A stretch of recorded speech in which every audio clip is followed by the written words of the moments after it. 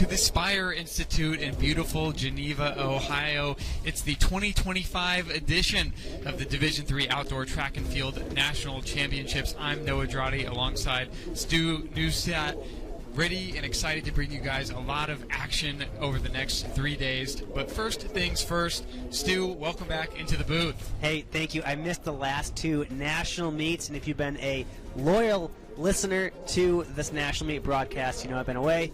Will Lear did an excellent job here in the booth instead of me, but excited to be back here for what, our fourth outdoor national meet as a duo. Yes, our national meet announcing career began at the Spire Institute back in 2022, so we're excited to keep things rolling here today. Before we get into the whole scheme and setup of these championships, we actually have action getting ready to go down on the track right now. The field athletes have been going at it, both indoors and outdoors, as the weather has been a little bit chaotic here in Geneva, Ohio, and over the course of this broadcast, we will update you with what happened into the field earlier. But first things first, the men's 4x100 meter relay section 1 is out on the track, and we have a doozy of a first heat. We're going to see both Wisconsin lacrosse and Wisconsin whitewater and Emory in here. Three teams that have ran all-time bests in Division III history, all in one heat.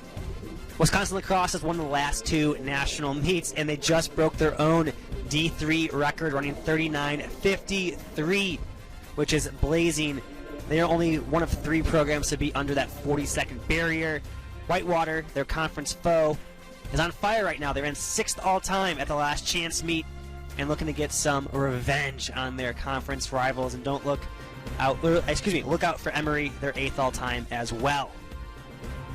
Those of you who have tuned in before kind of know how the structure of how these meets work over 3 days. You start today with basically just prelims on the track, but we do have one final and 10,000 on the track coming a little bit later on. But for the most part, this is kind of a survive and advance theme, and so we're going to be thinning the fields down into fields of 9 for tomorrow's final. And Stu, maybe you can give us a quick update on how teams will progress through from this 4x100 meter prelim. Definitely. So for today, we have, like Noah said, 9 advance to the next round, which is finals on Saturday. To do that, you need to be your top 2 in the heat, so you win or be a runner-up, and then the next 5 fastest times. So if you don't win, make sure you get yourself to the finish line as fast as possible and hope your time is enough. There are 16 teams in the field. And it looks like the first 8 are lining up, so we'll run you through lane assignments for Heat 1 here, Heat 1 of 2, starting in, let's see, Heat 1 of 2, yes, in Lane 2, McMurray is going to get things going. In 3, Roanoke. In 4, Cortland. In 5, Wisconsin Whitewater. In 6, Wisconsin Lacrosse. 7, Emory. Starting in Lane 8 is going to be Trinity. And in Lane 9 on the outside is going to be WPI. We'll try to get you guys updates of which athletes are running on which leg. A lot of these teams bring multiple athletes, and it's kind of a last-minute decision on who gets to run in the relay. And you can swap athletes between prelims and finals. Yeah, there's some gamesmanship at play if you want to rest some of your stars if they have a few individual events and hopefully keep their workload light. And you could see someone not run the final and run here instead, so we'll see if that is going to be accurate or not. But we'll see if Sam Laskowski is out there for lacrosse, and it looks like he is going to be the second leg, if my eyes don't deceive me, from across the track. Yep, it's our first opportunity to see Wisconsin lacrosse in action. Not only the sprint favorite on their team, but also the overall team favorite by a large margin. So we'll see if anybody can sneak close to an upset here. But all right, we are getting ready to take to our blocks here in event number 1 on the track of these 2025 Outdoor Track and Field National Championships. Once this event's over, we'll run through projections based on team entries from our lead statistician, Evan Hatton.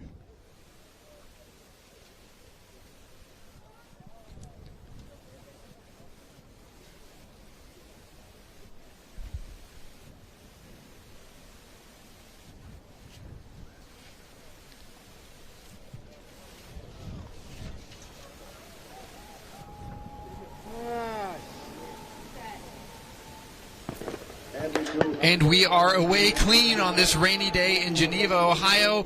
The field barrels into the first handoff, and we'll get our first look at some talented athletes here.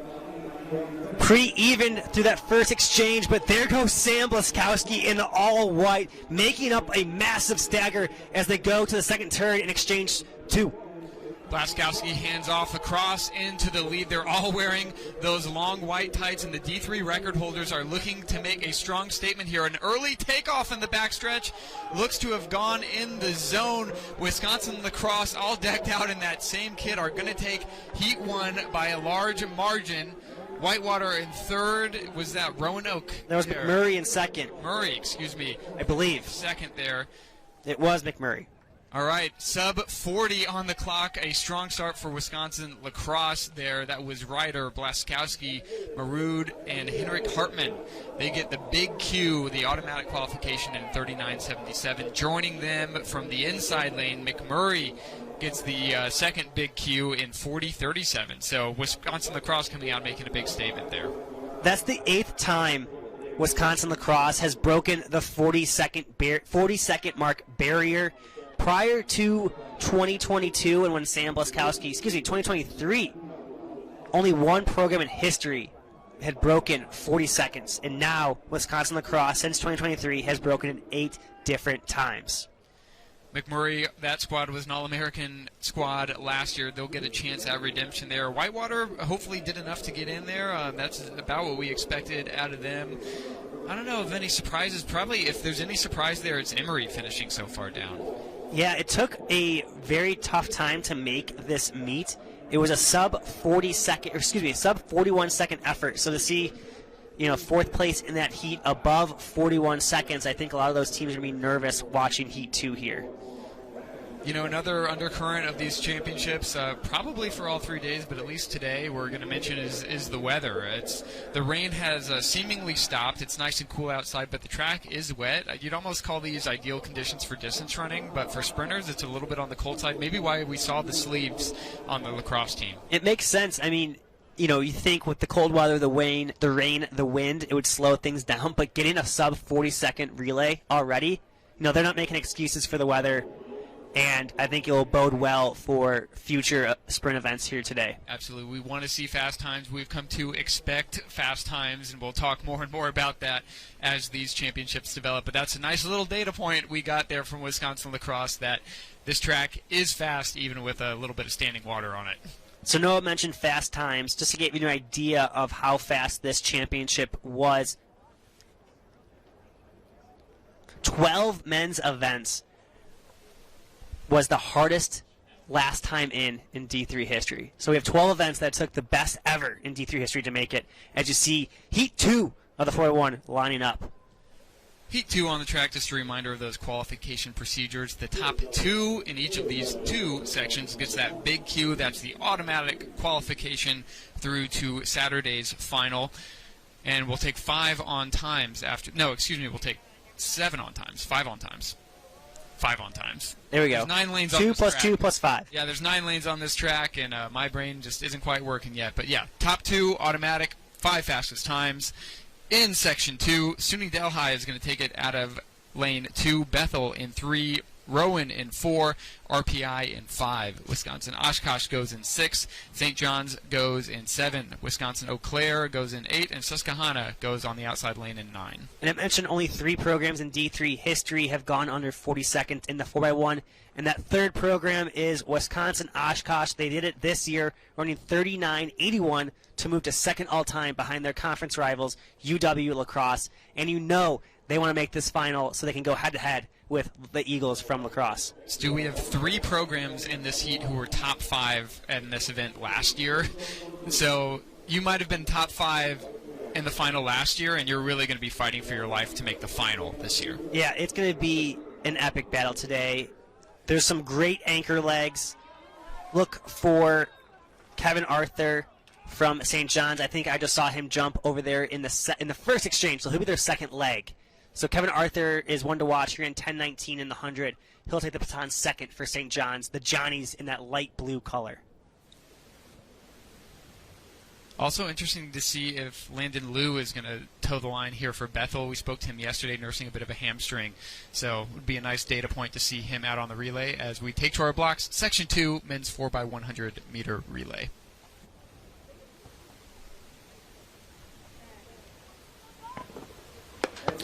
Away clean once again on the first leg of the second heat in the men's 4x1. Eyes on the first exchange on the backstretch. As they take to the baton, clean, but looks like Kevin Arthur of St. John's just got the baton and is rolling down. But don't count out Rowan on the inside. They're in a gray singlet, but it's all Johnny's right now in the light blue. St. John's a little bit of a stutter step there, but he holds up his hand. He's excited by that. Rowan is going to want to prove a point here that they're not just hurdle you, they can do it on the flat track. And here they come, a little quick out the gun there, but Evan Corcoran of Rowan takes it. Jacob Parent there of Bethel, but here comes St. John's rolling down, but it's going to be Rowan for Heat 1. Rowan takes it a little too close to call for us from this angle for second place, but we'll get you updated there. Rowan joins the cross with a sub-40 clocking, 39.97, gets the big Q, and it looks like we are going to give St. John's the second place in that heat. 40.28 also gets the big Q. Really strong ladder legs there from Rowan. 39.97. They're going to move to fourth all-time and become the fourth ever program to break 40 in the 4x1. RPI looked really good there, getting into a battle with St. John's, but that race seemed to be controlled by St. John's early and then Rowan late. Yeah, that was a great opportunity for Rowan to not get nervous, not tense up. They stuck to their guns and were able to come through, and that's big for the team battle. They came in highly ranked, and they're going to need all the points they can get if they want to go attack the Wisconsin schools. All right, that's it for the men's 4x100 meter prelims. I'm taking a look at my results just to see if they're finalized, and we can run you through the qualifiers for Saturday's final. Out of Heat 1, Wisconsin Lacrosse is going to enter as your top seed. From Heat 2, Rowan is going to enter as your number 2 seed, both those squads going sub-40. St. John's goes in third place, RPI in fourth, McMurray in 5, Wisconsin Whitewater 6, Bethel 7, Eau Claire 8, and Susquehanna rounds out the field of 9 with 48-4. 48-4 is what it took to get into tomorrow's final. That's a wrap on the men's 4x100 meter relay, and we turn our attention to the women getting their blocks set for Heat Section 1 of the women's 4x100 meter relay. Non-stop action here at the D3 Track and Field National Championships. We saw fireworks in the men's, and expect the same here for the women's, as we saw similarly fast times here this season for the women, and we're going to see the number 2 all-time team lead things off here in Heat 1. That's Elmhurst University, the Blue Jays. We'll run you through lane assignments here in Section 1. Same qualifying procedure as we saw on the men's side. That's going to be top 2 from each heat moving automatically, and the next 5 fastest times combined from the both heats. All right, starting in lane 2 is going to be Wheaton. In 3, Williams. In 4, Elmhurst. In 5, John Carroll. In 6, Emory. Out of lane 7, Wash U. In 8, Bridgewater. And in 9, SUNY Geneseo. So we mentioned how good Elmhurst is. They ran second all-time. Wash U was 4th last year. Emory was 3rd last year, 8th all-time. Wheaton, Mass was 5th last year, and Williams was 7th last year. So just off this heat alone, we're seeing 5 teams that were All-Americans last year.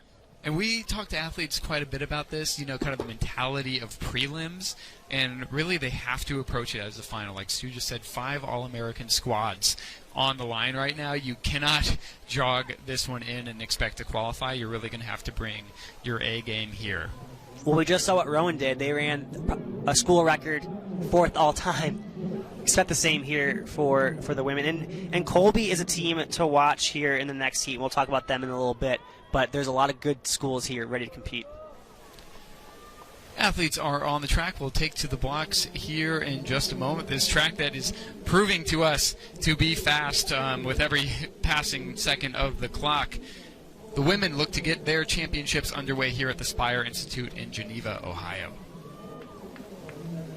Alyssa Busker will be the anchor leg for Elmhurst. She was a multi-time All-American in the NAIA division, came here for a 5th year to pursue a master's degree, and has been a huge impact for Elmhurst. We heard from their coach yesterday, Jordan, and he was saying how much of an impact she's had, and they don't really treat her any differently with how good she is. She just really impacts this team and has been an anchor leg, no pun intended, for them this entire year. Taking a moment to get into our blocks here. Not sure what the holdup is, but they're bouncing around to keep the legs warm, and we'll get them going here shortly. All right, there we go. Command has come through to take to the blocks. Women's championship here in the 2025 D3 National Championships underway here in just a moment.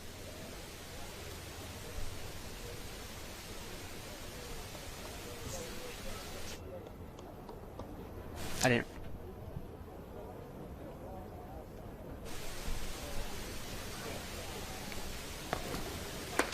The 2025 Women's D3 National Championships are underway on the track. Women's 4x1 action on your screen right now. And Elmhurst is already making up the stagger there in the white singlets as they hand off for 2.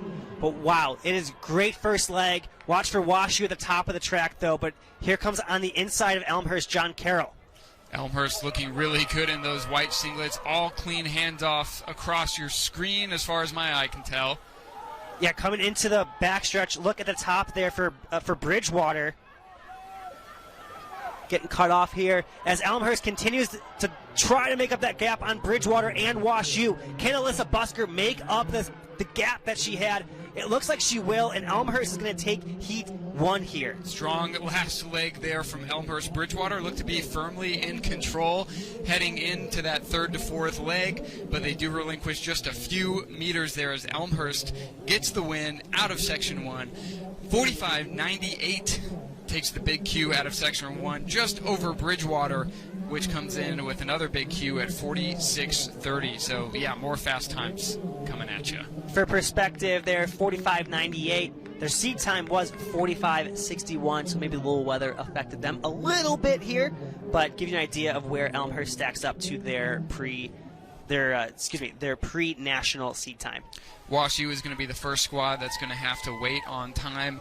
46-44 should get it done, we would imagine, but we'll have to wait and see because there's another section, Section 2, beginning to take their marks around the track. Once again, next top 2 in this heat will advance, along with the next 5 fastest times from the 2 heats combined.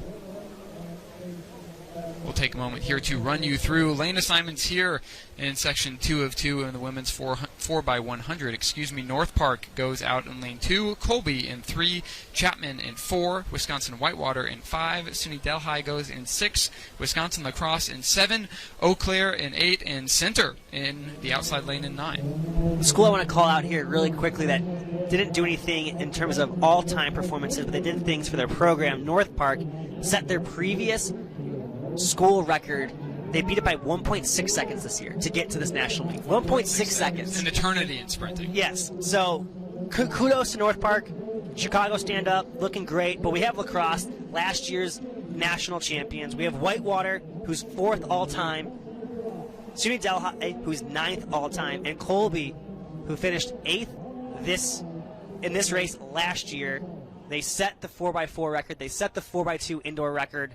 So they're having a lot of success with the relays this year. Yeah, I mean, these all-time lists it's so nice to have an all-time list that is actually just a current list of active squads. It makes for just absolutely great viewing. And it makes every heat, like you're saying, feel like a final. Absolutely. There's no time to relax here. There's no jogging. Some of these squads will probably substitute a runner here or there, but for the most part, the stars are here, as evidenced by the woman in the middle of your screen there, Lauren Jarrett, defending champion in the sprints, multiple-time defending champion. She's not just going to let this squad coast through the prelims. She's going to be there to drive it home. No, she's got to deal with some great anchor legs and some great teams as well. Historical teams, mind you. Whitewater, their conference rival, 4th all-time. But when you have Lauren Jarrett, you got to feel pretty comfortable with yourself. We got to speak with that 4x1, and they one of their key words they were describing this weekend was trust. Trust, and they we tried to get them each to say a different word, but everybody just really loved that word, trust. And yeah, when you're handing the baton off at such high speeds, and you can control what you can control, but you also have to get that baton around the track. Trust is just a major component, and believing that everyone on your squad can show up and do their job. And on your screen right there in lane 9 from center is Majo Dumbia. We talked to them yesterday, and they're pretty excited to be here. She ran a very fast open 100-meter time. She's the second seed in the 100 and looks to get her squad to the final. Yeah, another fun part of this relay is that we're getting a glimpse of athletes that we're also going to be seeing in individual events later.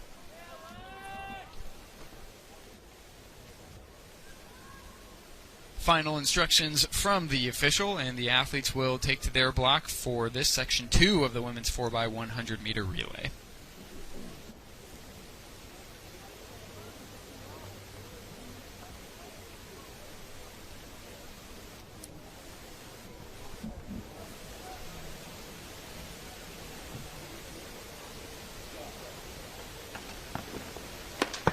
Away clean in section 2, and it is a nice start from lacrosse there in one of the outside lanes.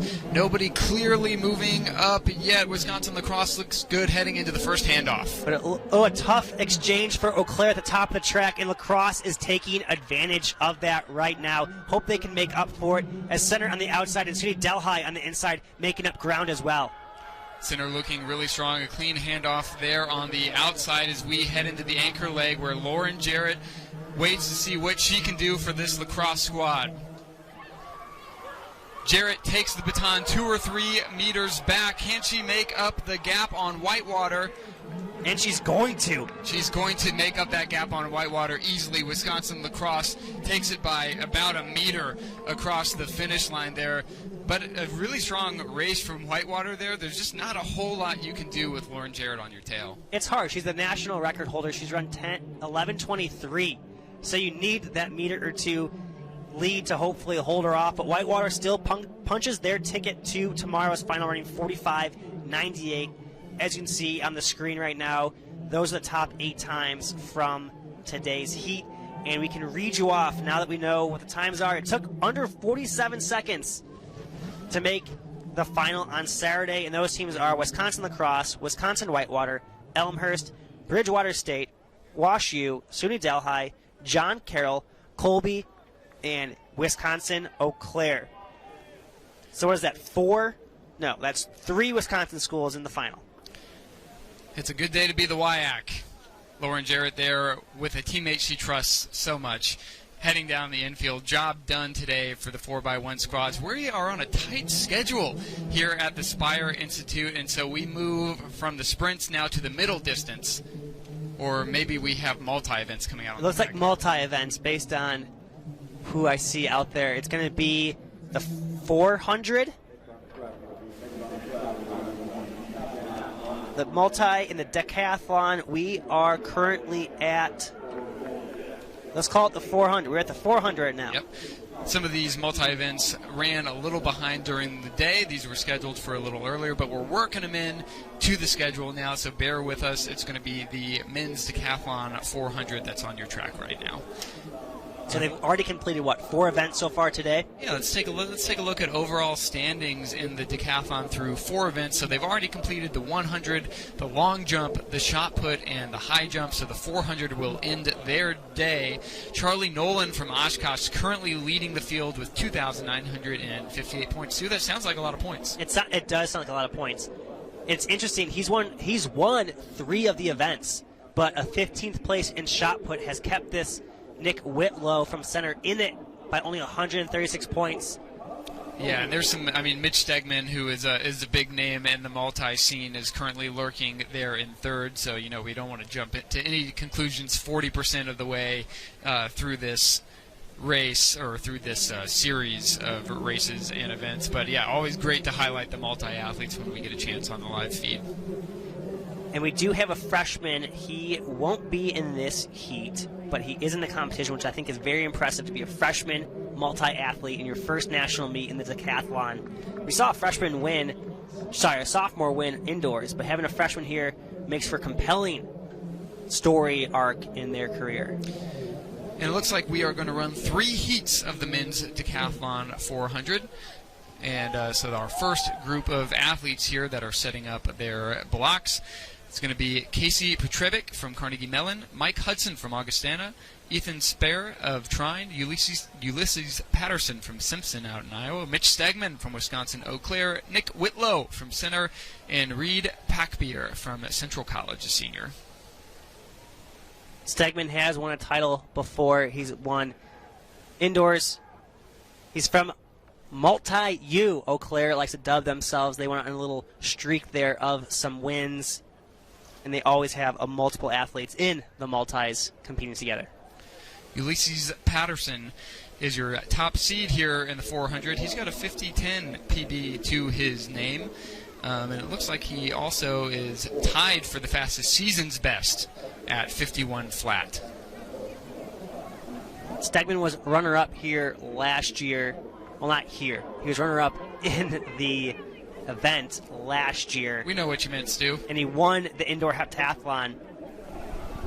And he won the deck in 2023. So, as you were mentioning, he is multi-royalty, as he has yet to be outside of the top 2 in the last few championships he was at. This is a game of points. The faster you run, the more points you score. That's how the decathlon works. Cumulative score over those 10 events will decide the national podium in the men's decathlon. Yeah, so you're, in a sense, you're racing other people, but really you're racing yourself. You're racing the clock, seeing what you can do, and using others to help you get there. Absolutely. That's a great way of putting it, Stu. Underway in section 1 of 3 in the men's decathlon 400-meter dash. You can't tell the stagger there. It's on the inside. The Augustana, if I can read my jerseys correctly, it is. Mike Hudson of Augustana made up the early stagger on his fellow lane mates. BC Mitch Stegman in the dark blue leading the way as they come on the second turn here. Patterson still in contact. We'll see where he looks as he comes off. But, yeah, it does look like Stegman is looking really strong heading into the turn. But, yeah, Patterson is making up some ground. The top seed in this field pulls up onto Stegman's shoulder. We'll see if he can pull away. You kind of never know what's going to happen in the closing meters of the 400. Patterson in control. You see some fatigue in the legs already from this squad. He does take section 1 over Stegman, who finishes second there. 52.04. That's going to net him 723 points. So think about this. They were separated by 0.18 seconds, and that was 8-point difference for their totals. So think about how slim of margins and how much that can add up over the course of this race. Yeah, absolutely. Saw kind of a blanket finish there, and just such a fun event because these athletes are coming out of the decathlon from different strengths. We see, athletes who excel in the jumps and can score a ton of points there, or in the short sprints, hurdles.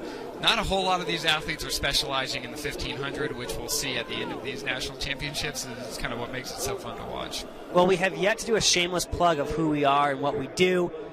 If you have been here before, my name is Stu Neustadt. I'm with Noah Drawdy. Together, we have made a media conglomerate of the D3 running world called D3 Glory Days. On assignment today is Jackson Anderson.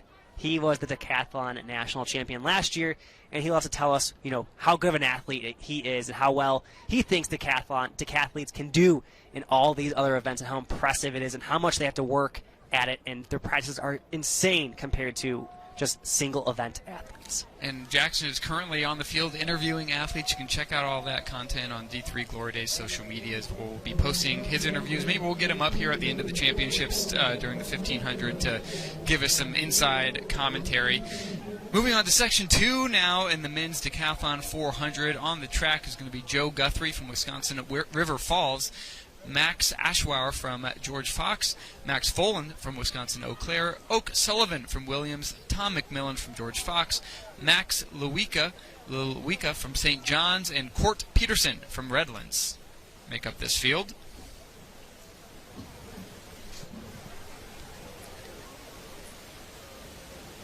Oak Sullivan from Williams, he is the first year trying to take Jackson Anderson's shadow and learn from it, as they both went to Williams, or Jackson at least graduated from Williams, and Oak is a current student athlete there. And what a great first name, Oak. Love that. Kind of a nature theme. You gotta have the power of the nature here in the decathlon for 10 events.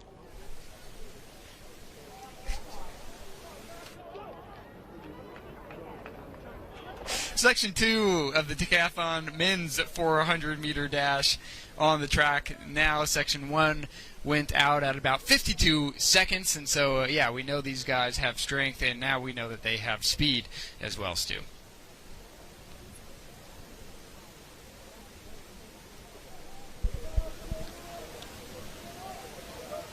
Another thing we love to talk about with the multis is just how much gear these guys bring to meets. I mean, they've got their distance running shoes, their sprinting spikes, their jumping spikes, all their implements for the various throws, a pole vault.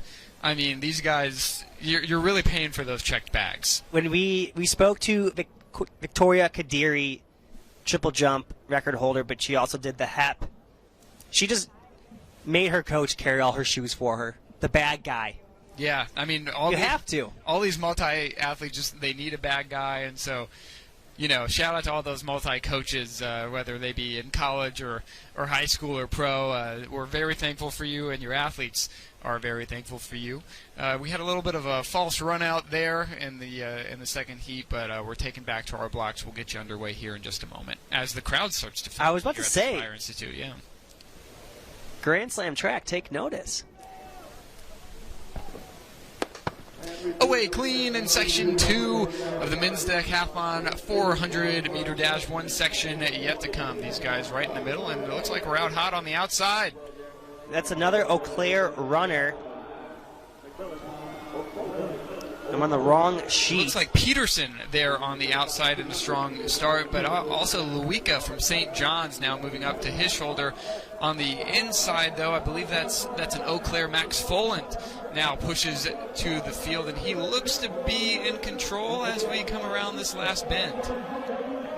And he is. It's going to be Foland out to about a 2-meter lead, but on his outside, it's Max from St. John's, and who now takes over. But from Williams, it's going to be Oak Sullivan making a challenge. Eyes on the screen, they're neck and neck. Too close to call. I think maybe Sullivan got that. It looks like he did.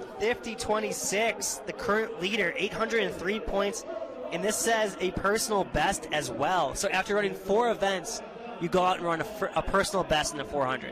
Stu, am I correct that they kind of group the heats here based on seat times, going slowest to fastest? They do. They want people who have similar abilities running together. Like I said earlier, it's not about who you beat. It's about getting the most points. And so they want the athletes to get the most out of themselves and group them up with similar strength athletes. Yeah, so we can't expect to see each of these heats get a little quicker. I believe the women still have to do, let's see, I believe they still have to do their 200-meter, and so we'll keep an eye out to see if the women's 200 comes out after this. On your schedule, if you're following at home, we are running a little bit behind. The men's 1,500-meter prelim should be going off now. It looks like they're going to bring those athletes out next as they're out in the warm-up tent to my left. But we maintain our focus on the men's multi-events, the men's decathlon 400. It looks like Oak Sullivan getting a little bit of a pep talk, some encouragement there from a coach or a parent. Do you know who this gentleman is? I don't. Well, he looks like a nice guy, and he's really pumping up Oak Sullivan here, who just took the win in section number 2. A hard charge there from Williams at the end to take it, and he is your overall leader in the decathlon 400 up to this point, leading into section number 3, which looks like they're adjusting their blocks right now. Let's run you through those names. Jacob Husett of Redlands, Gabe Thine of Rochester, Jacob Balcom from Wisconsin River Falls, Cale Hobart from Central College, Peyton White from Wisconsin Oshkosh, Evan Hofstetter from UC Santa Cruz, Blake Smith from George Fox, and Charlie Nolan from Wisconsin Oshkosh. They are making up this final section, heat 3 of 3 in the men's decathlon. Look for Jacob Balcom of Wisconsin River Falls. He was your indoor heptathlon champion, just a sophomore, looking to stake claim at the multi-kingdom that is up for grabs with Jackson Anderson just graduating. And as soon as these results are populated, once this section is done, we'll do our best to squeeze in a quick recap of where we stand in the decathlon after 5 events. We'll get you updated point scores there before we shift our focus to the, looks like the men's 1500 is going to be up next on the track after this. Yeah, it did say the women's heptathlon was before the men's decathlon 400, but looks like they could be still in another event. So we'll have that for you. If you want to follow along with what we're looking at, results.leonetiming.com. You'll be able to find the D3 Outdoor Track and Field National Championships. And don't worry, folks, we're thinking on our feet. We're scanning the field. We'll let you know what's coming up next as we see it.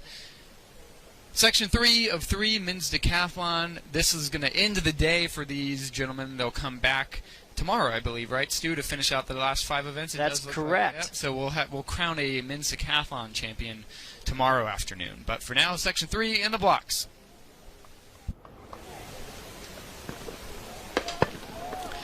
Looks like these gentlemen are away clean. We're trying to keep that no false start theme going throughout these championships. On the outside there, it looks like Blake Smith beginning to make up a little bit of a stagger, but on the inside, Cale Hobart is looking strong in the middle of the field as we bunch up just a little bit down the back stretch. Yeah, in lane 3, I see Gabe Thine moving up nicely. But here, the inside lane 2, Jacob Huset of Redlands turning the jets when they hit the 200-meter mark, trying to get as many points as possible. And Oshkosh needs to do well here. Charlie Nolan and Peyton White, they do have trophy aspirations. Charlie Nolan, Blake Smith, and Evan Hostetter look to battle it out for the top spot. It looks to be Nolan out on the outside from Wisconsin Lacrosse doing battle, and he will take it, I believe, by just a stride. He does. Sub 50 in this heat. Charlie Nolan is going to take it 49.66 from Wisconsin Oshkosh. He takes it over a duel from Evan Hofstetter, and then Blake Smith there just ahead of him. And that'll do it for Section 3 in the men's decathlon. We're going to go ahead and get those points totaled up here. Things looking really good. Points do look to have been populated here through 3 sections, and Charlie Nolan sneaks into the lead now. Charlie Nolan continues to make his lead. He extends it by a few points there. Now he's up to 222 points over Max Lelwicka. We'll take another look at Nolan's day so far. He's had a strong performance so far in the 100. He won the 100. He's also won the long jump. He's won 4 out of 5 events so far. Let's turn it over to Jackson Anderson here in the 100. Charlie Nolan took this event earlier. Yeah, thanks for having me on, Noah. Thanks for having me on, Stu. Charlie has had a great day so far.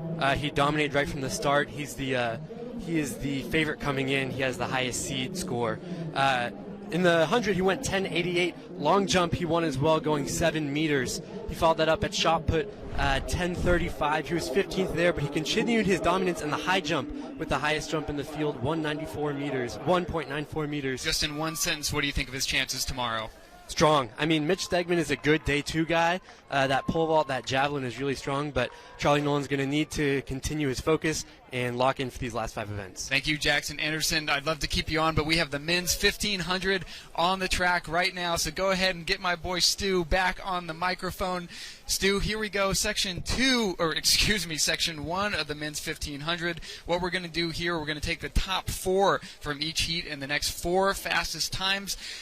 You want to give me a little breakdown of this field real quick? Yes. As a whole, though, the men's 1500 meter has been fantastic. We saw Tor Hotung Davidson run 3:58 in the mile, and he will be in here, but he's got to go up against Nick Lindaker from St. Lawrence, who won the indoor mile as they take off here. Stu, did you go through the names in the field? I have it. We were so quick, I couldn't get there. All right, let me run you through the names. Hopefully they'll jog this first 400 and give us some time. Nash Merkling from Wisconsin Lacrosse, Ryan Hagan, Tor Hotung Davidson, Matthew Ditton, Rabbit Barnes, Graham McLean, Jefferson Wright, Jack Sarznicki, Sam Verkerke, Nicholas Lindeker, and Scott Masterson round out this field of 11. And for those that follow D3 track and field closely, you may remember the name Sam Verkerke. He won the 1,500 meter here last time at Spire, and now he's back at his first outdoor national meet since then. He's been in the 800 at nationals. He was runner-up in Virginia Beach, but he's yet to be back here, and now he's in the thick of it as they go with 3 laps to go. Stu, this event is one of that I'm looking forward to most in these championships. We have several high-profile athletes going all in on the mile where they had other event possibilities where maybe they're even stronger, and we have a returning champion from indoors who may not even be the favorite. Yeah, this field is absolutely loaded. Nick did run 3:42. Rabbit Barnes, 3:44 altitude conversion as Tor Hotong Davidson goes on the outside. He bided his time for that first 500 meters or so. We'll see when he goes to the lead, but this field is absolutely loaded, and we're going to see more of it in the next heat. But you kind of see the tactics here at play. They're all grouped up. They went through, in a conservative effort. You can kind of tell that based on it's not being strung out. They're going to see who can kick here with 2 laps to go. Absolutely. If you're new to watching distance races, you're either going to see a big pack like this, which means we're in for a tactical affair, or you're going to see people stretched out in a straight line, and that's when we know we have a fast pace. We know this field is fast, but it looks like everybody in the field right now is trusting their kick, which is the dangerous game in a qualification process where only the top 4 advance automatically and everybody else has to trust the time. I know you love a good story. The guy leading right now from Wisconsin Lacrosse is Nash Merkline. Lacrosse obviously won last year. They are very talented, very deep. He wasn't even rostered last year, and now he is leading the way here at his first national meet and trying to make some noise and get some points for his team as he comes in 13th seed. He's checking his outside, but he also has to defend that inside. Hagen is looking to move up, and I don't know, Stu, from what I can tell right now, it's going to be a 400-meter race. Yeah, this is the kicker's race for sure. As you see, Pomona's Jefferson Wright moving up as they start to extend here as San Genesico's Ryan Hagen goes to lead with a bell lap, but Jefferson Wright is right there with him. I saw Tor Hortung Davidson kind of looking around, and I'm like, what are you looking around for? You're back in the last third of the field. He's going to have to move up here over the last lap. And Stu, I was talking about formations earlier. There it is. There's the straight line. That's how we know they're kicking.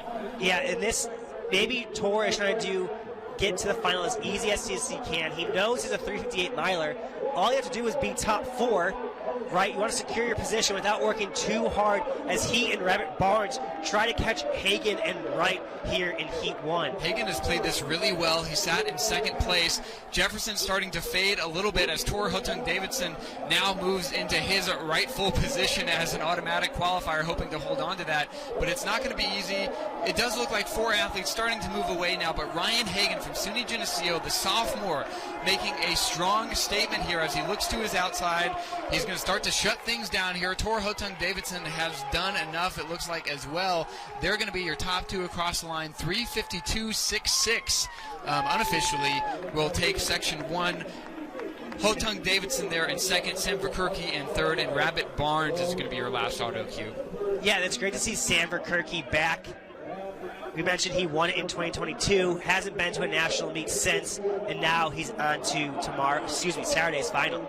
Nick Lindeker, your indoor champion, finishes in 5th, just outside that top 4, so he's going to have to sit and wait. But I don't know, Stu, how confident are you in a 3:54 to get you through to tomorrow or Saturday? Well, especially with the field, it took 3:48 to get here.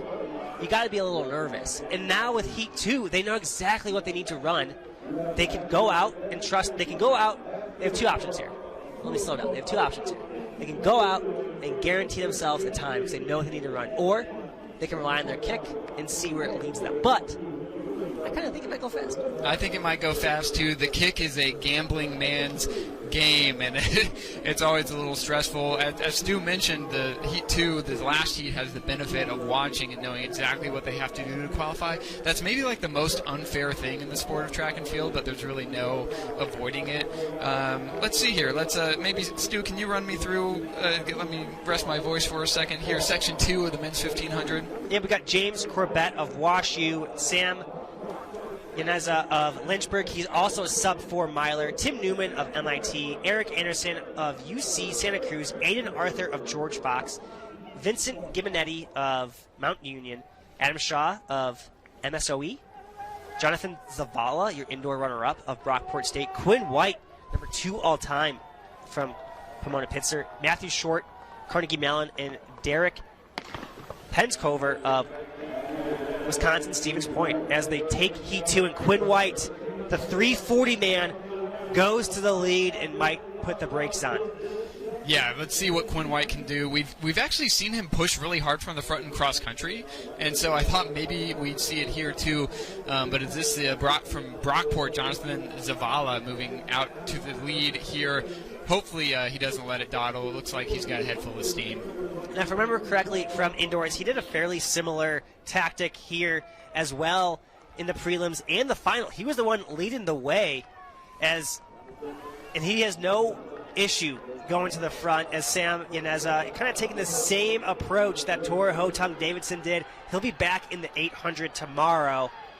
But we'll see. It's early, but you got some work to do there, Sam. I feel like Zavala doesn't necessarily get the amount of respect he deserves in this. I mean, especially in a field this loaded, he kind of flies under the radar. Especially indoors, he was flying under the radar, and he showed up and just had an amazing day. Well, he's someone that his resume, in terms of what he does at national meets, is very impressive.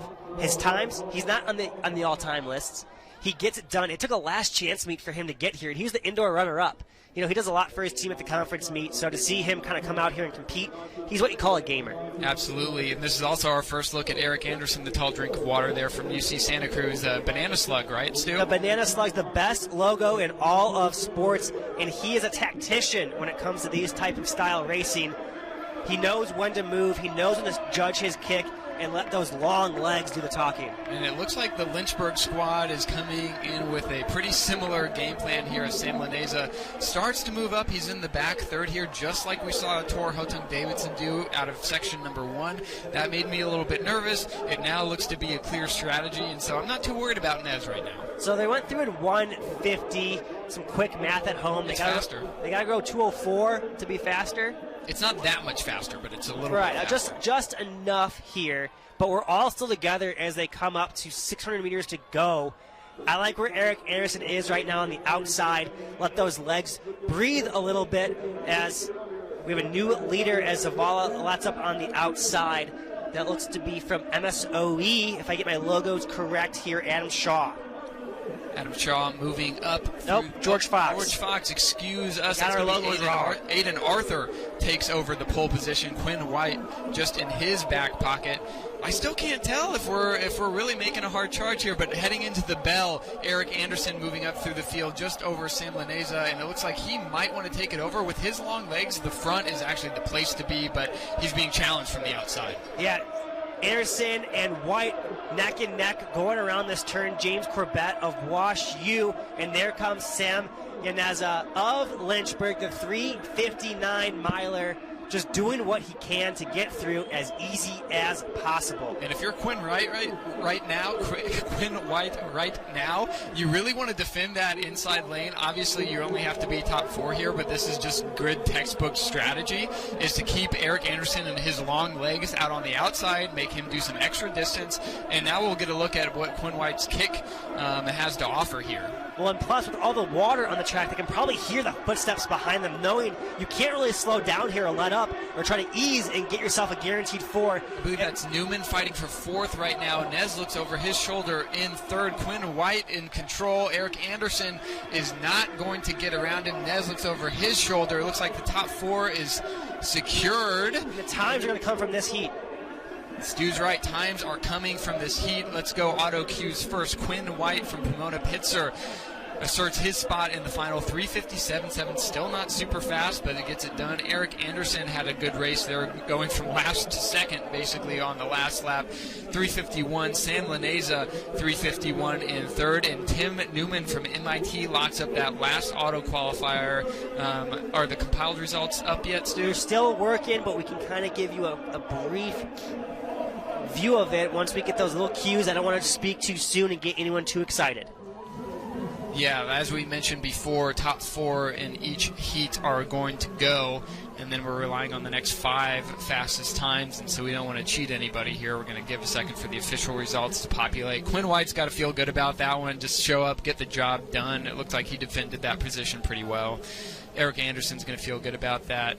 Zavala looked like he faded quite a bit down the backstretch, but it looks like he did just enough to get in with a small Q. It looks like the results are populated now. They're up. It's top 4, then the 4. So we get 12.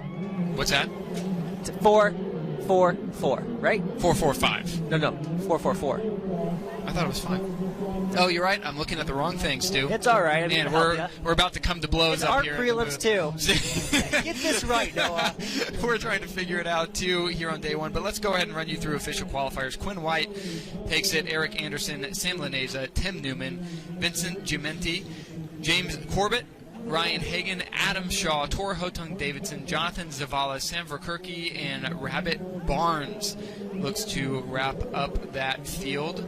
And now we're moving on right to the women's. Yeah, okay, cool. So we'll leave it there and move on to the women's. I hope you want nonstop track action because that is what we're bringing to you. They are not giving us a break, and you won't get a break either. We refuse to let it happen.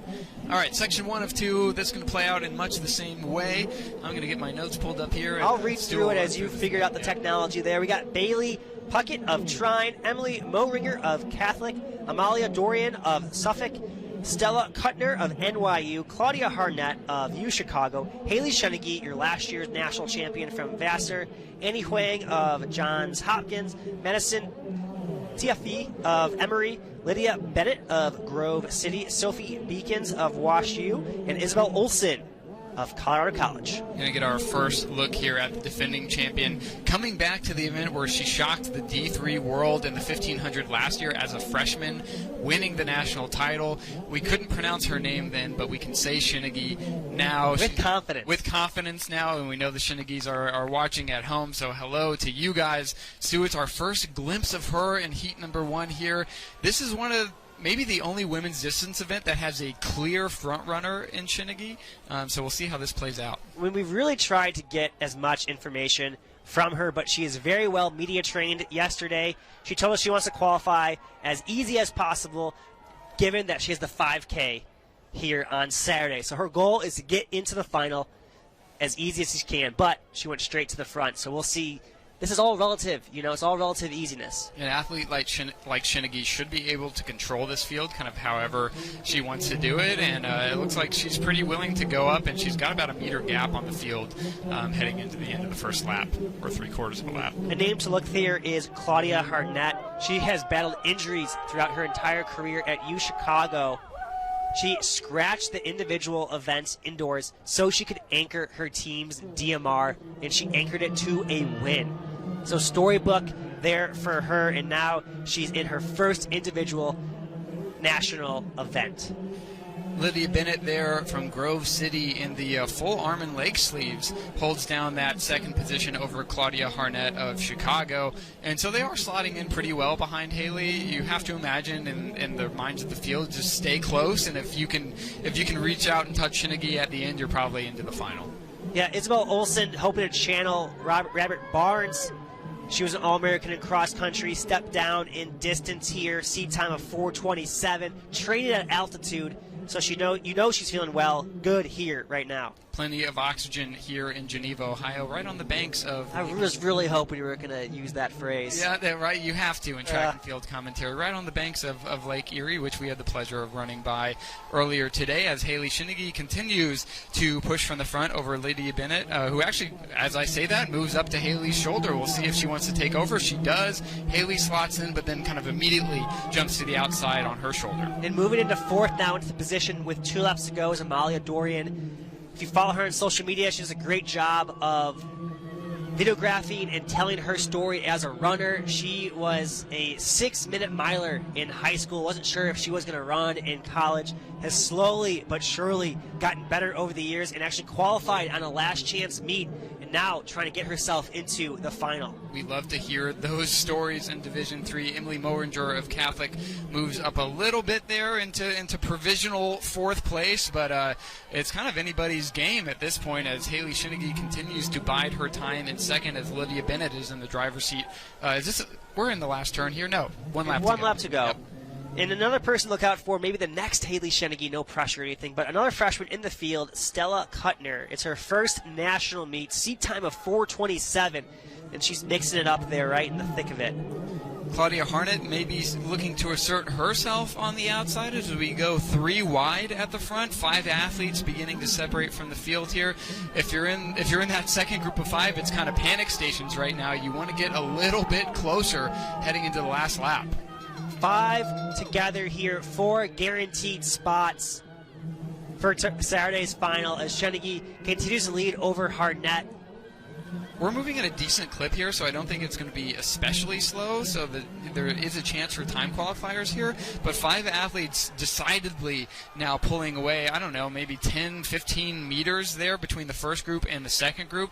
That trio leading, still looking really good. Moringer and Isabel Olsen are also in contact as Shenegui now touches the lead again for the first time in a couple laps. And this is not a position you probably wanted to be in if you were a top runner, having to kick your way to a guaranteed top 4. You were hoping maybe you had a little bit of breathing room, but they're going to give it their best shot here and see what they can do to get in. Right now, the top 3, but Isabel Olsen is not giving up, and she's currently in 5th. We have 5 athletes for 4 guaranteed spots heading into the final stretch. It is Haley Shenegui into the lead with about 50 meters to go over Claudia Harnett of Chicago and Lydia Bennett, who's done a lot of work in this race. It looks like those 3 are pretty well clear, and Moringer of Catholic is going to be your 4th auto qualifier. Really, when it came down to it, those 4 pulled away pretty easily from the rest of the field. Yeah, I'm wondering how, in her view, 4:25, she's a 4:19 1,500 meter runner. Was that easy enough for her? Was that enough effort? I wonder how Haley's feeling right now as she comes in as the favorite, but a great run for Claudia Harnett, looking to add to her DMR anchor title. Tough go for Isabel Olsen there, who just tied up a little bit down the backstretch, still managing to finish in 6th, 4:31.46, so she'll hope to get in on time. But your auto qualifiers, as I mentioned, from heat number 1, Shenegui, Harnett, Bennett, and Moringer. If it looks to be accurate, no one PR'd in these prelims so far. So that tells me it's a calculated effort.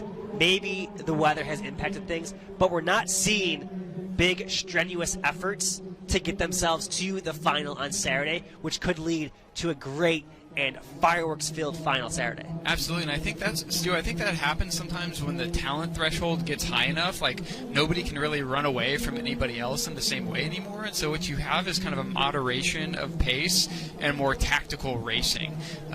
Yeah, we want to see fast times, we want to see records, whatever, but this is championship racing, and you have to know how to win in a bunch, not just run fast. I love that. And to your point that the talent field is so deep, take out Shenegui, who is an outlier at 4:19. Number 2 seed is 4:24, and number 22 seed is 4:29. So we're looking at 22 women separated, or I guess 21 women separated by just 5 seconds. I guess the entire field is separated by 9.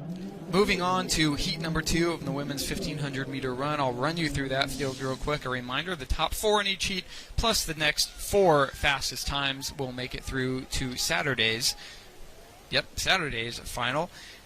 Emma Cathari, Libby Gines, Ellie Rising, Elizabeth Kamek, Virginia Pridgeon,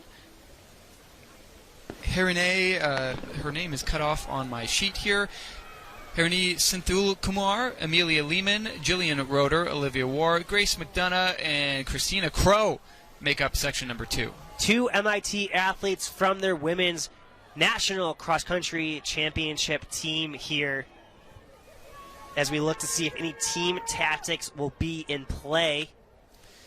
We have a few returning All-Americans here. One, Grace McDonough, who was 3rd in the indoor miles. She goes in this second section.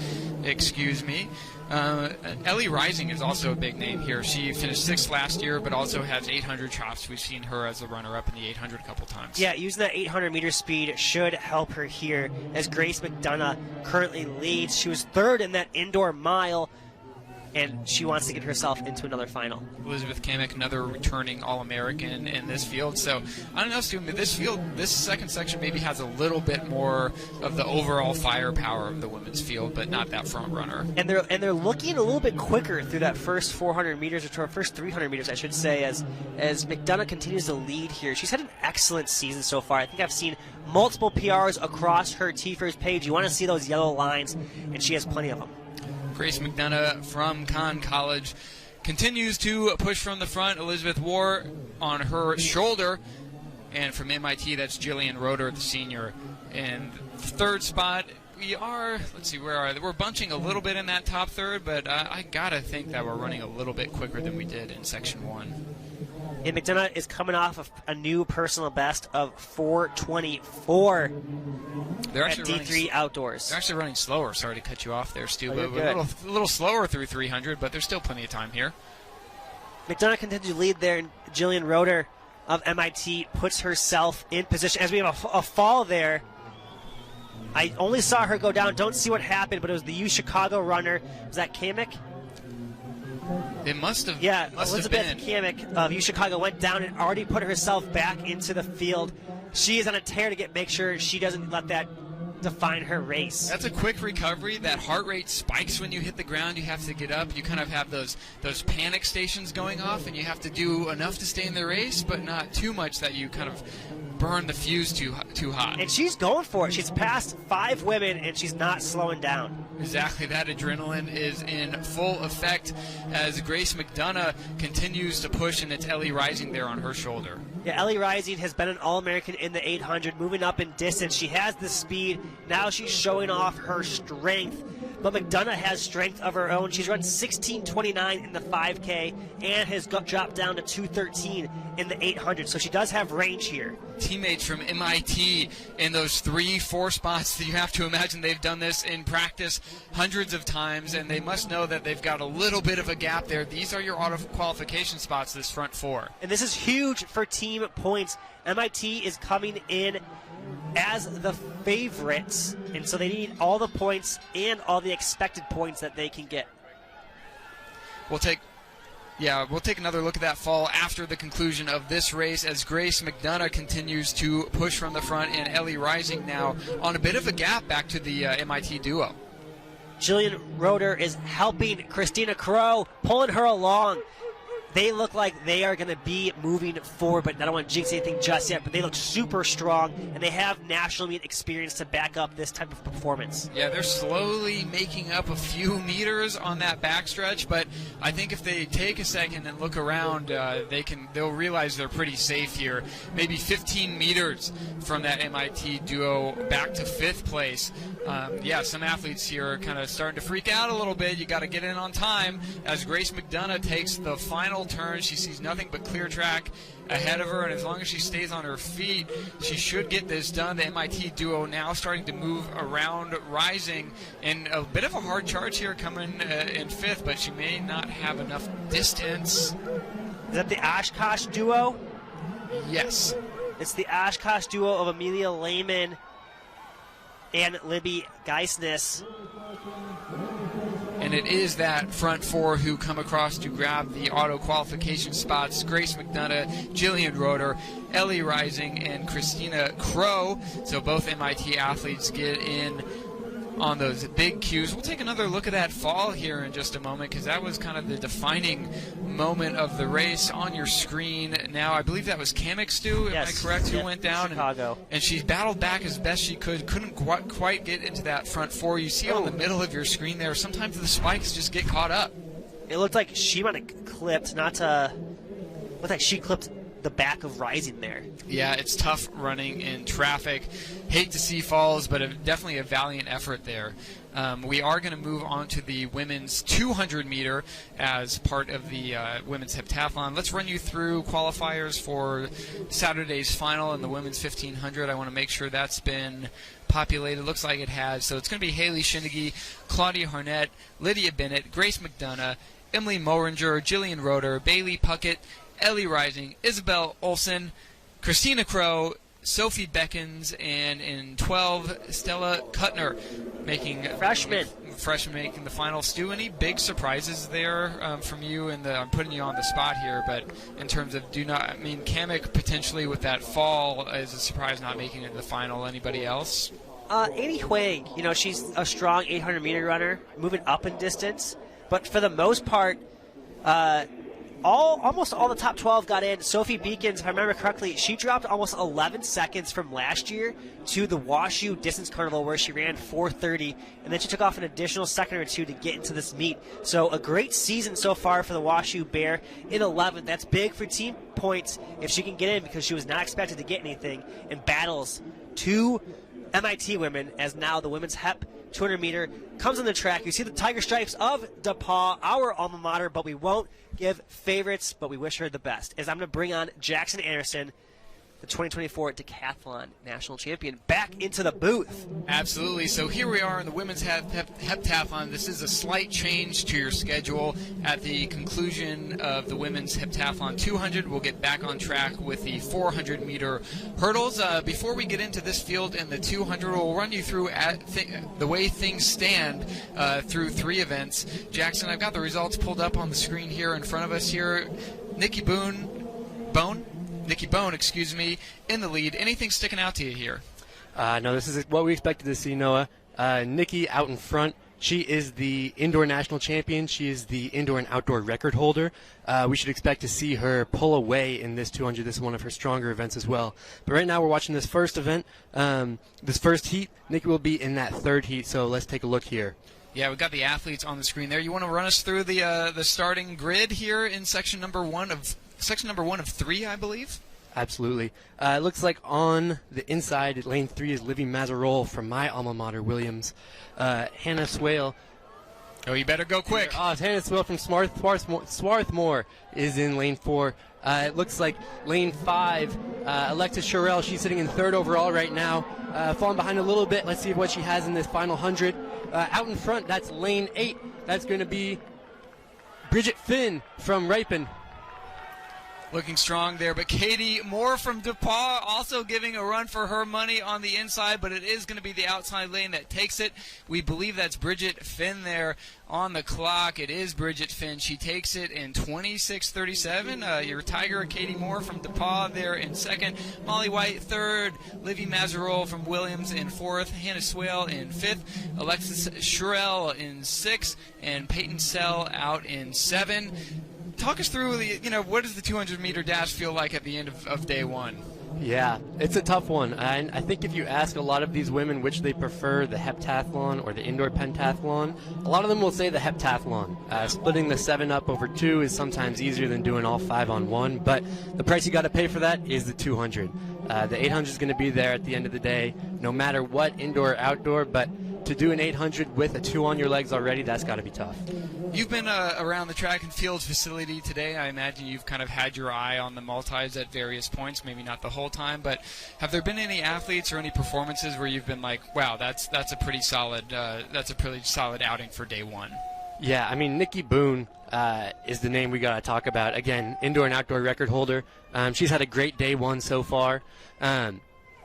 She started off with the hurdles. I think it was an overall. These results have started to populate for the 200. She ran 14:25, was 2nd overall in that event. Went 160 in high jump, was 5th overall, and 12:76 was 2nd overall. So top finishes across all 3 events so far. But let's take a look at this 2nd heat getting ready on the track.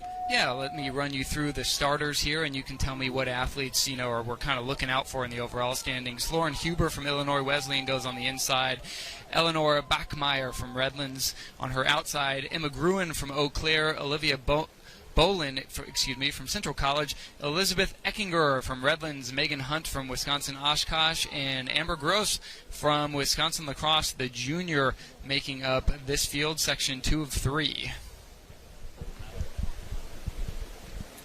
They take to their blocks, and we'll guide them around the track. Another reminder here that we kind of seed these 3 sections slowest to fastest. Am I correct on that? That is correct. Just like the decathlon 400 we saw earlier.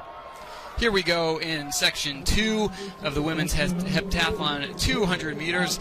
These things always play out after we come around the first turn, but eyes on lane 2. It looks like Bachmeyer from Redlands making a strong charge, but on the outside, the athlete from Lacrosse, Amber Gross, is going to fall back just a bit. On the inside, Lauren Huber may take it out of section 1. Looks like she does. Yeah, very strong race there from Lauren Huber.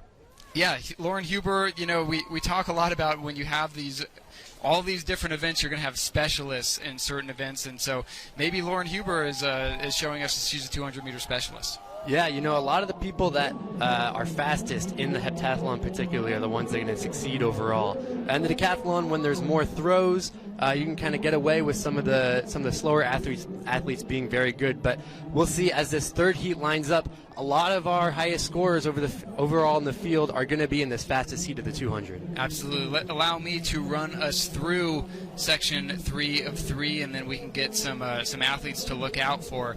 Faith Layden from North Central. Emma Burr goes in 3. Emily Booker from Eau Claire in 4. Arielle Bruner from Chatham goes in 5. Kira Hawabu from Linfield in 6. Thea Ring in 7. Jenna Huntsman in 8. And your overall leader and defending champion Nikki Bone out there in 9. So, yeah, some heavy hitters in this one, huh? Absolutely, and a lot of tired athletes as well. Obviously, all these athletes have 3 events on their legs. Faith Layden in lane 2, by the way, she just took a break from finishing 3rd overall in the javelin, a rare double to do open javelin in the heptathlon. But the women's multis in particular has a long history of athletes doubling or even tripling. We're going to see Arielle Brunner in the second flight of long jump later today. Same with Nikki Bone and Megan Hunt, who is in the first heat of this 200. So a lot of these women are going to have a very long weekend ahead of them over these 7 events, and for some of them 8 or 9 or maybe even 10. Yeah, well, we have a second here before they take into their blocks. Kind of talk to me quickly about recovery in the multis, not only between events but between days. That's got to be a huge focus. Absolutely. They like to say recovery is the 8th event of the heptathlon or the 11th event of the decathlon. You got to make it a priority. You got to shut it down between events, make sure you get some food in you, and I can guarantee that right after these women are off the field, done with this race, they're going to go, they're going to sit down, and they're going to have a big dinner and have an early night. It's especially hard in these conditions. It's dry right now here at the Spire Institute in Geneva, Ohio, but it's been drizzling and fairly chilly most of the day, and they've been outside. Absolutely. With any athlete in track and field, you want to make sure that you can control what you can, especially in the multis when there's so much that can happen.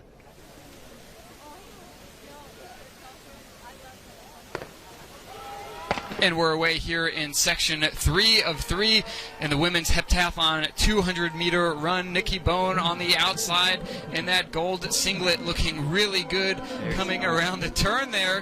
What are you seeing, Jackson? I'm seeing a whole lot of Nikki Bone. She's pulling away. She's looking strong through this last 100, although some of the rest of the field is catching up with her.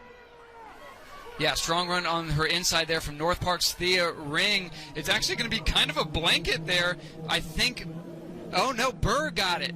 Emma Burr from Thomas College at the last second there snuck in 24.99. Nikki Bone controlled that early, but looks like she just gave up the win on a lean. She does take second, 25.01. Super close. We'll take another look at that finish. And, Jackson, I think you can kind of see some tired legs here as we watch a replay of that last 50 meters or so. Absolutely. As we see these times as well roll in, you see Nikki Bone there just fading a little bit. Good lean there, but on the inside takes it with a strong last 10. Yeah, always good to have people to push you and race against, but at the end of the day, in the decathlon and the heptathlon, you're racing against the clock.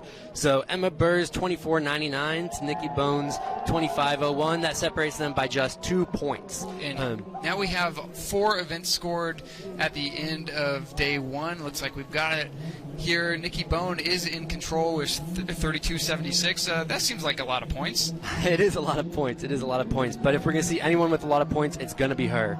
Do you think she's in a good position? I mean, obviously she's in the lead, but when you think about her strengths and weaknesses, how does it feel to be Nikki Bone right now with this point total heading into tomorrow? She's got to be feeling pretty good. I'm not quite sure if she's on pace for her national record. You kind of have to take everything with a grain of salt in these conditions, especially if the field is down. You kind of have to compare yourself against where everyone is at, even if you're not running PRs in the rain. But Nikki Bone has to be feeling pretty good right now with a 254-point lead going into day 2. Yeah, she has that lead over Ring, who is also looking pretty strong. 2 top 3s over 4 events. Yeah, so standing on the podium there in 2 events out of 4 seems pretty good. Absolutely, and she has an open long jump still to compete in. We know that she's going to put up big points in long jump tomorrow as well, and I'm pretty sure she also has the fastest 800-meter PR in the field. So a lot of points still on the board for Nikki to go grab. Thank you, Jackson. That's going to do it for our multi-coverage here on Thursday, day 1 of the multis. We'll be back tomorrow to wrap up these competitions. We'll get you back in the booth. Assuming you're not too busy out on the field, we'll have you back up here for some more commentary tomorrow as we crown champions in these multi-events. Thank you for your time. Excellent. Thank you so much, Noah. And we now move our attention on the infield. We have our first awards presentation, I believe, that we've been able to show you, and that's the women's javelin taking trophies now. Winner in that event was Avery Decker from Nebraska Wesleyan. She wins the women's javelin throw with a personal best throw of 48.70. Yeah, she came into this competition as the favorite. She's been an All-American in 3 consecutive seasons, but she finally gets her own crown. On top of the podium for the first time. Nebraska Wesleyan, most known for their 4x4s, but adding a javelin title to the mix has to feel good for those back in Nebraska. Noah, what was her mark again? 48.70. She did that on her first toss. 48.70. She moves to 6th all-time. So a very good day for her. And actually, we'll show you some footage of this. This happened a little earlier today. Avery Decker from Nebraska Wesleyan, the seniors. That's a personal best. Stu, you said 6th all-time? 6th all-time. Is that correct? Get a look here. Get a look. Her farthest toss was on her very first toss, 48.70 or 159.9 feet. Is that feet? As Decker is your national champion in the women's javelin. Also, very terrifying to be an official out there with that javelin, a sphere being thrown at you. Absolutely. Congratulations. Spear, not spear. Yeah, the sphere. We're learning our shapes up Yep, here we'll today. see the sphere later in the shot put. Congratulations to your All-Americans in the women's javelin. We now turn our attention back to the track. Just a reminder, if you're following at home, we're running a little bit behind schedule after we fit in those multi-events. We're happy to do that, though. We're more than happy to give them the time and the spotlight on the track. But it's going to be the men's 400 hurdles that we're seeing now on your screen. Yep, in lane 3, we have Andrew Ray of UChicago. Lane 4, Jason Eichior of Bethel. Lane 5, his teammate Josh Thompson of Bethel. In 6th from Wisconsin Lacrosse, Finn Patnod. In 7 from Colby, Levi Beery. Another Wisconsin Lacrosse athlete. In 8, it's Dirk Luke. And in 9, to round out the field from Rhodes, it's Hugh Stokes. Stu, this is another one of those events, we talk about historically deep, but when we look at that last time that gets into the meet, that very last person on the depth chart, it took a quarter second faster to get into this field than it ever has before. Yeah, and it just shows the depth of D3 sprints. We talked about it on our preview on d3glories.com, but every event we're going to be talking about how deep this field is. And we mentioned this earlier. You're going to need to be at your best. We may not have seen a ton of PRs so far, but you got to be at your best on the day, and that's today. So if you can be your best, you can get yourself into that final. But be on the lookout for Jason Eichior. He was 4th last year in the 110 hurdles, and he was 2nd in this event in 2022. That might have been the hurdles, the 100-meter hurdles which he was in. He's a 5-time All-American, so be on the lookout for him. And Levi Beery of Colby was 6th last year. Eichior comes in with that 51.57 seed and should be in the driver's seat in this heat number 1. Let's see, qualification procedure here. Only the winner from each heat, only the winner is going to get that auto-qualifying spot through to Saturday's final, and the rest of the field of 9 is going to be determined on top times. And so, yeah, this is a competitive prelim. Win and you're in, if you will, Stu. That's nerve-wracking. That means you have to be on it the entire time, no letting up. Make sure your strides are counted correctly and give it your all. And we'll see how the stagger stands up here today as the gun is up. And we're off here. Big team points at stake, or I guess the potential of team points at stake with Wisconsin lacrosse and Bethel with both with two athletes in this event. Absolutely, always difficult to get a handle on the stagger here, but Josh Thompson from Bethel looks to be moving up into the field onto the shoulder of Finn Potnod. Yeah, I could maybe might correct you there on the inside. It looks like the lacrosse athlete in lane 3 is potentially leader now, or Ikior has just moved into the lead, who is in lane 4. Yeah, Ikior looking really strong there on the inside lane. Yeah, you can know where they are by where they hit the hurdles, and it is Ikior who takes the hurdle first and seems to be in the driver's seat heading down the home stretch. Andrew Ray also holding in tight, but on the outside, Bieri from Colby looking to challenge there. We'll get a good angle on it. I'm not sure. Don't have a good angle. We don't have a good angle. I keep trying to contort my body to see. Ikior looks like he did fade in that home stretch just by a smidge to finish second, and Levi Bieri from Colby, the junior, had a really strong last couple hurdles there. Yeah, 52-27 to get in. Ikior and Thompson go 2-3. Now they have to wait to see how that stacks up against the next two heats. Yeah, absolutely. Win and you're in. So Bieri from Colby is the only one who can breathe easy at this point. So 52-27 is what it took to win Section 1. I feel like the hurdles is definitely one of those events that's going to be affected by the weather. It's just a very athletic event between the sprinting and obviously the jumping, the two main components of the 400 hurdles. Results on your screen there. Bieri on your screen now. He can go and take a load off as everybody else waits to see times. Well, it's interesting you mentioned weather. The lacrosse guys had tights on. I wonder how that felt going over the hurdles. I'm sure they've practiced it in the past, but never want to change anything up on race day. And that could be interesting in the team battle contention. As Finn, I guess they're really only projected 1 point based on entries. As Heat 2 is starting on the track here, I will read off the names for you here. If I can find my correct sheet. Let's see, I got it right here. You got it. Oh, thank you. This is why we have a duo in the booth and not just one person. In lane 3, it's Ade Pojo Arogandande of Bowdoin, Dalen Berger of Wisconsin Eau Claire, Ben Bulger of Susquehanna, Blake Postler of Wisconsin Eau Claire, Alexander Swan of Middlebury, Dirk Gambrell of Center, and Jason Agaman of Rowan. Your indoor 60-meter hurdle champion.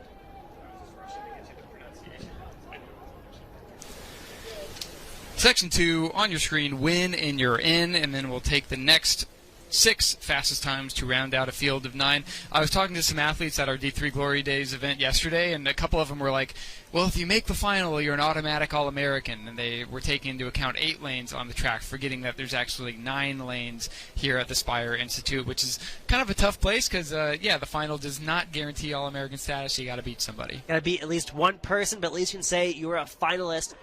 At the what did we do yesterday? We did the press conference, and Coach Norm Tate of Rowan was there and talked about how Jason doesn't really train for the 400-meter hurdles, and he ran 52 point to get himself in here. He's currently seated 18th. He obviously won the indoor 60-meter hurdles. Let's see if he can get himself into the final to help Rowan and get some points. And a lot of times when we talk about Rowan, we're talking about short sprints.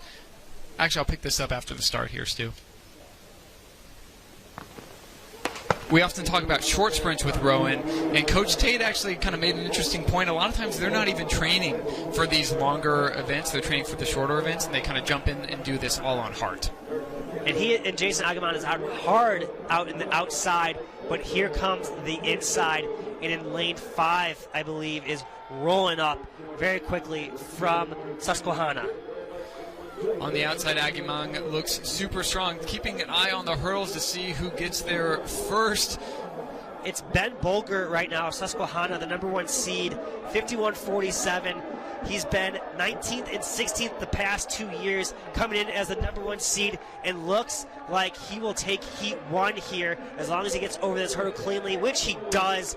He holds on and he'll find himself on Saturday's final. Alexander Swan making a hard charge there on the outside. We'll see what that nets him. He does finish second for Middlebury, the senior. 52.22 was his time, but Ben Bolger, your number one in this heat, he goes 51.99, so sub 52 clocking officially to make it into Saturday's final. See, we get some indication that the weather isn't affecting them too bad. Obviously, it's a little bit off of his seed time, but we still see a sub 52 effort.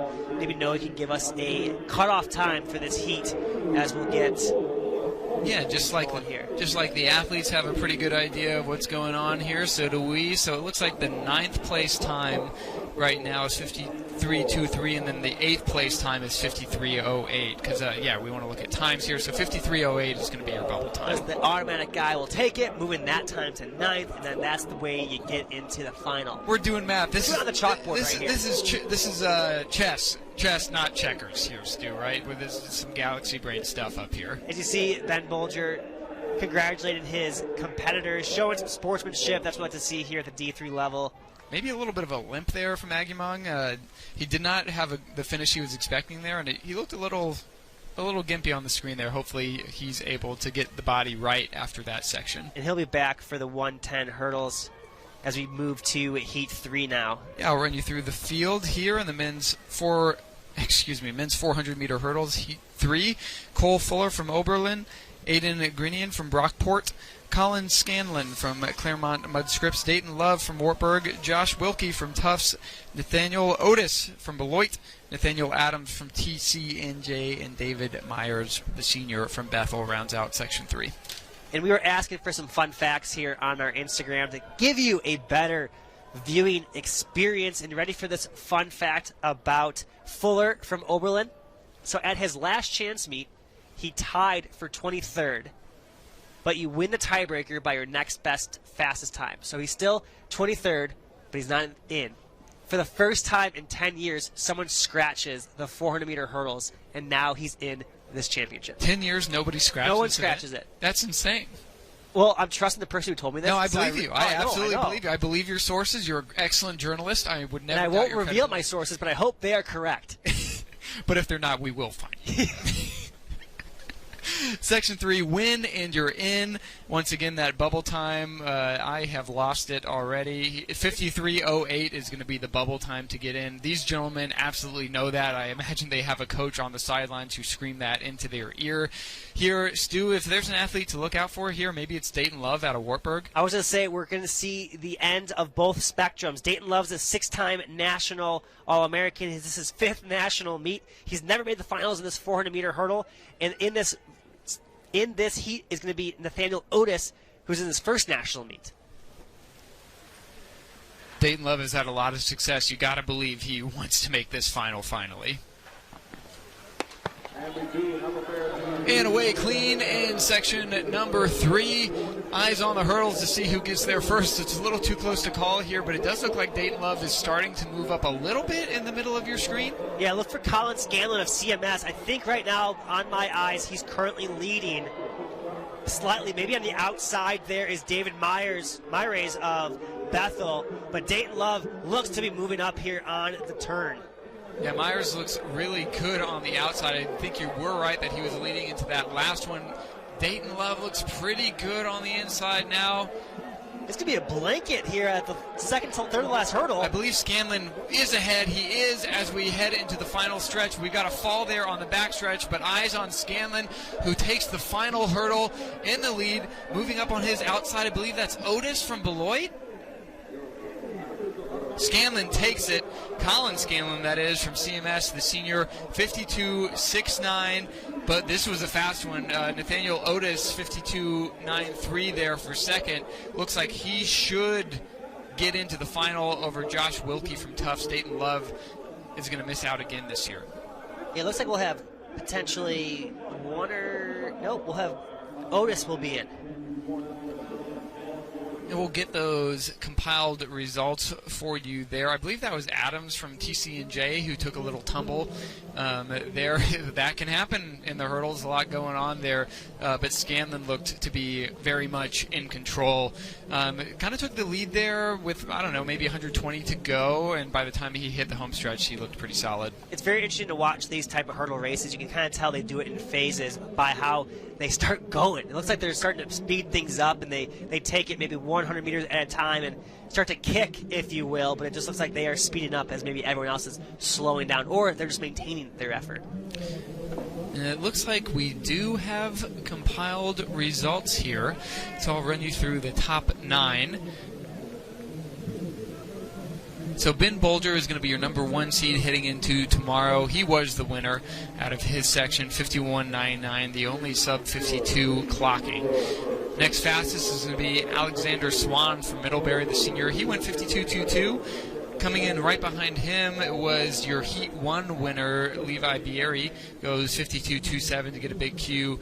Jason Ekior goes 52.38. Adepoju Erogundade goes 52.63. Blake Postler, the Wisconsin Eau Claire freshman, goes 52.65. Colin Scanlon, who we just saw win that heat, goes 52.69. Derek Gambrell, 52.87 in 8. And Nathaniel Otis from Beloit, 52.93. Looks to be our final qualifier through to Saturday's final. And that's a wrap for the men's 400-meter hurdle race. Moving right along here at the Spire Institute in beautiful Geneva, Ohio. I guess I should say beautiful but slightly overcast Geneva, Ohio. A little bit of light wind. You can see the flag waving just a little bit, but overall conditions pretty good here, and at least the rain has stopped. The fans are very grateful for that as we lower the hurdles ever so slightly for the women's 400 hurdles, which will be coming up next. They are out there, actually. I didn't see them out. Yep, they're lined up now, and I'll run you through the first heat here. Claire Marsh of Catholic, Jojo Tenisma of Wartburg in 4, Fiona Mexico of Colby in 5, Ariel Tuchile of Tufts in 6, Olivia Barbacci of Juanita in 7, Macy Murdoch of Barry in 8, and Eliza Brukaj of TCNJ in 9. Yeah, a couple athletes to look out for here. Primarily, I think it's going to be out of Colby, Fiona Mexico. She's a 6-time All-American. All-American here last year. Also anchors that 4x4, so she's good on the flat track. One more returning All-American in this field, and that's going to be Jojo Tenisma from Wartburg. She was 3rd here last year. Yeah, Fiona Mexico's got a big weekend ahead of her. She'll be on the relays and this individual event. The number 1 seed coming into it. Number 2 seed, excuse me. Does Wartburg not wear orange anymore? They're wearing championship whites. Okay. Which is hard to see because I'm so used for the orange. Yeah, if they value the input from the announcers, we would love to see the orange back, but the championship uniforms are pretty good looking. Help us help you.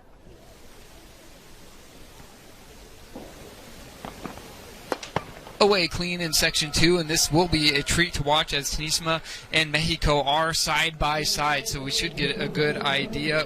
Excuse me, as I almost fall over in the booth. Jojo did take that first hurdle just a split second ahead. Yeah, and look for the freshman Ariel Cakeley of Tufts to be moving up in the middle of the track there. But Fiona Mexico is currently running away from the field. Actually, I'm going to take that back, and Tenisma is currently leading over that first hurdle. Now they come back to being even. It's going to be Mexico, though, probably over this next hurdle and into the final turn. They're dead even, it looks like. Mexico and Tenisma are going over the hurdles just about the same time. Mexico now takes a little bit of the lead as we head into the home stretch. Cakeley of Tufts moves into 3rd, but Mexico charging down this backstretch, getting over the hurdle very easily. She'll look at the clock, see a sub-60 reading. 59.71 is what the initial reading was. We'll see what it rounds down to. 59.72. Tenisma in 2nd, Cakeley in 3rd. As we had a great first heat. Yeah, nice 1-2 battle there from the obvious big names on the start list, and we saw them go head to head, and with Mexico just pulling away there kind of over the last 2 or 3 hurdles. Yeah, and give props to Ariel Cakeley of Tufts freshman competing against some big names in this event and holding her own, and now she has to see what she can do here in the next 2 heats.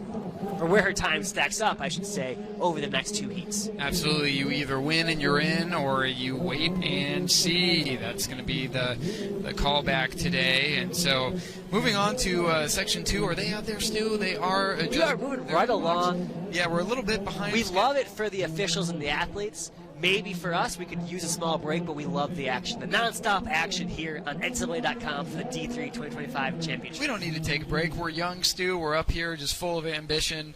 So, yeah, section number 2, adjusting their blocks. Why don't I run you through the start list here? Molly Lodge from Rowan is going to be out there, as is Eva Ciutafeli from Rochester. Kelsey Seelock from Bethel. Arden Neff from Southwestern. Rin Brown, UChicago. Bridget Bryans from Catholic, and Maya Medina, the junior from Amherst, is going to round out this field. Winner gets in automatically, and we take the next 6 fastest times. Some fun notes for you to look at here. Ren Brown is the current national record holder in this event. Yeah, absolutely. It's always fun to see national record holders in prelims. Sometimes it's the first time we really are going to get to see them go all out in a few weeks. You know, a lot of athletes who don't need to run last chance meets don't. And so we get to see them here, and we'll see their championship performance get underway here. Stu, let me know what you got. And that's a great view right there. You see Kelsey Seelock of Bethel in 5. Arden Neff of Southwestern in 6, and Ren Brown in 7. Collectively, Seelock and Brown are 18-time All-Americans. Neff from Southwestern down in Texas, this is her first national meet. Sandwiched between 18-time All-Americans. Yeah, it's just the ever-changing guard in Division III athletics. We have some all-time greats on the track, and still we have some young athletes who we're just going to be introduced to this weekend. Down in the blocks, Section 2, women's 400-meter hurdles.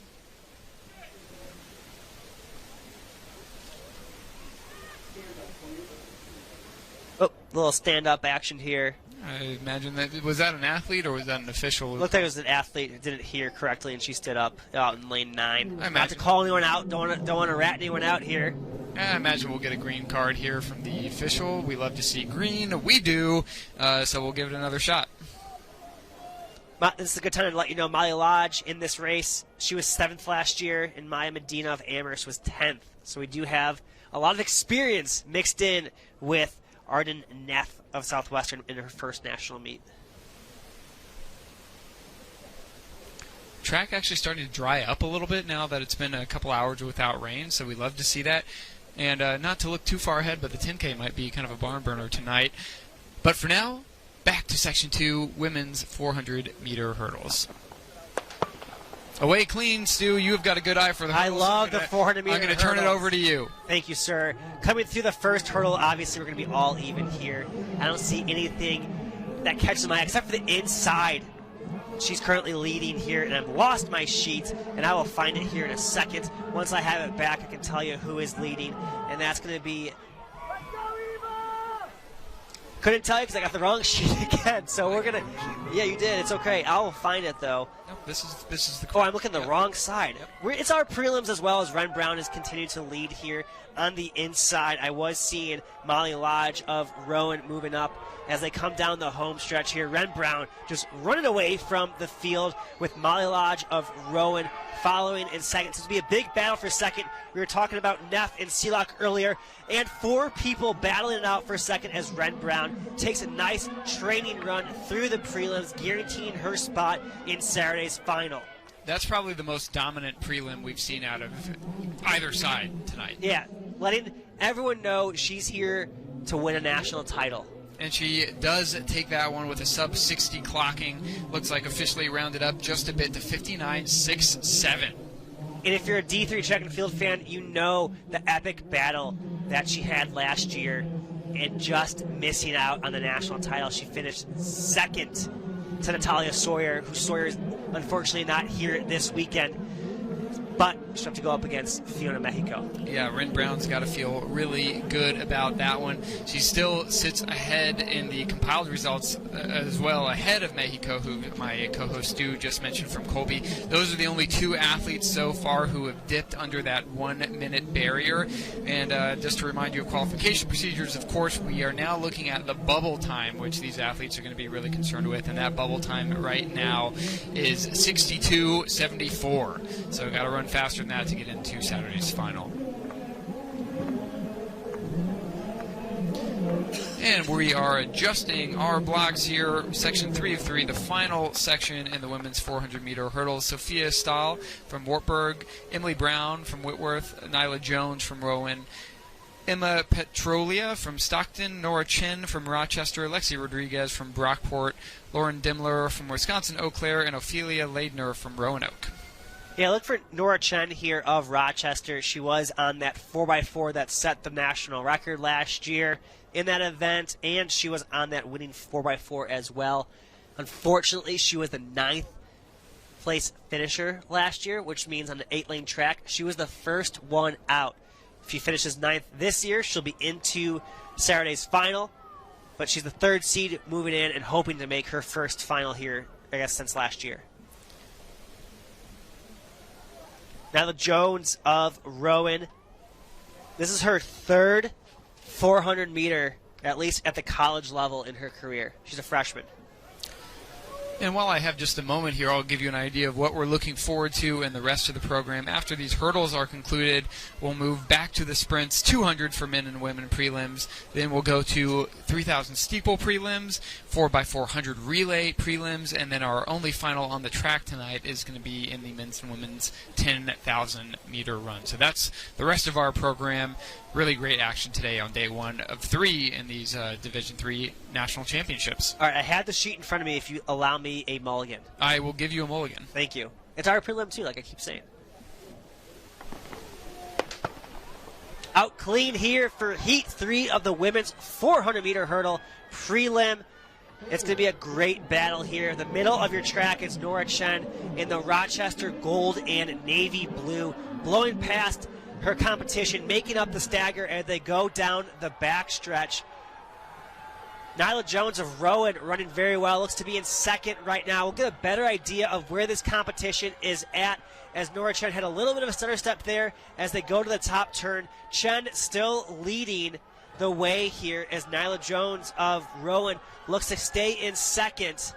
But it's going to be Nora Chen of Rochester coming down this home stretch. She'll look to her inside, she'll look to her outside, not see anyone. But Nyla Jones is in 2nd, but it's the Nora Chen show, moving effortlessly over these hurdles and hopefully into Saturday's final. She's over clean. All she has to do is get to that finish line, and there's going to be an epic battle for seconds. To be way too close to call. We'll rely on those results.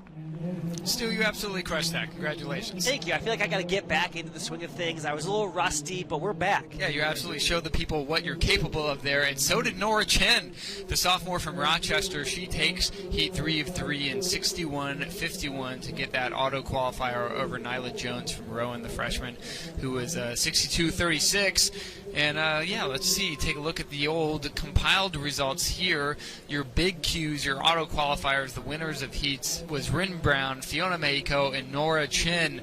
No real surprise there. In on time is going to be Jojo Tinissima, Ariel Cheshili, Nora Chen was an automatic qualifier. Maya Medina from Amherst gets in on time, as is Kelsey Seelock, a relief for her to get in with a 61:72.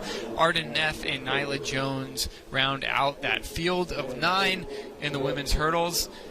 So we have 2 freshmen, Cakeley from Tufts and Jones from Rowan.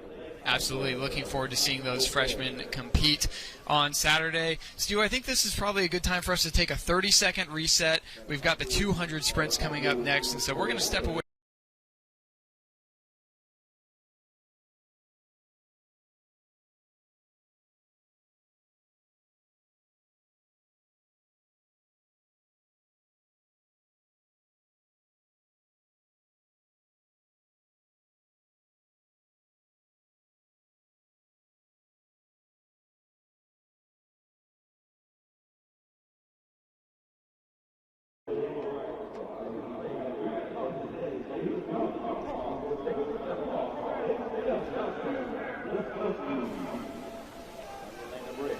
Welcome back to the 2025 Division III National Championships here at the Spire Institute in beautiful Geneva, Ohio. We're here on day one action. It's prelim day.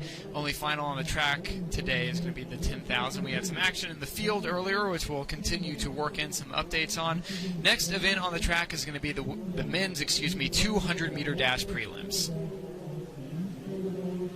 Yeah, lining things up here in Heat 1. We have Otis Patterson of Dubuque, Ibrahim Diakite of Milliken in 3, Jeremy Umbogo of North Park in 5, Lucas Fadden of Grinnell in 6, Sam Blaskowski, number 2 all-time, Wisconsin lacrosse, is in 7, Eli Hendricks of Rowan in 8, and Jacinto Jones II of Mary Washington out in lane 9. Stu, the 200-meter dash is one of those events that year after year after year seems to be one of the marquee events of this championships. And, this one is no different. But Sam Blaskowski is going to be the headliner no matter where he goes, an 11-time champion at the D3 level.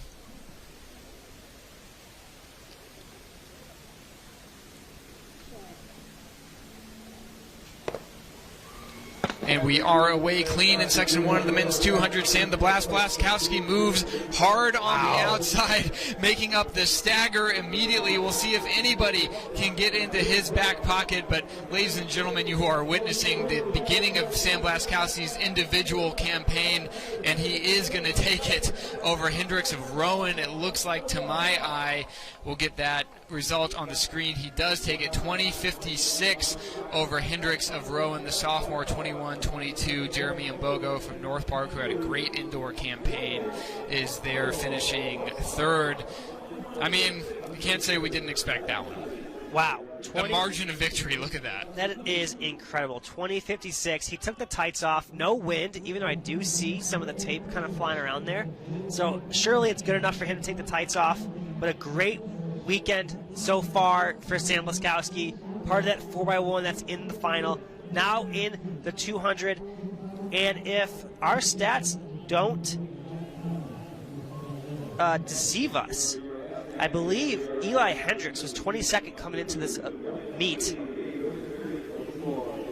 It looks like he was 18. 18th, tied for 18th, and now he's 2nd right now out of this heat. So now he's got to wait on time. But regardless, great effort for Eli Hendricks as the top. You got to win your heat, and then the next 6 fastest move on to Saturday's final as Heat 2. Yeah, I think Hendricks is going to feel pretty good about that one. Yeah, win and you're in. Next 6 fastest times make up Saturday's final. Moving on to Section 2 of the men's 200-meter dash as they make their final adjustments on their blocks.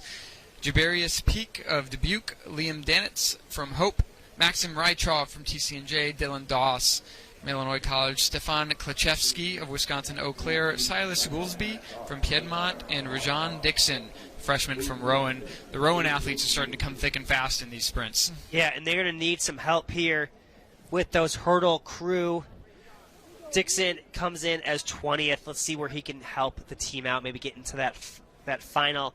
We saw Rykov be an All-American indoors as a freshman. Dylan Doss is doing a triple here, so great to see him from Illinois College. He's number 2 right now in the country. We'll see if he can get into this final. Top seed right now is Doss. 20.8 is his seed time, coming in just ahead of Maxim Rychov from TCNJ, 29.8. They go in lanes 6 and 5, respectively. He'll be in the middle of your track with the blue tights mixed with the black full tights there in lane 6. See how little the stagger is and how quickly Sam Blaskowski made it up last heat. Let's see if that's the same here in this heat, too.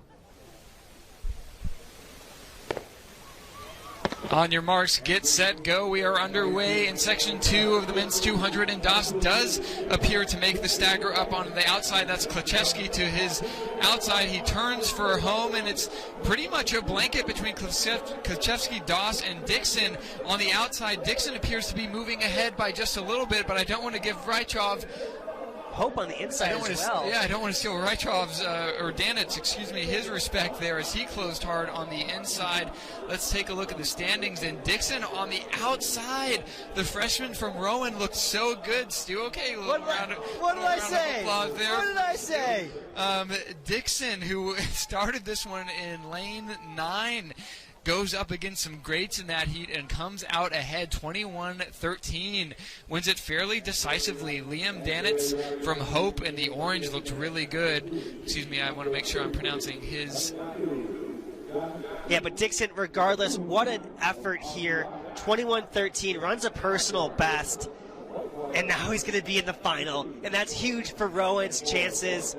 This was not projected points, and now as long as he can finish in the top 8, he gets them some points. Yeah, Dylan Doss, the provincial, the assumed favorite in that heat, finishes third, 21-36.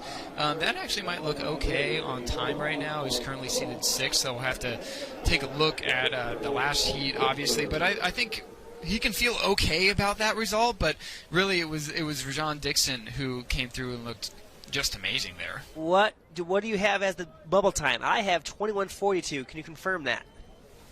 Bubble time confirmed.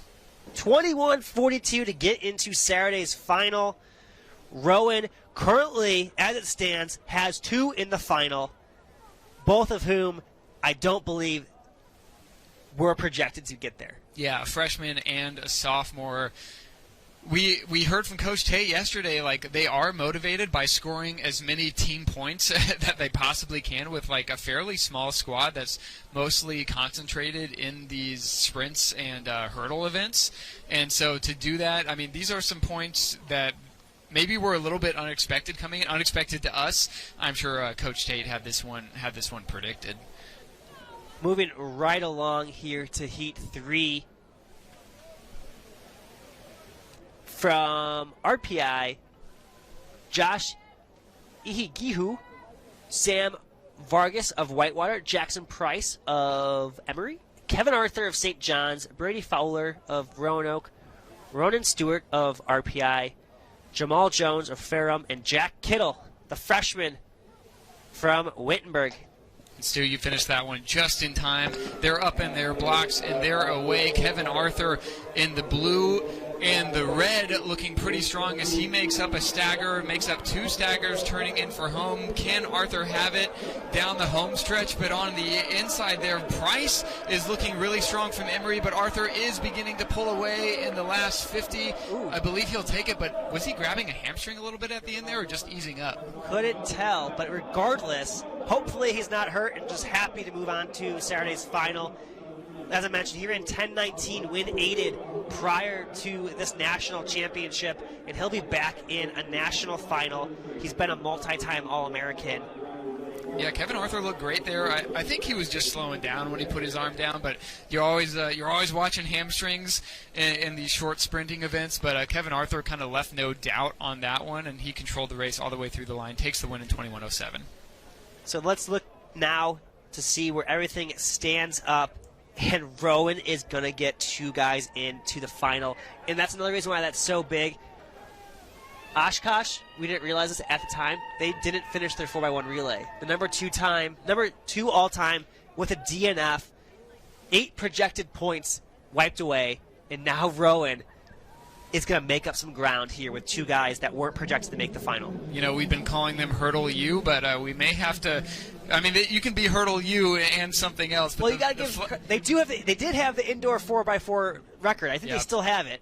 And so they are good on the flat track as well, even though I do love the nickname Hurdle U. Let's see. Let's run you through last names on compiled results here real quick. Moving into Saturday's final, it's going to be Bleskowski, Arthur, Dixon, Danitz, Stewart, Hendricks, Umbogo, Price, and Vargas rounds out the field of 9. 21:34 is what it took to get in. 20:56 the winning time.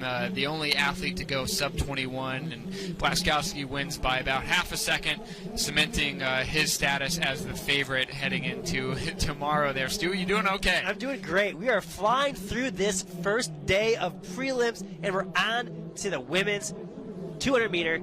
Let's line it up for you. In lane 3, Jada Kenner of Emory, a first-year, Lauren Gay of WashU, Lauren Jarrett, the defending national champion, in 5. Lindsay Novak of North Central in 6. Eva Carchidi of Emory in 7. Isabel Peterson in 8. And Allison Kakis of Wisconsin Eau Claire in 9. And don't be surprised that Emory has 2 in this. They set the D3 national record in the 4x2. A unconventional distance at the college level, but still recognized by a lot of high schoolers out there and the college level at Penn Relays and Drake Relays, but they got the record this year. Obviously, the class of this field is Lauren Jarrett's too. In our notes, I just wrote double-double because that, I think, kind of tells you everything about her individual campaign. We'll get into it more before Saturday's final, but she is the class of this field. We saw her in the relay earlier looking really strong. And she'll take the gun there out of the kind of the inside lane. She's making up a stagger absolutely immediately. That's Lauren Jarrett in the maroon on the inside lane coming down the home stretch. Now she looks to have 2-3 meters over the rest of the field. We'll see if she pushes to the line or starts to ease up a little bit. It's going to be athletes from Emory in 2-3, it looks like. But Lauren Jarrett left no doubt in this Section 1 of the women's 200. She wins it in an official time of 23:72, going sub-24. Gets that big Q over Emma Carchidi, from Emory, the senior, second in 24:15. Stu, what more can we say about Lauren Jarrett? The win picked up there, but man, Lauren Jarrett is a class in of her own. But we'll see the number 2 competitor coming up here in a bit. But Lauren Jarrett is always a gamer. She's so excited to be here with her teammates and do whatever she can to help her teammates and her team get back on the podium for the Eagles of Lacrosse. But man, what a first day for her. She anchored a team to the final, looked fantastic out of the blocks, and now she'll get ready for tomorrow's 100-meter prelim. Yeah, I was about to ask if she gets tomorrow off, but that was a stupid thing for me to even think. It's a 3-day meet. It's a 3-day meet, and and we're just getting started. Lauren Jarrett taking the numbers off the legs for the second time tonight. It's going to be a busy weekend for her. Man, okay, fireworks in Section 1 of the women's 200. I'll run you through Section 2 names, and then maybe Stu, you want to call the next one? Yeah. That feel good to you? I'll give it a go. Yeah, I mean, we saw you crush it earlier. Bryn Mooney goes in lane 3. Megan, we're going to pull up pronunciation guide. That's Garrett's. Like Carrots. Megan Garrett's of Gustavus Adolphus. Alyssa Busker from Elmhurst. Marinda Cole. Sarah Schermerhorn from Hope. Zariah Moore from Rutgers. And Majo Dumbia from Center rounds out this field. Yeah, look for Busker here. She's the number 2 seed, running 23:62. Another person to keep an eye on is, Noah just mentioned her. She's also going to be in lane 9 is Majo Dumbia. She's the number 2 seed in the 100. Moving up in the distance. We'll see what she can do. And Megan Garrett's of Gustavus Adolphus. She's the number 1 seed in the 400. So this is a loaded field for just a prelim. Well, I guess every field's loaded. Every field's loaded. But, because this is the best. It was the fastest field in D3 history to make it. And we're not going to get tired of saying it, so you folks can't get tired of hearing it.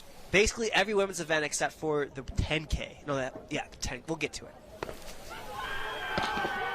And we're off here in Heat 2 of the women's 200-meter dash as Busker and Cole get out to a strong start. But Dumbia on the outside for center looks to take control, but look back into the center of the track. It's going to be Busker and Cole, but no, it's Dumbia of center.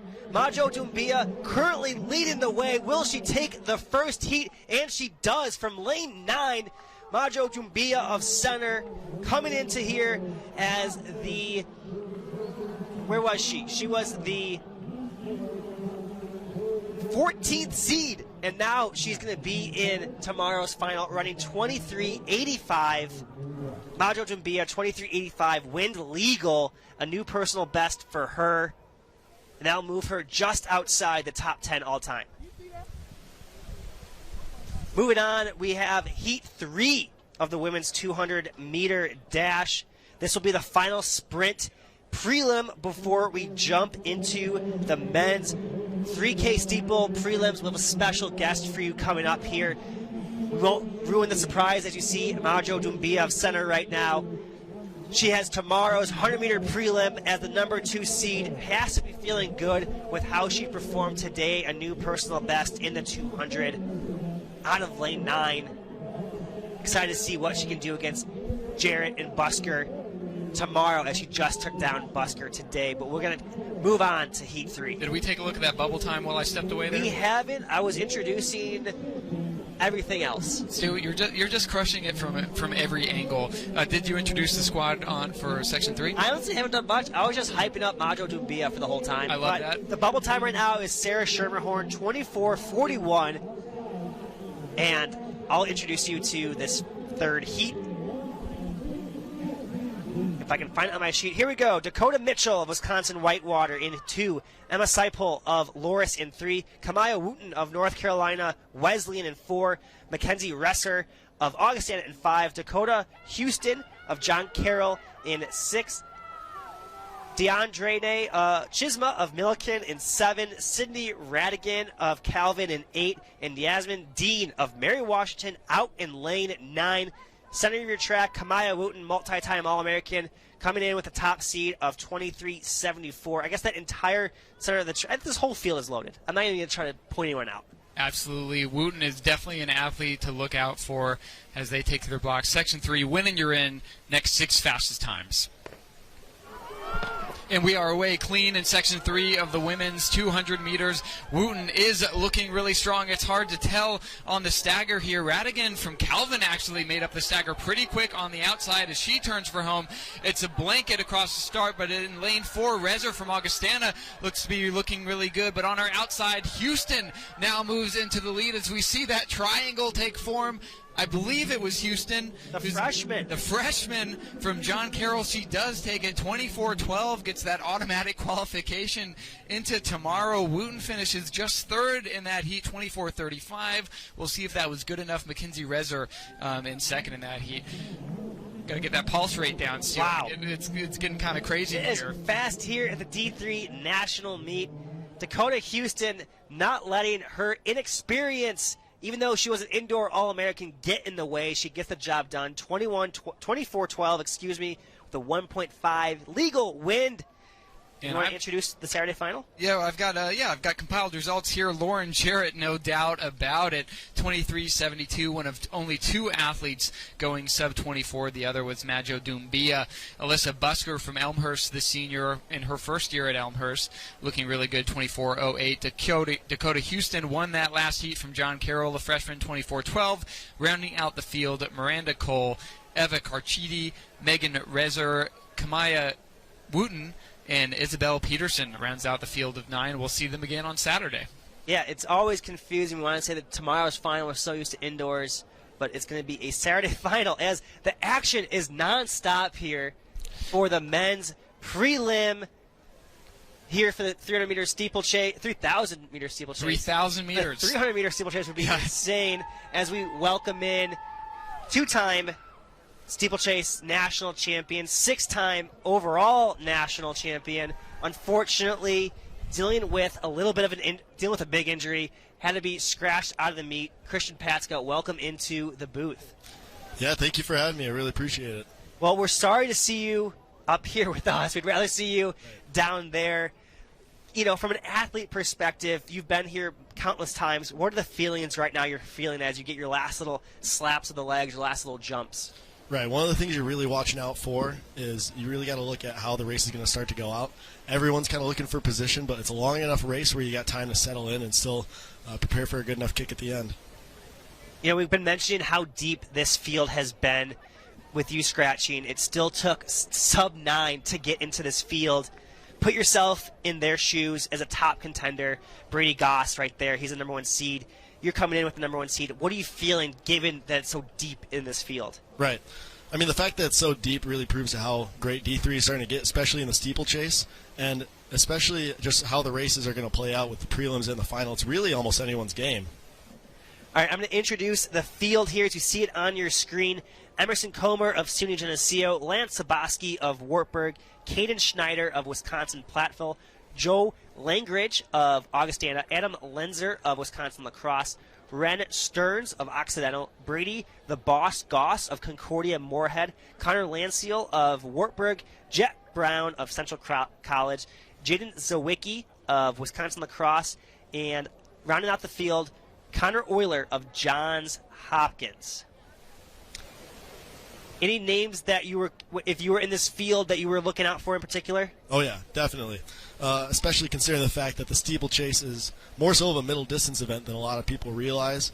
We do have some really great milers in here. Of course, we have a lot that are sub 410. That's really the range that we're seeing, as we see a lot of guys from like 406 to 410. So you're seeing a lot of foot speed here, which is going to be really good if this plays out to be a tactical prelim. Yeah, talk about that a little bit, because I have never done a steeplechase. I have no idea how your legs feel after what, 7 laps and you have to kick. Are you just absolutely fried after that last barrier? How are you feeling?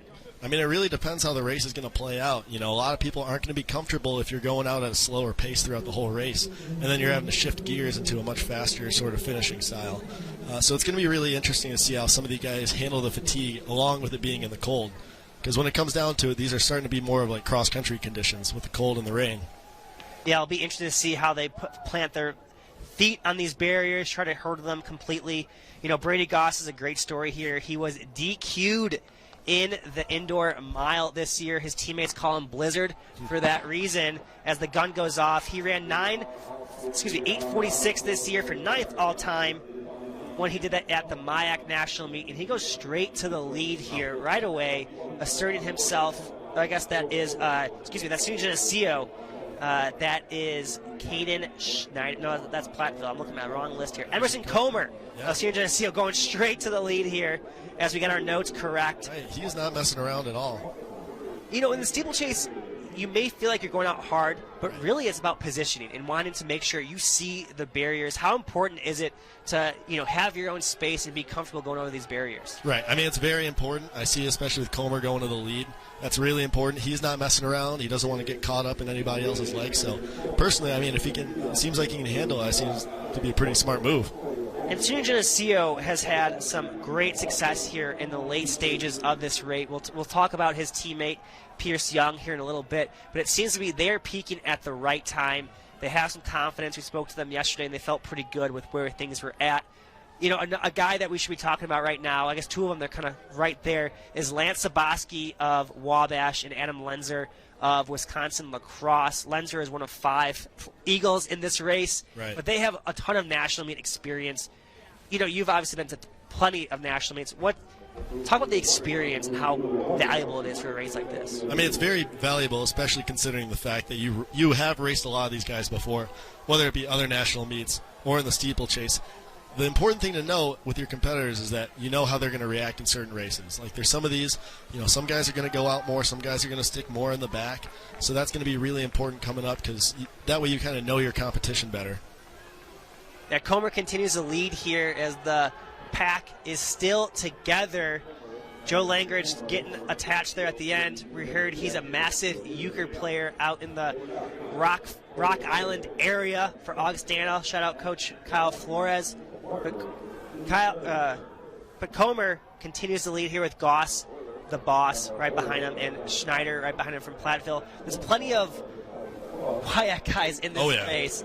You know, you did run WIAC meets, right? Yep. So what's it like competing against, you know, a field that's filled with national quality guys? Right, especially with the WIAC, you know, there's a lot of guys that aren't going to mess around. As you see Schneider moving in the 3rd there. It's still a very honest race, coming in about 71s here, and so you know the WIAC guys don't really mess around. Yeah, it's really impressive what Wisconsin Lacrosse is doing right now. I'm sure, you know, you can respect it. You might not like it, what they're doing, but 5 guys in this in this meet, and they're you know, they're guys who have done stuff on the track. They've done it in cross country, as they kind of are working together right now. Zawicki and Lenzer in this race together. Yeah, this is going to be very important for them coming up as they start to work together here with about 2K to go. So take us through what the legs feel like with 2K to go. You got 1,000 meters in your legs. You've gone over 20 barriers so far potentially. You've gone over some water jumps. At this point, how are you feeling? I mean, at this point, you're starting to still feel pretty comfortable as they're coming in around 3 flat through the K.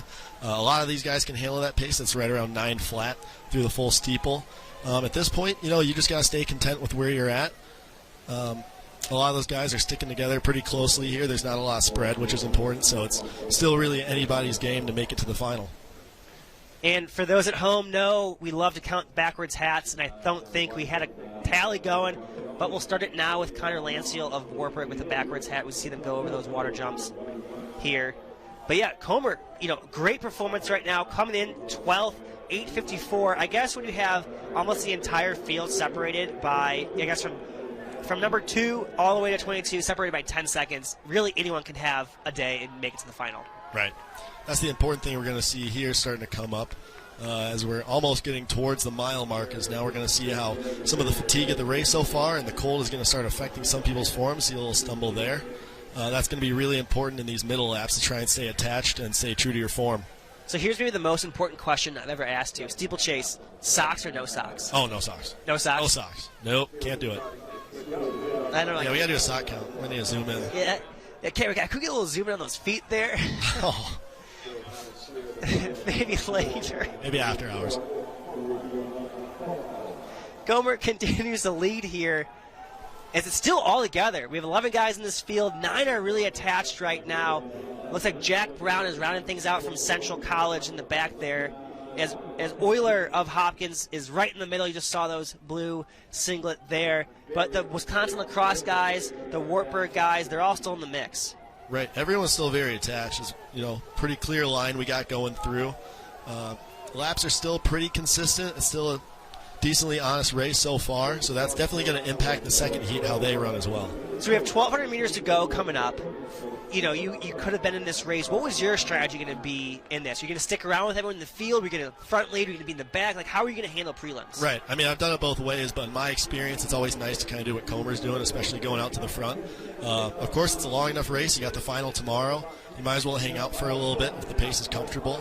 Of course, you don't want to be tripping over people's legs if they're, splitting somewhere around 75, 77, something like that. But, we're still approaching that 73, 72 mark, so that's still pretty important right now. And as you say that, Sabaski goes to the lead, followed by Goss. Sabaski wants to get some separation, as you were saying, in those orange spikes. So thankfully, Wartburg has some orange on their attire so we can point them out. The white singlets are throwing us off, but we're going to deal with it. Right. Now we see Zawicki starting to move up in the third around here. We're going to see if that's going to play out differently as we approach about 900 meters to go. The jumps here are all looking really great. You want to just leap off of that barrier and try to only get 1 foot in the water, as Sabaski and Zawicki now 1-2. Lenzer right there. Goss is still there. Just going to call him the boss, Springsteen. But Sabaski with 2 laps to go, taking over right now. The experience kind of paying off here. Right, it's definitely starting to go stretch out a little bit. Sabaski dropping to 70 there, but it's still pretty close. You got Zawicki, you got Lenzer, you got Goss and Schneider right now. So take us through these later stages of the race, dropping 70s. It's 4:40 pace. That's pretty quick still, given how heavy your legs can feel. How much are you calculating how much you have left versus what you need to do to get separation? Right, because it's still very important coming up. You still have 2 more water jumps. That's the main part of getting through, especially when you got that last 200. But it's still going to be very important coming up here. As you see, it looks like Zawicki and Lenzer are still right there with Sabaski, so you really got to gauge the distance you have left and the distance of those around you. Yeah, 500 meters to go. Sabaski is still leading after that move, and that's such an important thing to have in these prelims and the finals. When you make that move, you need to be confident with it. We have 5 that separated. It looks like Zawicki wants it here. Zawicki going for it, and Lenzer following suit. 4 will make it onto the final as they have a lap to go. 7:45 at the bell. 5 are in the mix for 4 guaranteed spots, and Goss is right off the back of it. As I say that, Lenzer goes to the front. Lacrosse going 1-2 right now in Heat 1 of the men's steeplechase as the legs fly off, but Goss is not done yet.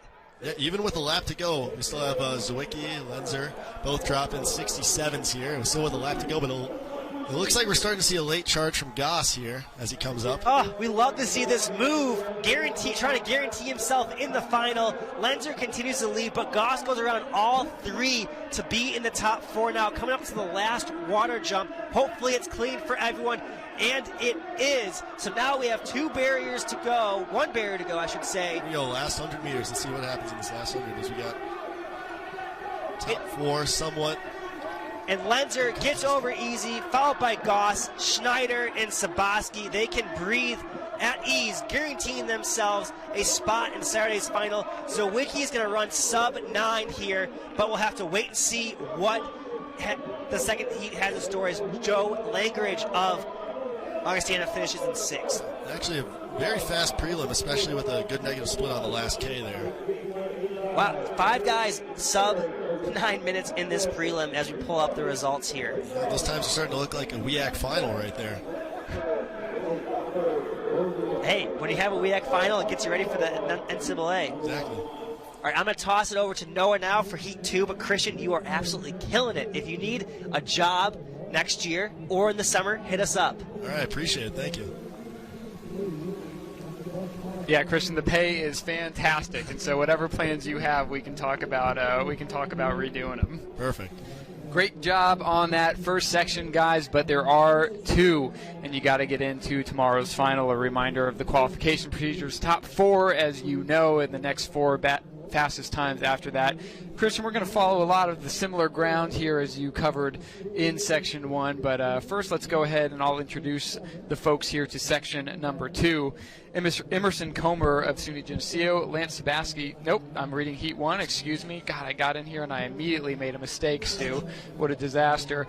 Okay, here's Section 2. Mason Shea, the senior from Wisconsin Eau Claire, Jack Kinzer from Wartburg, Mason Brown from La Crosse, Joey Sullivan from La Crosse, Chuck Vader from La Crosse, Jacob Cobb from MIT, Cooper Hurst from Lynchburg, Pierce Young from Geneseo, Ignatius Fitzgerald from St. Olaf, Pablo Arroyo from MIT, Walter Moak from Oberlin. Kristen, you know these guys pretty well. Who are some of the names you're looking for? Who are some of the names you would have looked for as a competitor in this Section 2? Yeah, I mean, you see a lot of the experienced lacrosse guys there.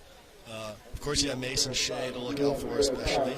And especially a newcomer you have on the scene is Cooper Hurst. He's been causing some trouble up in the ODAC, and he has the current ODAC record. So he'll be one to look out for sure. One recurring theme through this preliminary day is that Section 2 has that benefit, that cheat code of knowing exactly what went down in Section 1. Obviously, the easiest way is that auto qualifier, but time is important, and Section 2 has the benefit of that time. I imagine you've probably run prelims from each section. Talk about kind of the mental differences in Section 2 over Section 1. Right, especially going into the second heat, you kind of know what you have to get done. Of course, you still have the auto-qualifying spots, and it's going to be very interesting to see time-wise how this plays out.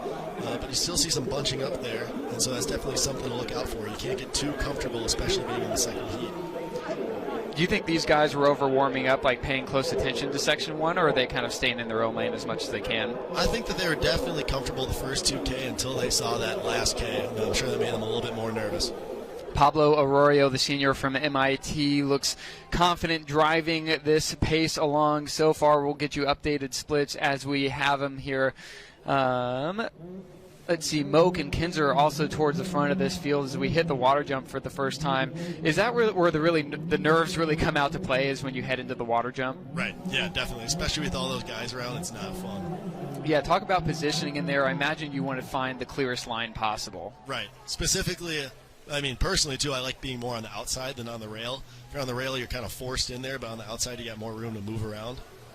Pablo Arroyo is going to take this lap in the lead. We'll get a better idea of splits here. The MIT senior looks like that was about a 71. Pierce Young right behind him from Geneseo, and Fitzgerald behind him. Yeah, running about 71s. How do you feel about this pace in the second section? Personally, I like this pace. It's very similar to the first heat, but of course, we're still very early on into the race. So it'll be interesting to see how it progresses, or who's going to change the lead, or if it slows up at all. You've been out walking around the track today. Conditions earlier were a little bit weird with the rain and some wind, but it feels almost perfect at the Spire Institute right now. What was your impression before you came inside? Yeah, before I came inside, I thought it was pretty perfect out for a distance event. Not really that great for some of the other ones, but on the bright side, you have some of the cold, but it's not too cold. It's more comfortable for the distance running, especially with it not raining. That's great for going over something like the water jump, making sure you don't slip.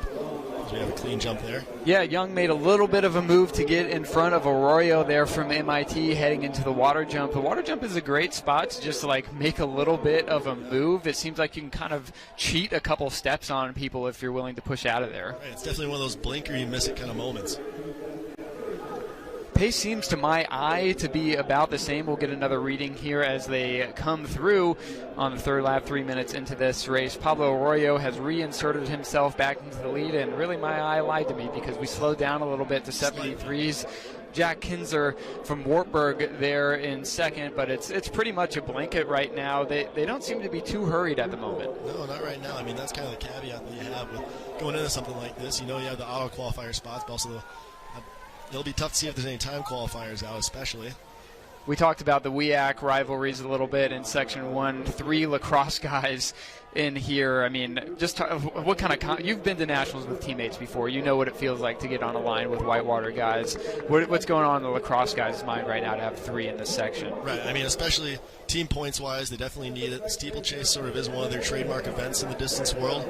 As you see the 3 of them making it clean over that water barrier, they're all very experienced, but you also have freshman Chuck Vader there making his first appearance in the steeple prelim. But you also do have Mason Shea there as well. He's got a lot of experience, and he has a lot of range over all the distance events. Probably the best range out of this field.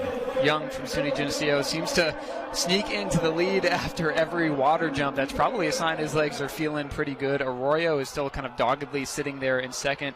Arroyo wants to lead. Yeah. Like, he may be relinquishing it for about 25, 30 meters here every lap, but I don't know. He seems to be the kind of athlete who wants to stay out of trouble, and in the steeple, when you run up to those barriers, you want a clear line, and that seems to be Arroyo's strategy right now. Right, great strategy for right now as we're heading on the back stretch. Let's check some of these lap splits. We got 72s there, so it's about the same pace as we had previously. A little bit slower through the K as we had a 3:03 there. Seems to be the kind of point of the race where nerves are maybe settling a little bit because you're a few laps in, but also, you know, that long run for home is coming up. So if there's any time to relax, maybe it's right now. Right. We're coming into the water jump slowly after the mile mark. Yep, Arroyo and Young continue to kind of trade off leads there, and just like clockwork, Young does slot back into the lead. It's really just kind of Groundhog's Day on this back stretch as they continue to trade it off back and forth. And let's see, where's Arroyo now? He's moved back into third. More so there on the rail, but we also have Ignatius Fitzgerald from St. Olaf starting to move up. Yeah, Fitzgerald made a lot of ground up in that field, moving back from 7th or 8th now into second. We'll see if he actually wants to make a hard charge into the lead. He does now take it over from Young, and so yeah, the positioning battles still are starting to play out now. The field is basically the same composition, but athletes just now starting to shuffle a little bit. Starting to shift, even though we're still having some of the same lap splits. So Young and Fitzgerald, Mason Shea starting to rear up there more. We also have Joey Sullivan and Walter Moak as well, starting to make the top 5 right now. Looks like we're at 1800 at least. We're a couple seconds behind schedule from Section 1. Close enough that they can dial it back in a kick, but I mean, how much input are you getting from a coach in a situation like this? Is somebody yelling split times at you? Right. I mean, they're probably yelling, but you aren't really hearing it. Yeah, coaches want to believe that they're being heard. Right. That's why you just go with the hand sides. You either go thumbs up or thumbs down. Mason Shea is looking to get a thumbs up from his coach as he takes his turn at the lead. We must have had 5 or 6 leaders in Section 2 of this men's steeplechase, but the tension is starting to ramp up here. We see athletes starting to move towards the front. That's where you're going to want to be. Right. So we're got about 800 meters here left. Let's see how this lap changes. We also see Joey Sullivan right on the shoulder of Mason Shea. We see a group of 6 now beginning to pull away just a little bit. As I say that, the gap is closed. Whittequim still a 73. When are we going to get this thing going? Yeah, I guess we're going to see quite the last 600 meters or last 400 here. That's going to be increasingly dangerous, though, with all those people. You never know what can happen. Do you think if you were in this race, this is the time where you might want to start going off the front just a little bit? Yeah, I'm not messing around with all this. I'm trying to move towards the front. Yeah, we see some competitiveness, some trusting of the kick, but this is where it gets a little bit sketchy in the steeple as people start to get tired. We start to get bunched up. That anxiety starts to really ramp up, and so this is why the photographers are camped out at the water jump. Right. After this last water jump here is where it's going to get real interesting. We're starting to see some of the lacrosse guys start to move up. I believe that's Sullivan there from lacrosse. He moves into the lead. Lacrosse is going 1-3 right now as Young still has really not relinquished his spot up there. He's looking really strong as Sullivan takes that hurdle in the lead. Well, we see Young going to the lead almost with Sullivan, but it looks like Sullivan wants it. He's not afraid to get after it at all. Yeah, this has got to be up there for a record of lead changes here in the men's steeplechase as we head into the bell lap, and Sullivan is pushing from the front for Wisconsin lacrosse. But Young coming up on his shoulder now. Walter Moak's starting to start a late push as we get close to the 300-meter mark. This last lap is going to be super important. We noted they were running a little bit behind the time schedule of Section 1. We've got about 6 athletes clear of the field, 4 clear of them, and 2 holding on for dear life. This is this is where you have to earn the money here. Right. Sullivan pushing on the backstretch, moving into the water jump for the very first time. I believe that's Moak there from Oberlin who moves into second. Right. And the Young again. Sullivan turns for home in Section 2, into the wind a little bit there for Wisconsin lacrosse. They're 1-4 right now. Sullivan looks over, sees Young in his back pocket. Moak from Oberlin. It's going to be a bit of a battle there for fourth. Here we go. I believe that Fitzgerald from St. Olaf. He does take over fourth. Barely sub-9. Barely sub-9. You see all the heads rolling around there as everybody looks to check position there. I'll run you through the 4 auto qualifiers, and then you can kind of give me your overall impressions of the race there. Joey Sullivan takes it sub-9, 8:59.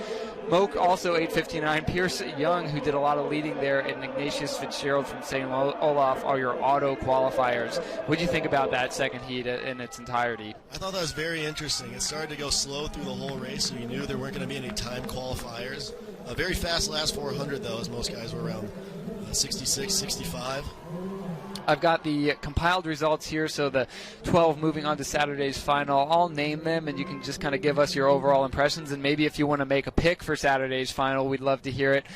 Linzer, Schneider, Goss, Sabaski, Zawicki, Sullivan, Moak, Young, Fitzgerald, Vader, Langridge, and Shea are going to be your top 12. 9:01:54 was the last time in here. Overall impressions and a favorite pick for the final. Right. See, that's the thing. Even though you see Mason Shea in that 12th spot, I would still really watch out for him on that final. But, of course, you have trademark names in D3 steeplechase such as Lenzer. You also have Goss, who's up and coming. Sabaski as well. He has a lot of experience. All the lacrosse guys, that's a for sure in a final. Also, Walter Moak there. I believe this is his first finals appearance. Of course, Ignatius Fitzgerald there, the MEAC runner-up. So it's going to be a pretty interesting final as you have a lot of WEAC and MEAC people here in this final as well. You got to give me your pick. You're trying to get around it. I'm going to hold you to it. Give us your pick, your prediction. I mean, I don't know if I want to go top time, but I mean, I might have to go Goss, maybe Lenzer. It's going to be still very interesting. I don't know. This is tough. I might have to go Goss, but also we'll see. We do have Caden Schneider there with the PR. I'm not really helping making a choice yet, but you know what? Just for right now, I think I'm going to go Goss. You got to see the young buck do it. We're pick locked in. Christian, thank you so much for your time up here and lending your talents to the broadcast. You did a great job. We really enjoyed your commentary, and wishing you the best as you move forward in your running career and your life. Recent graduate, and so looking forward to everything that's going to come your way. And thanks for joining us here. And we welcome Stu back to the We welcome Stu back to the broadcast here as we change headphones. Actually, hold on here for technical difficulties. We were juggling headsets there, but we're back, and now on the track, the women's steeplechase is underway. They will also go in 2 sections. I'll run you through the field as they run around that far turn for the first time. Cooper Brotherton is in there, as is Kinsey Seymour, Peyton Steffen, Charlie Pang, Sophie McManus, Jenna Allman, Ann Brennan, Audrey McLean, Adriana Crabtree, Liz Durand, and Caitlin Chadwick, sister of D3 legend Cody Chadwick. Stu, thank you for doing that headphones dance with me, and what are your impressions of section number 1 of the women's steeplechase? Yeah, we're back on the right mics here, and it's going to be a fun first heat here. Audrey McLean of Middlebury, your top seed here, a sophomore. Every national meet she's been an All-American so far, so a young career, but a good one so far. We found out there is no relation to Heather McLean, the Olympian, so there's no Olympic genes to be had, but she's still, the great point, But we're going to see Peyton Steffen of Central College. She was teammates with Caroline McMartin and Megan Johnson, as Johnson and McMartin went 1-2 in last year's steeplechase, so she learned a lot from them as the entire field is still together. Liv Durand of MIT, part of MIT's cross-country national championship team, so she has that experience to help her here. It's a great field. Absolutely great field. A reminder on qualification procedures. We've said it a couple times now, but it holds true for the women's race as well. Top 4 across the line are going to be your auto qualifiers into Saturday's final, and then we'll take the next 4 fastest times. That next 4 fastest times is a bit of a wild card, as we saw over in the men's race. Section 2 is actually slower, even though they had that information. The Section 1 for the women's is we haven't gotten a full lap split yet, so we'll hold off to give you an idea of pace. Yeah, as you see McLean and Steffen in the lead there, and there is Adriana Crabtree of Illinois Wesleyan, the 20th seed, mixing it up early, as we said, in the men's 4. Make it to Saturday's final. If you're in the top 4, then the next 4 fastest after that, so you want to be in the top 4 in your heat. And that was McLean who took them through 600, the first full lap there. She comes through in an 82, so a good honest pace here in Section 1 of the women's 3,000-meter steeplechase. Yeah, they are getting after it right now, and you can tell people are able to hang on. The field's still relatively together. Usually with a quicker pace, you'd see them string out a little bit, but whether it's national meet vibes or you're just feeling good, the whole field's still together. Yeah, really no gaps there. I thought there was maybe a meter back to Peng, but she closes that down pretty well. And, pretty even Steven heading into the water jump for the second time, where it looks like we're basically running in 2s, maybe even 3s across the water jump as everybody looks for a clear line. So we mentioned about Pierce Young in the men's prelims from Senior Geneseo having a breakout year. Same can be said for Ann Brennan. Last year, her steeple PR was 11:27. She ran 10:33 this year, almost a minute off a steeplechase PR, and now she's mixing it up in 3rd right now. Yeah, we love to see those big jumps as athletes kind of redefine what's possible in real time. We see that so often in Division III, where it's kind of rough talent shows up, and boom, all of a sudden they have a couple good races, and they're at national meets with the best in the country. Ooh, and I just noticed now that I'm back on the headset, the lights are on. The sun is setting. The lights are turning on. That means that it's going to be crazy here. This is quintessential track and field as we begin to set the stage for the only track final of the night, which is going to be the women's and men's steeplechase later on. But yeah, underway here in the women's steeple as Audrey McLean still continues to press on. Peyton Steffen from Central in her back pocket. That last full lap that they ran was an 85, so kind of similar to what we saw in the men's race. They were running 71s. They slowed down to 73s. It looks like we lost a couple seconds there. It's interesting to see the dynamics right now in the steeplechase. All the top seeds are going toward the front. You know, you compare it to the 1500 where people were hanging out, biding some time. But especially in a race like this, we've kind of echoed this. You want your space. You want to make sure you have a clean view of the barrier. I forgot to ask Christian what it's like to be mid-pack, and you don't know when the barrier's coming up. And Stu, those barriers, they don't move. We are just checking off the do not say list. All the right cliches in Division III track and field, but yeah, they do hurt to run into. Weddings have a do not play list for songs. Track meets have a do not say list for phrases that we just absolutely despise, and we are hitting all of them today. I think we hit them all as Audrey McLean continues to hit her lap splits. Ooh, she comes through in 86. Do we just see a fall there? We did see a fall there. It looked like to be a maroon singlet. Is that a Wisconsin lacrosse athlete? It wasn't. I don't think it's Chadwick. We'll get you a view of who that potentially was there, but a fall at the home finish line barrier there. Hate to see that, but they appear to be back up and moving okay. Yeah, they're moving well on the backstretch. A little bit of ground to make up. We'll get an update on that, maybe even a replay if we have that capability later. But doesn't seem to be affecting the front of the race at the moment as McLean and Steffen continue to push right along just as they have the whole time, 5.5 minutes into this race. You know, there's a pack of 5 right together, 2 just off of it. So almost 7 women still together here as we come up to 4 laps to go. Oh, they're just going to change. It's going to be 3 laps to go once they come back to the home stretch here. I was getting ahead of myself, and the timer didn't move it yet. So we have 3 laps to go, 5 athletes together, and I love seeing what Adriana Crabtree is doing.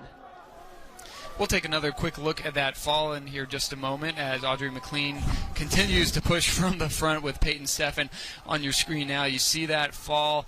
Just looks like a bit of a stutter step. Oh. Yeah, stutter step catching the shin on there, and just a tough fall. Maybe, was that Jenna Allman from Calvin? Yeah, if they're maroon, that's Allman. You feel for her. She was 15th last year.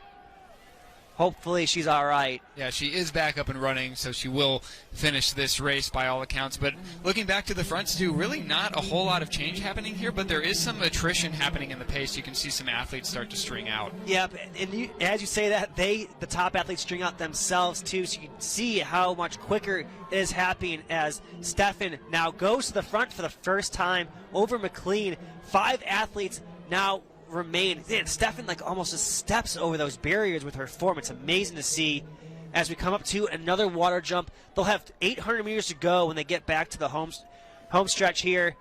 But Crabtree, we keep echoing it. She was 20th coming in, and Charlene Pang, is she still in the mix as well from Williams? She was 21st. So we have some underdogs coming in here, not caring what they were seeded, and going straight to the front to give themselves a good opportunity to make the final. And Pang has especially moved up this field really well. I kind of called her out earlier that there might have been a little bit of a gap forming to the front 5 or 6. She closed that gap and has kind of survived this war of attrition to now put herself in position to auto-qualify. And so I want to go back to that move from Steffen. I really liked that move. She just kind of eased over the barrier, slotted into the front. And in a dangerous race like this is kind of where you want to be heading into the money laps. Well, you just echo kind of what Christian was saying. You want to make sure you have your space, you see the barriers, and you control your destiny right now. You don't want anyone to get in the way. You want to see everything right in front of you. So I agree. Great move. You have to feel comfortable with your ability to kick here with only 5 women to go. It should be noted from the 12th seed, the 12th ranked woman in this event to the 22nd. So the last person in to the 22nd is just separated by 4 seconds. So yeah, we're kind of hamming and hawing at Crabtree and Pang, but they're right in it. But they're still doing great and not letting the seat time determine them. Absolutely. Really the athlete with the most on the line right now is Crabtree. She's sitting in 5th, which is kind of the first spot out of auto qualification with about a 3 or 4 meter gap to Pang in 4th. And so, I don't know, Pang, it might be in a spot where she's feeling okay about this, but Crabtree's going to really fight over this last one lap coming into, right? Yep. McLean now and Steffen neck and neck over that home stretch barrier. The 4 have kind of separated themselves. Let's see what Crabtree can do here over the last 400 meters to see if she can get herself into that top 4. But right now, we have Pang, Brennan, Steffen, and McLean. Crabtree desperately fighting to get onto that pack to give herself a chance to move into the final, but if anything, I think she's probably losing a few meters now as Pang looks to move around Brennan there into 3rd. I mean, you kind of want to get in their ear and be like, you're clear, you just need to relax right now, but I think in the athlete's brain it's hard to turn off as Steffen moves back into the lead. I know, I always love it, the home stretch trying to kick for the heat win. It's like, hey, wait for this for tomorrow. Obviously you want to go full throttle and never let up, but you also want to make sure you have enough legs to get yourself through on Saturday. But looking very good so far. I don't want to jinx anyone yet. The 4 are separated by 15 meters over Crabtree as they come to the final water jump. Steffen has been kind of flirting between 1st and 2nd place. She takes the jump in the lead, but kind of immediately relinquishes it to Audrey McLean. They go side by side into this jump. Pang in 3rd, and that's going to be Brennan now in 4th. Everybody here looks to be pretty locked up, but actually Crabtree is making up quite a bit of ground here, kicking hard. And can she do it? I think she's going to. She's going to do it. Crabtree. I don't realize it. Crabtree with an amazing move. Oh. I don't think the athletes around her realized she was coming. I want to get eyes on the results here. I'm not quite sure if she snuck into that blanket finish or not. It was McLean who took it in 10:33. Brennan 2nd. Pang 3rd. Steffen 4th. Crabtree 5th by 2 100ths. Am I reading that right? 2 1,000ths. 2 1,000ths. I can't say that word, but it's extremely close. 10:33.53 to 10:33.55. what was that last lap? 78-second last lap there from Crabtree. So she gained about 3 seconds over that last lap. And honestly, it was 3 seconds over that last 200. We're going to take another look at that finishing close from Crabtree. It wasn't quite enough to sneak into auto qualification. But look at this. Top four are kind of looking around, jogging it in. Peng especially shifts gears one more time when she sensed that Crabtree was coming. So you got to love that never say die attitude. And, Stu, for her sake, I really hope that gets into the final. Well, it's not updating just yet, but we had 5 women run 10:33, and that should be it's a huge PR for Crabtree once it auto-populates. Peng as well. They came in at 10:40 runners. So huge efforts here to move into Saturday's final. Yeah, as far as prelims go, that was super exciting, and Crabtree probably wins the audience award for that one, the Heart Award for that close, and so we'll stand by and see if that's enough to get in. McLean, your winner out of heat number 1. Once again, your auto qualifiers, are going to be McLean, Brennan, Peng, and Stefan. See them walk across the infield there. And Stu, you made a good point earlier. A lot of these finals come on Saturday, but the steeple final is actually tomorrow. That's right. It is tomorrow's final. So it's only a one-day turnaround for these guys. And that's tough. I mean, you run 3,000 meters, and then you got to go do it again over barriers. And tomorrow, I mean, it's 7:52 local. Tomorrow's final is like 4 o'clock, so you don't even get 24 hours to recover. So no rest for the weary, especially not your humble announcers in the booth. And we're off. As we just took the gun in Section 2 of the women's 3,000-meter steeplechase. This is going to be Carlson, Winnie, Odell, De La Cerda, Emmer, Patterson, Bull, Meyer, Rogan, Tallis, and Patterson take to the line here as we go through the first lap with no water jump.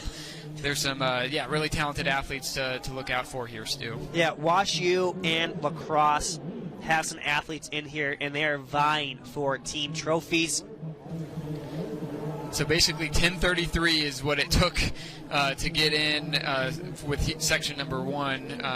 Actually, sorry, I misspoke there. The bubble time is actually 11 minutes flat. 10:33 was the top 4. So, yeah, you've got to run faster than 8th place in the last heat, which was Jenna Allman from Calvin, who took that fall. She battled back for 8th, excuse me. So think about this. Ann Brennan of SUNY Geneseo is the number 5 seed, and she ran 10:33.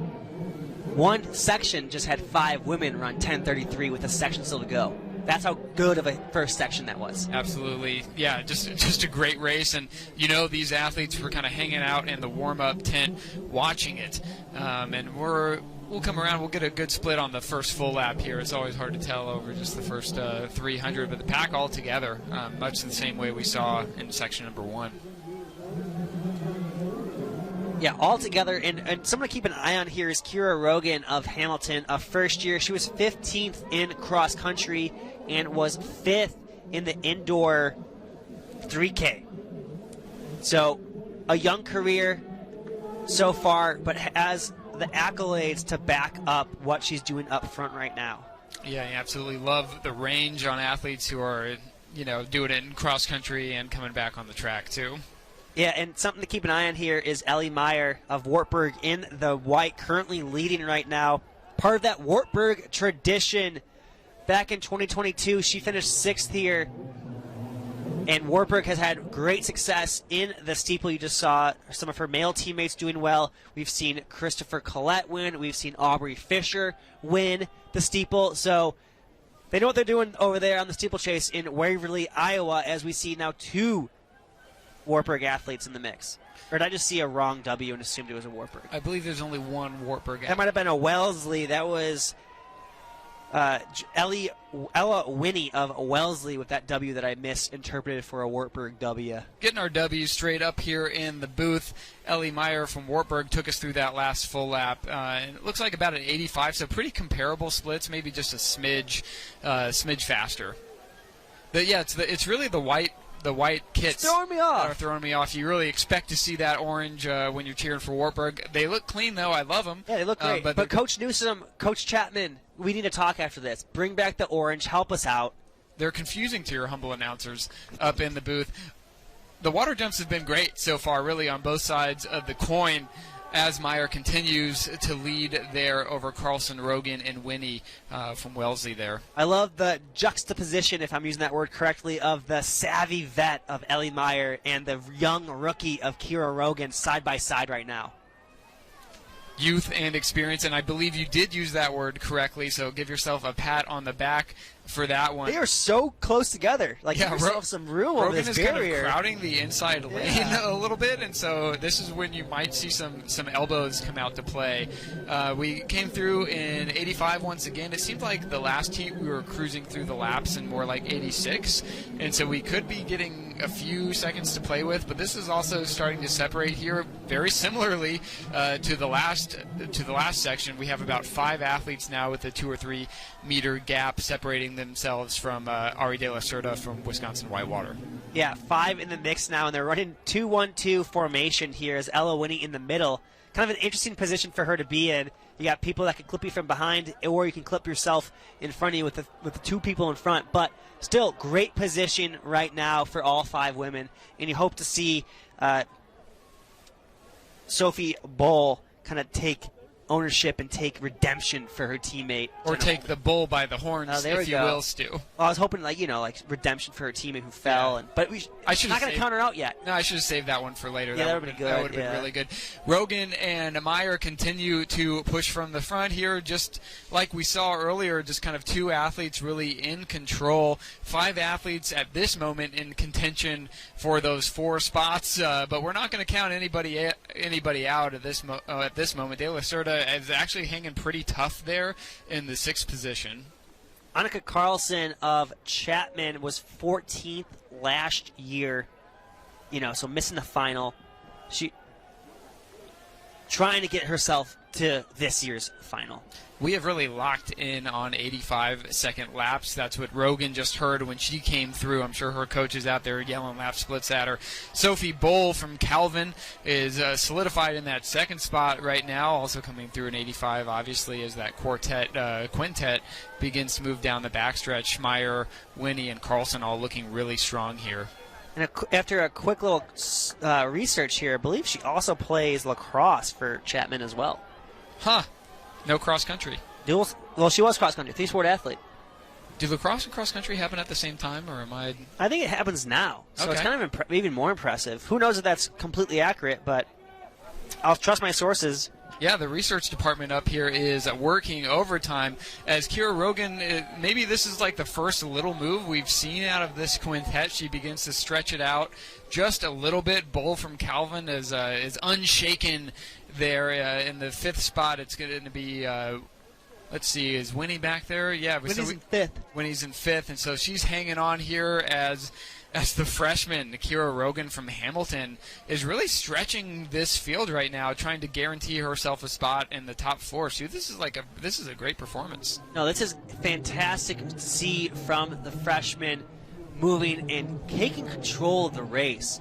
And we kind of mentioned this earlier, when you make a move, you got to stay with it, and she's staying with it right now. Yeah, we saw an 84-second lap there, but I don't think that fully captures the injection of pace that she made to shake up the field a little bit. It is Bull right behind her, and I do believe that's Meyer there floating in 3rd. They have a little bit of separation. It's gonna be a lot of competition for that 4th spot. Yeah, Winnie and Chapman are battling out. Winnie was a finalist here last year, finishing 10th. So she does have that national meet experience. Was also in the indoor mile last year as well.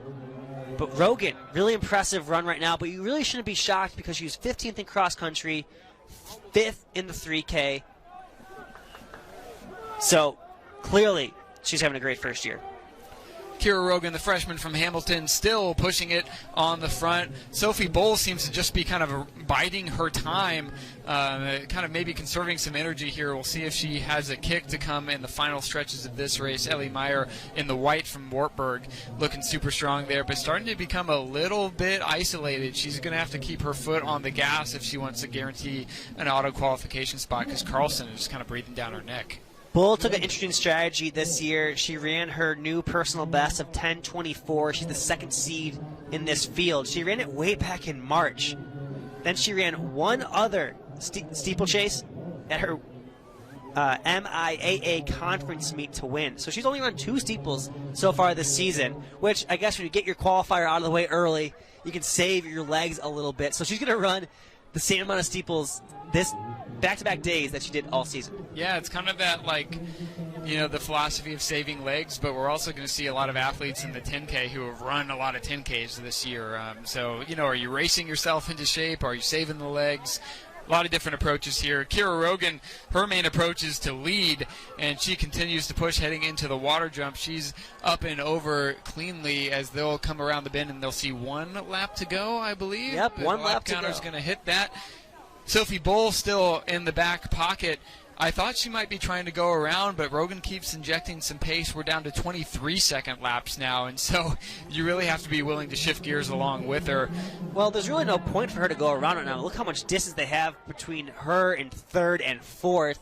You kind of, as we were talking earlier, you got to gauge how much you are extending yourself. Absolutely. And make sure you have enough left for tomorrow's final. I mean, right now, her and Rogan they're fine. As long as they stay upright, they're fine. There's a big distance between them and 4th. Yeah, even I was starting to get carried away, like forgetting it's a prelim. Yeah. Your instinct is to always go around. But yeah, Rogan and Bull just kind of really need to relax and get over the barriers. Yeah, Bull is looking around. She realizes where she's at, realizing I'm honestly more impressed that she's not going and kind of just chilling and saving herself for tomorrow's final. I think that shows the experience that she has. You know, Rogan obviously is good. She probably doesn't know how she can maybe use a little less energy, but who knows how she's feeling right now. Yeah, the only one under pressure right now is Carlson. Even she has about 10 meters, but I'm not convinced that Winnie and Tallis aren't going to make a run for her down the home stretch. But we are over the water jump for the last time. Kira Rogan is really making a name for herself, and she'll enter into the final as one of the favorites after this performance of hard-charging front running. Sophie Bull showing that maturity, the junior from Calvin there. She's got the 2nd spot all but locked up. Doesn't seem to be under a lot of pressure here in the home stretch. Ellie Meyer from Wartburg, just outside of your screen, is going to come across in 4th. A little bit slower time on the clock. 10:37 is what it's going to take to win this one, as opposed to 10:33. And a big kick from Emma Odell down the stretch. She's about to pass Ella Winnie for 5th. Can she get 4th? It's going to be close, but she put herself in a great position for tomorrow's final. We got to see where it ends up. She ran 10:49, which I believe the bubble time. She'll get in on time. She'll get in on time. Yeah, she'll get in on time. When you see a kick like that, you're sometimes just like, why didn't we start a little bit earlier? We kind of saw it in the last one too. But yeah, again, Stu, like we've been talking about, it's about just doing enough. Listen, we're not in the business of making picks here in the booth. McLean's obviously a very fantastic athlete. All I'm going to say is watch for Sophie Bull tomorrow. She finished 2nd here today. You're like, why are we going to watch for her? Trust me. Watch tomorrow. Sophie Bull. I'm going to run through the compiled qualifiers for tomorrow's final. Then we're going to take a 30-second break and come back with the men's 4x400-meter relay. McLean, Brennan, Peng, Steffen, Crabtree, Rogan, Bull, Meyer, Carlson, Durand,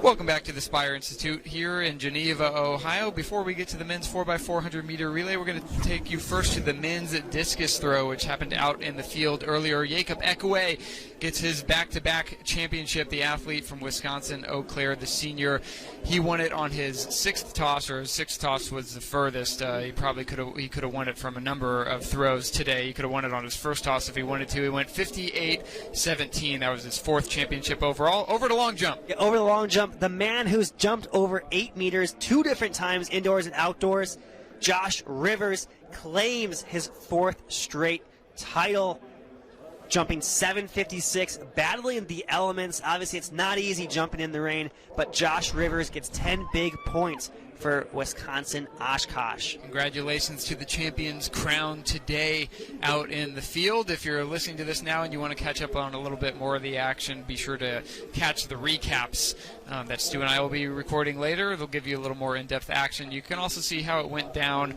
over on d3glorydays.com. We're keeping our socials updated with winners and All-Americans as we go through the day, so keep an eye on that. Let's take a collective deep breath here, folks, as we turn our attention to the last relay qualification of today, day one of these national championships. The men's 4x400. You know what they say about the 4x4, Noah? What do they say about it? You can't win a team title without your 4x4.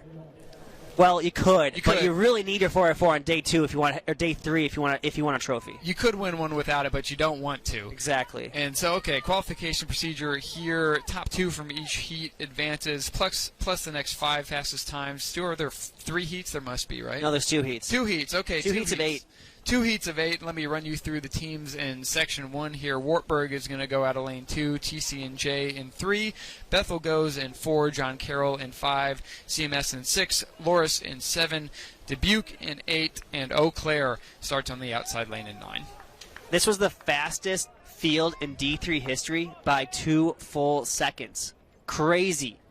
Top 2 in each heat, next 5 fast. I think Noah just said that. Headlining the first heat is Bethel, the reigning national champions, and they just ran the 3rd fastest time in D3 history, 3:07.5, and they got to go up against La Crosse, who will be in the next heat. Fun fact for you, we talked to these guys prior to the meet. Them and La Crosse have battled 4 times recently.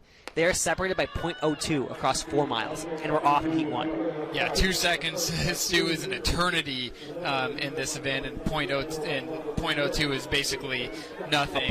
A blink of the eye. Eyes on the handoffs in this one. Let's see, we'll try to get a good idea of the stagger. The rest of this one is going to be much easier to call.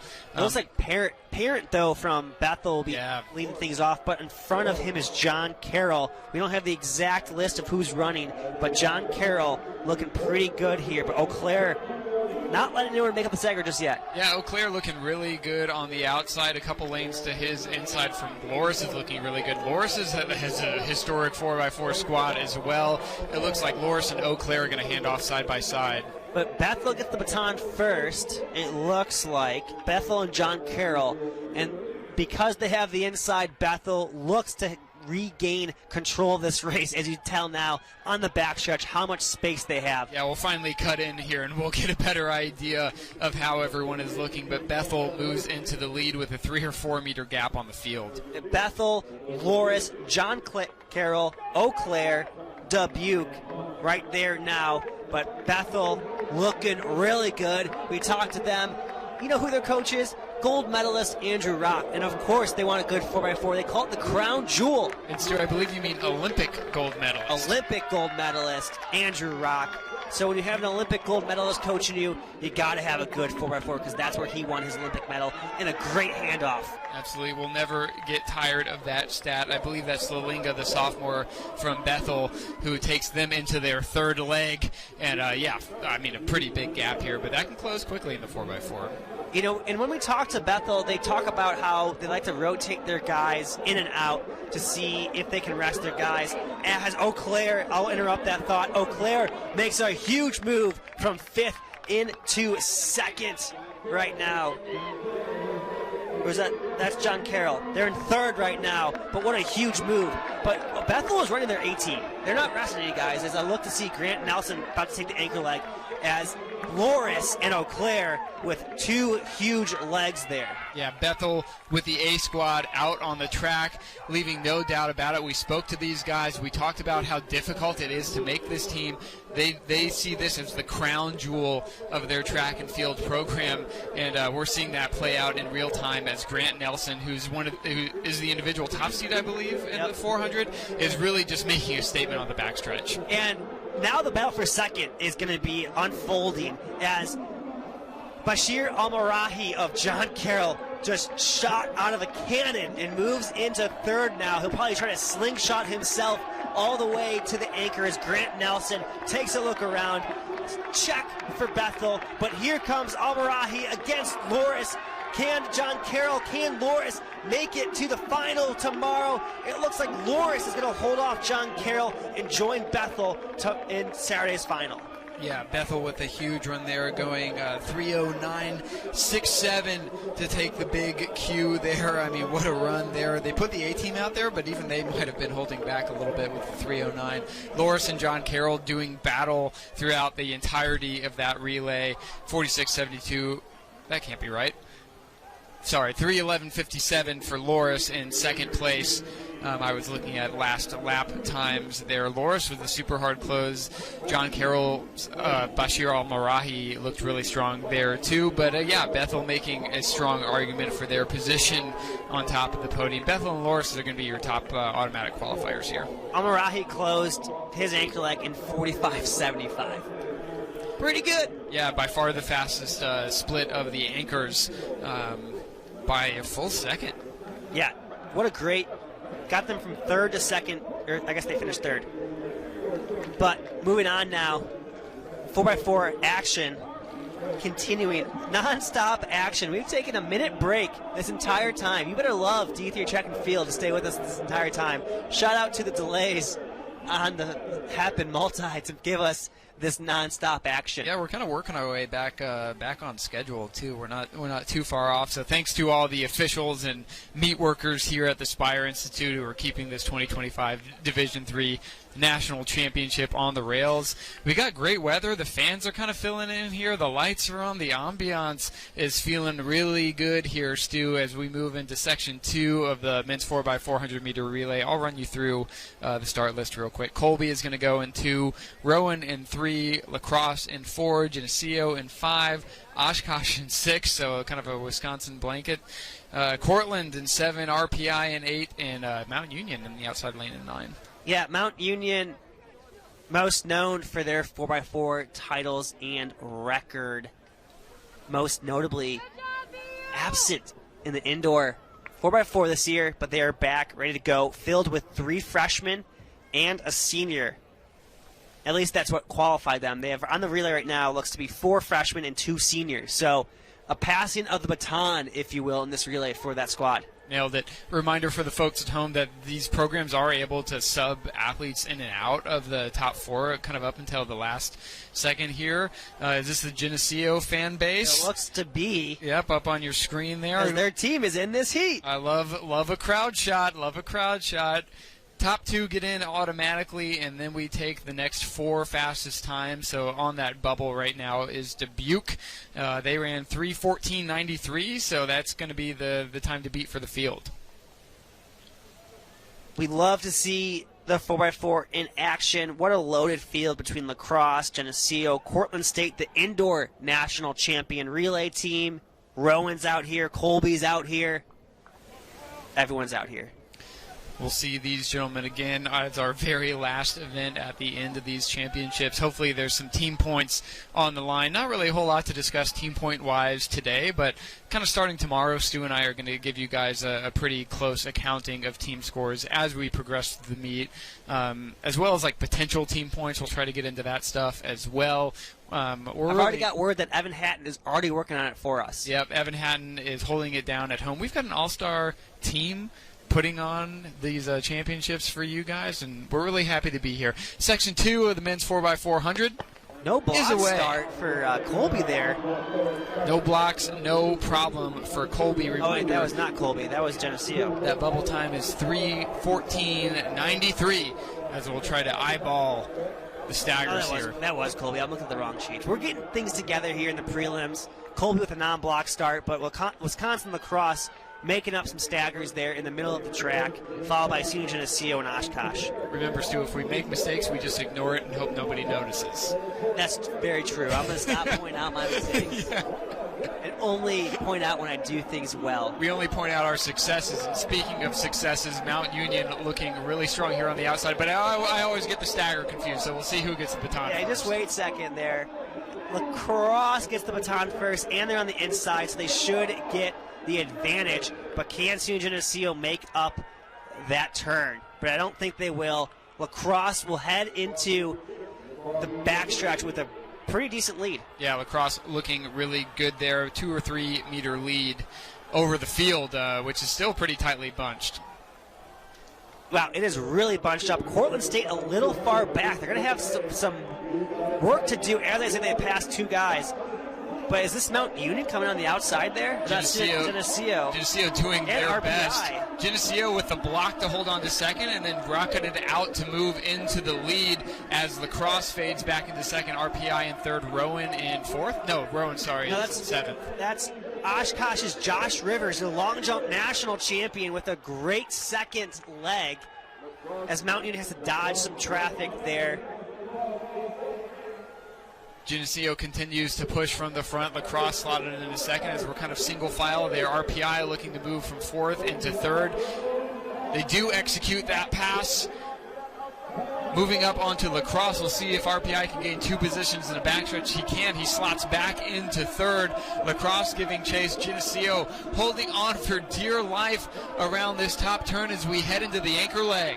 Portland State needs some work. The indoor champions are fading right now. Looks like Josh Jeffis, the anchor leg, has some work to do as Lacrosse will hand off in the lead on the anchor leg. Lacrosse battled back on that home stretch to take over the advantage over SUNY Geneseo. They have about, 10 meters. And is that RPI in third in the red? Yep, RPI, SUNY Geneseo, Oshkosh, and Cortland State. The indoor national champions a little vulnerable right here. Can Josh Jeffis get his team back to the final on Saturday? Geneseo is pulling back the whole field back into contention as Lacrosse is having a difficult time holding on to the pole position. And don't count out Cortland just yet. He's going to slingshot across his entire field. Can Josh Jeffis get to second and get his team a guaranteed spot in the final? Lacrosse is holding on very well. Here is SUNY Geneseo. RPI digging deep. And Lacrosse will take the second heat here. We'll look at times to see who is in Saturday's final. Lacrosse takes it 3-11-10 with the big Q. SUNY Geneseo did a lot of that work in that relay. Grabs the second automatic qualifier in 3-11-45. RPI third, 3-11-71. And Cortland State, 3-11-88. It looks like that second heat was faster. Gutted for CMS. They're going to be out by .01. Yeah, let's run you through the qualifiers here real quick into Saturday's final, the last event of these championships. Bethel, by a large margin, is going to be your top seed, 309.67. They were your winners out of Heat 1. Lacrosse, your winner out of Heat 2. SUNY Geneseo, Loris, John Carroll, RPI, Cortland State, Wisconsin Oshkosh, and Wisconsin Eau Claire. Your final qualifier takes 3:13.27 to get in. Oh my, just by the narrowest possible margin, CMS is going to be the first team sitting on the sidelines on Saturday, unfortunately. From a team perspective, Rowan not getting a 4x4 will be interesting. We saw them make up some ground in that 200. They needed to keep pace with a 4x4. They're unfortunately not going to have it. But Oshkosh makes up for losing their 4x1. And Eau Claire gets in there as well. But Lacrosse looking great here. They were projected 91.5 points. A quick look at our updated projections. They're now looking at 93.5. So getting better as the day goes on. Tough go for Mount Union there. I'm wondering if maybe they had some handoff issues that we saw off screen. They did, yeah. I saw either the second or third leg. They got it late, and he had to go around like 3 guys way on the outside and actually bumped into someone too. Yeah, tough to see that, but great to see them at the outdoor championships. The squad nationally competitive again. Still good for their program. Even with anything, we're in narrow margins here at the national championships. It's tough to get the baton around. Do you like track and field? Well, guess what? We have more track and field action for you right away here. The women's 4x4 is on the track, getting their blocks set for you so that you can watch an incredible meet. Yeah, let me run you through Section 1, the women's 4x400 meter relay. Once again, top 2 will qualify automatically to Saturday's final. Then we'll take the next 5 fastest times as we adjust the blocks for the last time. We're going to have Emory on the inside in lane 2, Eau Claire in 3, Rochester in 4, Chapman in 5, Colby in 6, Mount Union in 7, Loris in 8, Johns Hopkins in 9. And yeah, there's some firepower in this one. Yeah, it's going to be fun to watch this one. Rochester, the indoor 4x4 record holders in here. You got Colby, who was 6th all-time indoors. I don't know why I'm talking about indoors. We should be talking about outdoors. But just giving you some idea of who we have in this field and what they've done so far this season. Colby won the indoor 4x4, looking to defend this calendar year's title. Yeah, it's kind of a different event indoors to outdoors when you're talking about 200 flat tracks coming out to the 400-meter oval. It's almost a different skill set, so it'll be kind of interesting to see how the squad adapts to the faster track. And they'll be anchored by Fiona Mexico. We just saw her advance pretty easily in that 400-meter hurdle. We'll see how well she recovered from that not too long ago. It felt like it was not too long ago, at least for us. It might have been a long time for her. Away clean in Steelwood is our last preliminary track event of these day one of these national championships. We move on to 10K finals. After this is section 1 of 2 in the women's 4x400 meter relay. Top 2 advance automatically, and we take 5 on times. And that's Madison Miles of Mount Union having a great start to this, making up the stagger on her outside. We will see, we haven't talked about her yet, but Kennedy Waite found some eligibility. She's back here for these championships, and we'll see her here shortly. Kennedy Waite, knowing for doing just a million different events at every national championship, so it's good to see her back on the Mount Union squad. One last time is the first leg, leadoff leg, goes into their handoff. And I'll help Noah out here to determine. I'm not even going to try anymore, who's Stu. leading right now. They had to go all the way to the top of the turn, but Mount Union handed off in first. And it looked like Rochester got the baton next. We'll see if Mary Mason, the 800-meter specialist, can grab the moment here, and she will come out on front right now over second place, which looks to be Rochester. Or no, that's Eau Claire, excuse me. I'm getting the singlets mixed up. That's Eau Claire.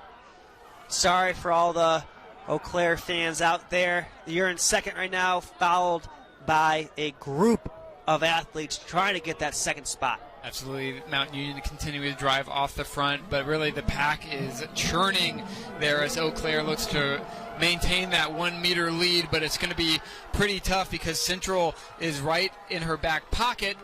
Mount Union with a commanding lead heading into leg 3. Emory, a little kick there at the end. Going to move from like 5th to 3rd potentially. Mount Union continues to lead, as Noah just mentioned. Little concerned for Colby right now, the reigning indoor national champion, sitting back in about 6th. Still time to move up. The field is strung out, but it's not as much distance as you would expect. And really, Stu, just as you pointed that out, Colby beginning to just eat up positions on that backstretch. I think our mics are plugged into the PA system, and I gave a little extra encouragement as Colby goes from 6th. Oh, trip. Oh. Trips all over the place. We're good. We're on our feet. Loss of momentum is the only thing that happened right there as Emory starts to tie up. But here comes Mount Union, Eau Claire, Colby, and Chapman. Nice rally from Mount Union there, who looked to be getting kind of caught up in the scrum, but will hand off to the anchor leg in the lead. Stu, that was a heartbreaking stumble from Colby. Super hard to recover from something like that. They look to be moving up towards the front. And we'll see how much work Fiona Mexico has to do here as Mount Union's Kennedy Waite back on the national scene, followed by Wisconsin Eau Claire, but don't count out Rochester. Megan Bell, at least on paper, is who is in the spot for Rochester right now, is what we're seeing. Moved up to catch Colby, but Kennedy Waite looks in control for Mount Union, followed by Eau Claire. Kennedy Waite takes the turn and barrels down the home stretch. It's going to be Mount Union, your champion in section 1 of the women's 4x400 meter relay. A lot of action back in the pack as Colby moves up into second. They do move up into second. Wow, what a resilient run from Colby there. Mount Union wins 345.22. Colby goes 347.18. We're going to take another look at that stumble that happened on the third leg from Colby when they really made up a big distance there. 54.78 last leg there from Colby. But let's take a look again at the third leg. Colby moved up from 7th maybe up into 3rd before tripping. So, Stu, we'll probably keep an eye on that to see if there's any judge's decision or any information there to come out afterwards. But as it stands, Colby with a great last 2 legs to move up. Emery with a 53.56 anchor leg to get them in position and just hope they can get it on time. That's going to be tough. That's it for Heat 1, Mount Union Colby, your auto qualifiers. Again, I'm kind of interested to see if we might get a judge's decision on that trip at some point. I don't know. I saw tripping, so tripping, I think, kind of leads to impediment sometimes. But hopefully there's nothing to sort out. But if there is, Stu and I will obviously bring that information to you. Moving on to section number 2 of the women's 4x400 meter relay, I'll give it over to Stu. Yep, in lane 2 we have SUNY Geneseo. In lane 3, Bethel. In lane 4, Wisconsin Lacrosse. In lane 5, Rowan. Lane 6, Williams. In 7, MIT. In 8, Wartburg. And in 9, Wash U. Again, there's some serious star power in here. A lot of squads with All-American performances. MIT is definitely one to look out for. They were 2nd last year, but the squad that won last year, your defending champions, are also going to come to us in this section. It's going to be Wash U, and they followed that up with a runner-up finish indoors. Yeah, having Emma Kelly on that anchor gives them so much valuable speed. They still have great middle distance in 4x4s to get themselves back in this prelim in hopes to get themselves into Saturday's final. I can't wait for it to be tomorrow, and we can say tomorrow's final on Friday. So that way it's Saturday's final, on tomorrow. On Friday. I get it. Yeah, no, I totally pick up what you're putting down here. This is a quick note for the field fans at the conclusion of this prelim. We'll give you a quick update, or a quick recap, I should say, on Discus and Javelin. We'll bring you the winners in those events, and then we'll get into the track finals, men's and women's 10,000. So a lot of action has already occurred here at the Spire Institute. I still have not finished my Red Bull yet. I'm about 3/4 of the way in. You're not going to sleep tonight. I know, but and I'm your roommate. Stu, but sleeping is really secondary to bringing excellent track and field coverage to the fans. You know who doesn't need sleep are the fans. As you can see right there, the Wash U Bears, ready to go. See Coach Kyle Flores from Augustana's got to be happy. Emma Odell in the 3K steeple final. Do they know they're on camera, you think? Do they know? I don't know, but they'll definitely be rewatching this coverage, and I think they'll be happy to make an appearance. And, yeah, just great atmosphere here at the Spire Institute, as we've alluded to several times now. And, you love this division. You love this event. What do you think the RCFB stood for Wash U's hat?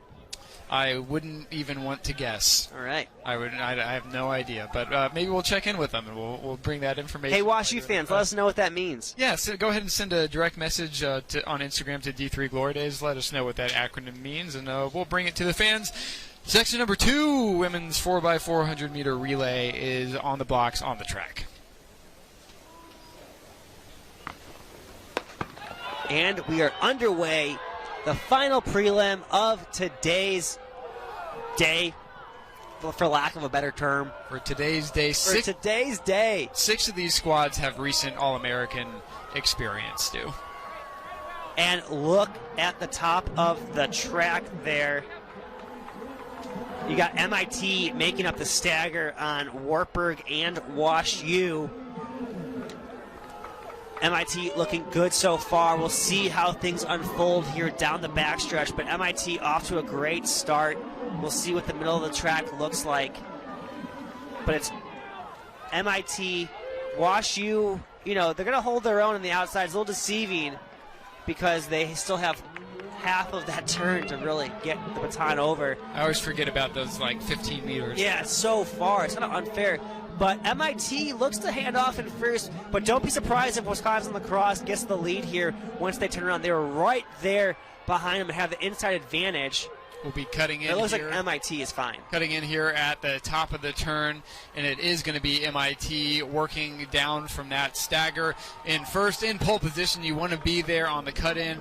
Wash U is in second, and Lacrosse in third. MIT still staying on the outside. A great way to run that tangent if they take the second turn here. Now, A leading trio starting to pull away from the rest of this field. It is MIT, it is WashU, and Wisconsin Lacrosse looking really strong on our second legs. Third leg on the track, Williams hanging tough, looking to hand off kind of in a blanket here. Lacrosse starting to give a couple meters back. WashU now moves into the lead. They will hand off in first. Try to get it around clean. WashU and MIT are your leading duo here. great handoffs there to help each other move past the competition. WashU with a seamless handoff got themselves a little bit of a gap between MIT and Lacrosse. WashU continuing to push down the backstretch, but MIT now moving up onto the shoulder. Let's see if they can get around before the turn. This is where you want to pass. It's harder to do it on the turn.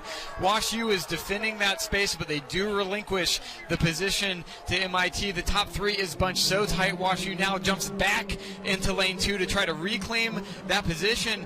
Bold move to do it on the turn, but it looks like WashU does have an inch or two of daylight as Wisconsin Lacrosse there fights to maintain third position. This difference is going to be made up on the handoff. Anchor legs on the track. Anchor legs, time for you to go to work and see what you can do.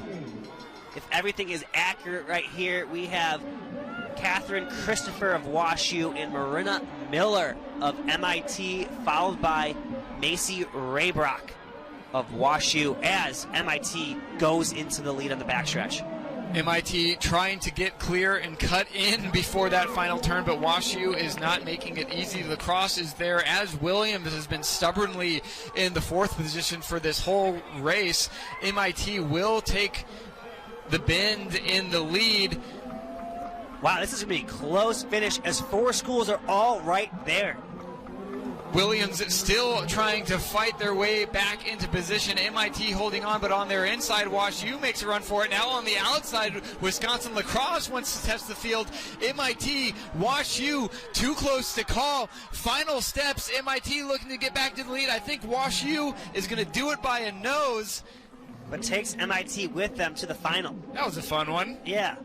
Eyes on the clock here, 3:45.57. WashU gets it done by a tenth of a second over MIT. Pretty strong final legs there. Low 56s kind of across the board. Getting into the 55s there for SUNY Geneseo. Let's see, compiled results. Oh, Emory missed by .02. Another one we've seen. Oh, these margins are so narrow. Let's see, Stu, if you think these are updated enough, do you want to run us through the top 9? Yeah, we got Mount Union, WashU, and Colby as your automatic qualifiers. And then we have Wisconsin Lacrosse, Williams, Eau Claire, Rochester, and Loris by the slimmest of margin, .02. And that is going to be a wrap for the 4x400 meter relay prelims. We're going to give you quick updates from the field. I'm going to give you a quick discus update on the women's side, and Stu is going to bring you up to date on the javelin afterwards. So on your screen now, we'll give you a quick recap of what went down in the field in the women's discus throw. It was Charlotte Frere from Augustana, the junior, who would win it. Her farthest toss was her last toss, 48-35. And that was actually, she could have won it on a couple of the other tosses. She went into the 46s on 1 and 2. She gets that done over Amblest Okimbo from Whitworth, and Alexis Boykin, kind of an upset there from MIT. There's your podium. Toss it over to javelin. Yeah, Avery Decker of Nebraska Wesleyan battles the puddle and tosses it 48-70 on her first throw, and that ends up taking the competition. Nebraska Wesleyan has another national champion in their program. And guess what, folks? We're on to our first track final of the weekend. Yeah, nice to give you that recap from the field. Stu and I are going to take 2 seconds. There it is, 2 to take a deep breath. The men's 10,000 meter final is on the track now. Let me run you through this list of names. real quick, and then we'll come and give you athletes to look out for here as we cover 25 laps of the track here at the Spire Institute. On the track now, Logan Murphy from Wisconsin-Stevens Point, Charlie Wilson from Geneseo, Cameron Hattler from Pomona-Pitzer, Anthony Rodriguez, Jacob Green, Matthew Porter, Jeffrey Chin, Simon Hayes, Tyler Schermerhorn, BJ Sorge, Will Schuflet, Evan Sherman, Mokrane Auchishe, Peter LaRochelle, Connor Havens, Isaac Van Westrinen, Braden Nicholson, Keaton Rush, Nathan Tassi, Aiden Mathai, Gunnar Slender, and Grant Mathai. We had one scratch in this field, or maybe two, and it took 30 minutes flat to make this final. 30 minutes flat to make this final is pretty insane. Stu, if we want to go way back in history, I ran 29:40 something back in 2013, and I think I was like the 3rd or 4th seed. And so we just see the depth of Division III and just like what it takes to make the championship. The bar is so high, and I mean, there's a lot of athletes that we're going to talk about here because there's a lot of athletes who can win this race, but no surprise to see who's at the front of it. Yeah, it's the Mathai twins, and we saw them do this in the men's 5K indoors. They traded laps, Aiden and Grant. Aiden ended up helping Grant outwin his first national title, and something to be said about these twins, they were fartlicking their WIAC 10K. They were alternating 800s, trading laps, trading 800s. They would go about 5-minute pace and then drop it down to 2:15 pace. They went 29:37 as a workout. Yeah, I was interested to see what the tactics were going to be. Temperature-wise, it's really great out there. Wind-wise, probably on the far turn, they're going to be running into a little bit of it, but I really don't think... Yeah, it's going to be a cross tailwind for 3/4 of this lap, and so I'm not too worried about that. I was talking to Simon Hayes, the athlete from Wilmington, who you see in the green towards the back, who is a veteran of D3 national championship races, and he was kind of expecting this to be fairly conservative through like 4 to 6K with a kind of a 4K ramp up. I'm waiting to see a lap split to see how aggressive we are here. 69s, I mean, this is a good pace. Yeah, and you can see everyone's still really in it together here. If it starts to string out a little bit more, I mean, the field is just so big. When you have 22 guys, it looks like it's strung out. But they're still grouped up. Some guys are still in lane 2. Van Westrinen, got the gloves on. We got Gunnar Schlender, Pat's his teammate there with the hat on. You know, it's the who's who of D3 distance running right now is in this race. Yeah, shout out to Gunnar Schlender, who we spoke to yesterday at the D3 Glory Days pre-championships event. This is his last race as a Division III athlete, and he was really focused on getting out here and enjoying it. He didn't have any time goals, any place goals, and this is a guy he's finished, 3rd in the 10K before, and so he's a threat to win, but he's really out here wanting to soak up the atmosphere and enjoy it. We see him in the T-shirt and the forwards hat, maybe our first hat of distance Oh, you races. missed it when I called. We saw a backwards hat earlier. So we did see a backwards 2 hats at least. 2 hats, 1 forward, 1 backwards. Gunnar Slender in the middle there as the Mathai twins continue to push the pace from the front. Exactly the playbook that we saw indoors. Gunnar had a qualifier, to keep talking about Gunnar. He did have a qualifier in the 5K, but decided to scratch it and going all in on this 10K. Yeah, I mean, Stu, looking at this field, it's harder to find an athlete who does not have All-American honors to their name. Just one of the most qualified fields we've ever seen in history. I was also speaking with Isaac Van Westrinen yesterday. I asked him, what could you do in a perfect conditions, well-paced race? And he thinks he could run in the 28:30s right now. And so that kind of fitness is what it's going to take to win this championship. We used to call him the flat track king, and now we see him on the big oval outdoors. And we're missing another national champion that's in this field. He's kind of chilling in the back with the white forwards hat, so get our hat count. We missed that hat. Yep, we missed that hat. The candy cane stripes are back from North Central. Braden Nicholson got North Central a 3K indoor title. He had fresh legs, a well-executed race, and won. Yeah, and he kind of snuck away from the field indoors. He kind of took a flyer off the front, and I don't want to say the field didn't respect him, but they didn't cover the move. I don't think he can get away with that twice. And so it's going to be interesting to see how he plays this, if he wants to take another flyer. But this field is certainly capable, or should I say familiar with his game. If they weren't indoors, they are now. But the Mathai twins continue to cruise on about 70-second laps. It looks like that's what we're averaging so far. So we got about 440 mile pace per the stats here. Trying to do some quick math in my head. 440 mile is right at 29 flat pace. If we're at 440, what are we at? 442? Yeah. So we're going to fall in that 29 flat to 29:30 range. I think that feels right. It feels like 29 flat is about what it should take, to compete in this echelon of D3 runners. Have the Mathai twins been trading? Have you noticed them trading? I think they have been. They have been. Yeah. It looks like... That's what they've done at their... Yeah. They did that indoors. Looks like 800s. We're trading 800s. They took they made the playbook at the WIAC meet, and they're bringing it out here to the national meet. But, yeah, the field stretches about 50 meters or so. And, I don't know, the Braden Nicholson, he's just chilling right now, the indoor 3K champion. Same with Gunner in the back there. Yes. Stu, if I'm an athlete in this field, I would just find a good position and settle in, because I don't think the Mathai twins they're just going to do this for a while. I mean, this is a long race. They're settling into a tempo. I don't feel like there's anything to really be gained by moving up or down. We do see Cameron Hadler moving up for Pomona Pitzer a little bit. But, yeah, I think if we're going to make this an honest race, just get comfortable on the rail. Yeah, Hadler broke 14 minutes this year. He becomes, I believe, the 23rd D3 athlete to break 14 minutes in the 5K. Pretty soon to be on the all-time 25 list. On USMCA, you need to break 14 minutes. So a lot of those guys are actually on that list, and we're seeing a great field so far working together here, kind of almost like a time trial. Yeah, this first half of the race, maybe even the first two-thirds of this race, I think we're just going to see, it's just transportation, right? It's about getting yourself into a position to capitalize in the later stages of the race. Like, the Mathai twins are showing us, like, if you want to be a player here, you got to be able to run 29 flat. That's going to be the barrier to entry, and then we're going to start seeing race tactics come in, and we're going to start seeing race sharpness come in.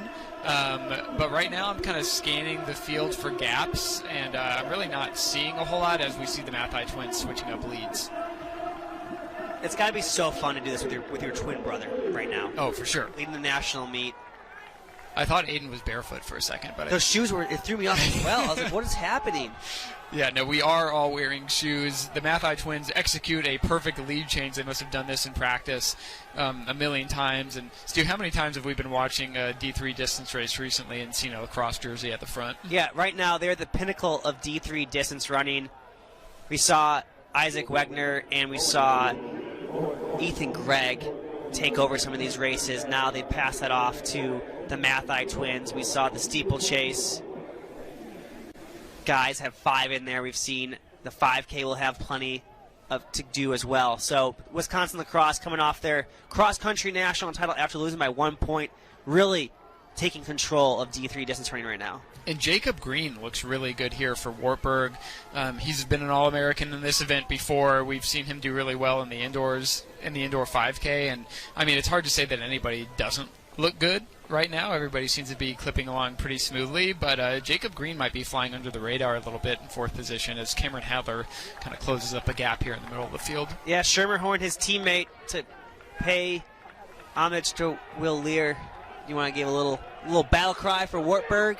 Wartburg assemble. Was that bad? It was all right. Okay. I don't think we can ever do that. I'll try it as good as Will. I'll try it again some other time. But Schermerhorn had a little bit of an injury in cross, battling back to make this meet right now as he is continuing to move up on the field. And Simon Hayes, we kind of talked about Simon Hayes. He found the Infinity eligibility glitch. He wasn't running cross country. He was doing the road races. He had a great half marathon in Indy. I think he ran like 64, something like that. Yeah. And now he's back for his 5th 10K. He was 3rd in one of his 5 events. He's been an All-American. He was 5th one time as well. So Simon Hayes put himself in the mix right there with Charlie Wilson of SUNY Geneseo. Yeah, Charlie Wilson is kind of sneaking in there too, just looking super smooth. Mathi Twins continuing to lead. We are locked in at 70-second pace. We're running 440, 442 miles essentially here at the D3 Championships, and the field is looking really good. There's a little bit of carnage in the back. Maybe Gunnar Schlinder is a little further back than I would be expecting at this point, but I'm not too worried about the back of the pack yet. Yeah, you're talking about him. You know, Braden Nicholson starting to move up throughout it. Let the guys do the work in front of you, and you try to clip off the carnage. I mean, Charlie Wilson, go back on him. His PR is 29:40, so he's on PR shape, or on PR pace. But don't let that fool you. He just ran 14:08 in the 5K. The mustache is working wonders for Wilson. Kind of barely on your screen right now. I think Hattler is one of the most important athletes position-wise right now. A gap has kind of been opening and closing in front of him and behind him, and so it's kind of been incumbent on him to pull that field around. But it looks like he's back in contention, and I don't know, what do we have here? Like maybe 10 to 15 athletes kind of all strung out. But there are some cracks appearing right now. Maybe the only favorite who's caught out right now is Schlinder. Yeah, a move looks to be being made here, and watching the back of this new pack form, Nathan Tassi of Roger Williams just reattached. He burst on the scene last year when he finished 14th in the outdoor 5K, and then he just finished 4th this past cross-country meet. We talked to him yesterday.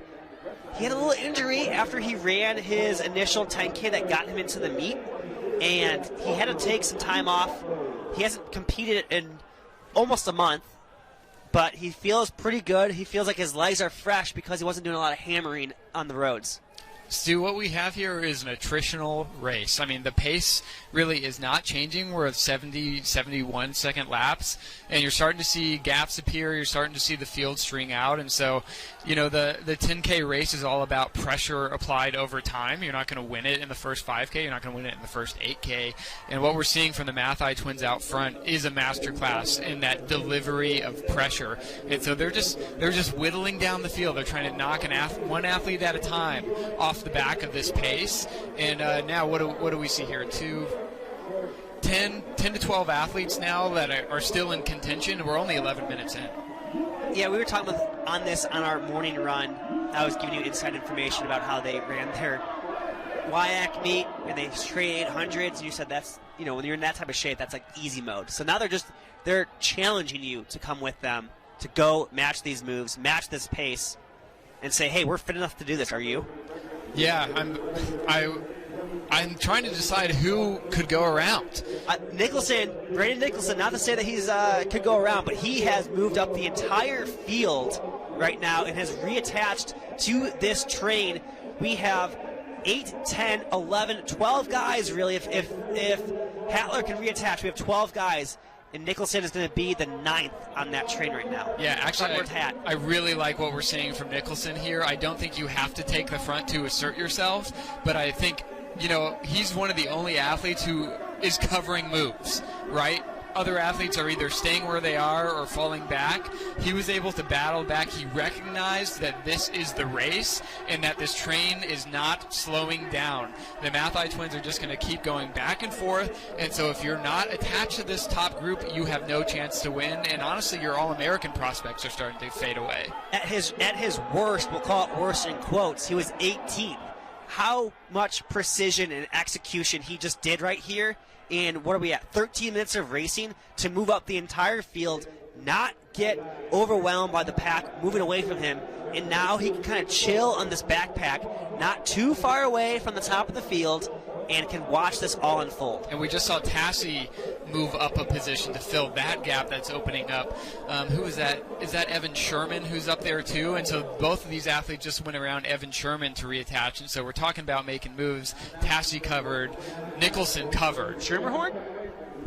Oh, Evan Sherman at NYU. Sorry. Yeah. And so that group is still attached, but there is some shuffling at the back. Stu, I still like what I'm seeing here from Simon Hayes.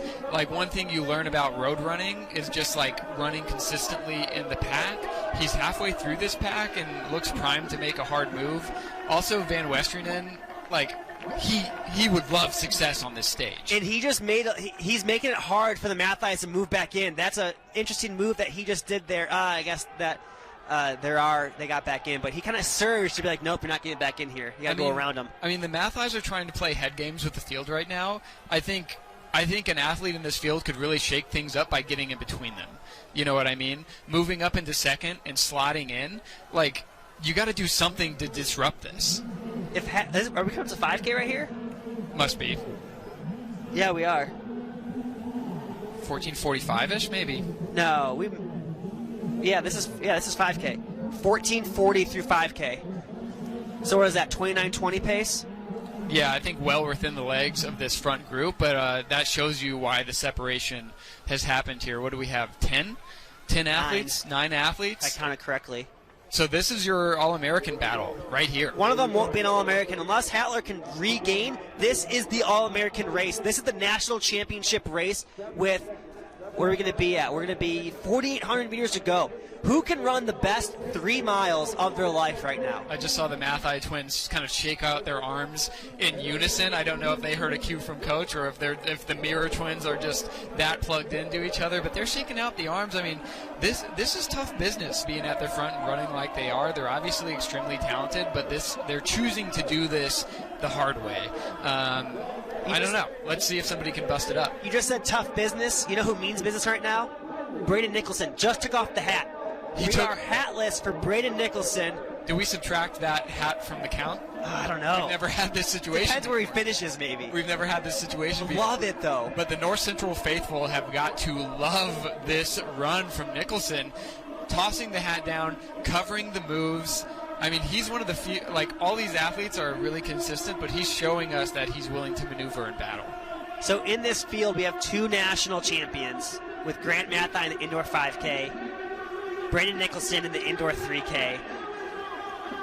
Man, the infield announcer is really hyping up. Yeah. Is really hyping up the crowd here. He's going crazy up in the booth. He knows that we're seeing a pretty historic D3 10K here. As we maintain this field of 9 heading through. What is this? 5,200 they just went through. Yeah, they have 11. No, 6,200. 11 laps to go, so they'll come back around and be at 6K here. That's right. Yeah, sorry. We're getting ahead of ourselves, but I don't know what I'm doing up here. 9 guys in Schermerhorn. Can he stay with this break? They're starting to move a little bit. You can kind of tell by the leg speed of Tassie picking it up. The who's who of D3 distance runners in this race now. Hayes moving up into 4th. He's kind of been, this like 5th through 10th position are really shuffling quite a bit. I like what I'm seeing from Hayes here. He came back to D3 after a season on the roads. I believe this is his 5th outdoor track championship, so nobody with more experience than him in this field. And yeah, everybody knew what the Mathai twins were going to do, but that doesn't mean they knew how to respond to it. And we have a new guy in 3rd right now, Nathan Tassie, Roger Williams, who's 4th in cross country, 4th at last year's 5K. I don't know, I'm very excited. 4,000 meters to go, 9 guys all in it. All think they can win. And shut out Charlie Wilson. Tassie's going to the lead. Here we go, the first new leader with 4,000 meters to go. Nathan Tassie of Roger Williams had a little bit of an injury bug here this outdoor season, hasn't raced in a month, and has taken it to the Mathis right now. Yeah, okay, so now we get to see how the Mathai twins respond to this. That somebody has kind of kicked them out of the driver's seat. Van Westerinen now breaks up the duo. He'll move into 2nd. Yeah, this is a moment where you start asking yourself some questions. You're like, okay, I did the work early, but now can I start racing? This is your warning to go get your cup of water, whatever you need, because the next 9 laps are going to be crazy. You don't want to miss this, as we just shuffled up the top 8. And looks like one more might be falling off, so we could have 7 now. Yeah, man. Come on, Wartburg. The pace has been so consistent, right at 440, 442 miles. Tassie looks to take it up. He doesn't have a ton of running in his legs, so I love to see him up here and injecting pace early. Van Westerinen in the gloves just refuses to relinquish that 2nd or 3rd place spot that he's been holding on to this whole race. And I wonder what the Mathis are thinking. You know, think about it. From the 5K perspective, the distances, they knew what they're capable of doing. Grant Mathai ran an all-time, both of them ran all-time best 10Ks. Grant ran 28:53. He's the 7th athlete to ever break 29 minutes in this 10K. His brother Aiden ran 29:01. They do everything together as Tassie and Van Westrinen have now gapped the field. Yeah, we have a sizable gap. I'm waiting for the live results to populate so we can see what these last couple laps have been.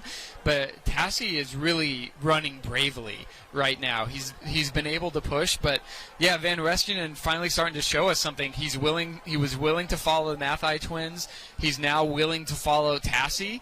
He's just up for whoever wants to do this. I think he's going to wait to play his cards fairly late. And we've seen Van Westrinen have really great regular season races, and it really wasn't until this season where he's had great races on the national stage. He finished 5th in the indoor 5K, and now seems to be running with so much confidence. After having some great times, missing out on All-American performances, he finally got his first All-American performance in track this indoor season and has yet to look back. Stu, I think if I'm an athlete in this field, I'm not really panicked about this gap yet, because I don't know. This is a long move from Tassie, who hasn't done a lot of racing this year. I'm not sure I trust his legs yet, and I'm totally willing to be proven wrong on this one, not trying to jinx the kid.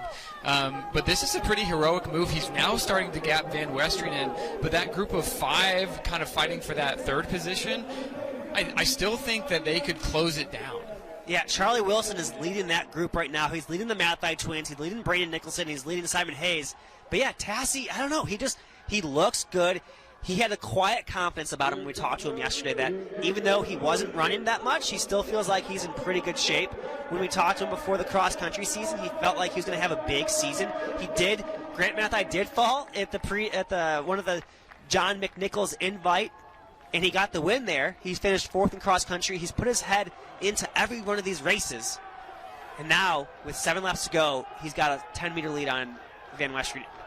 Yeah, Nathan Tassie really just looking super strong here. I'm kind of watching this form. I'm looking to see if there's any signs of panic stations going off. But no, he looks super good.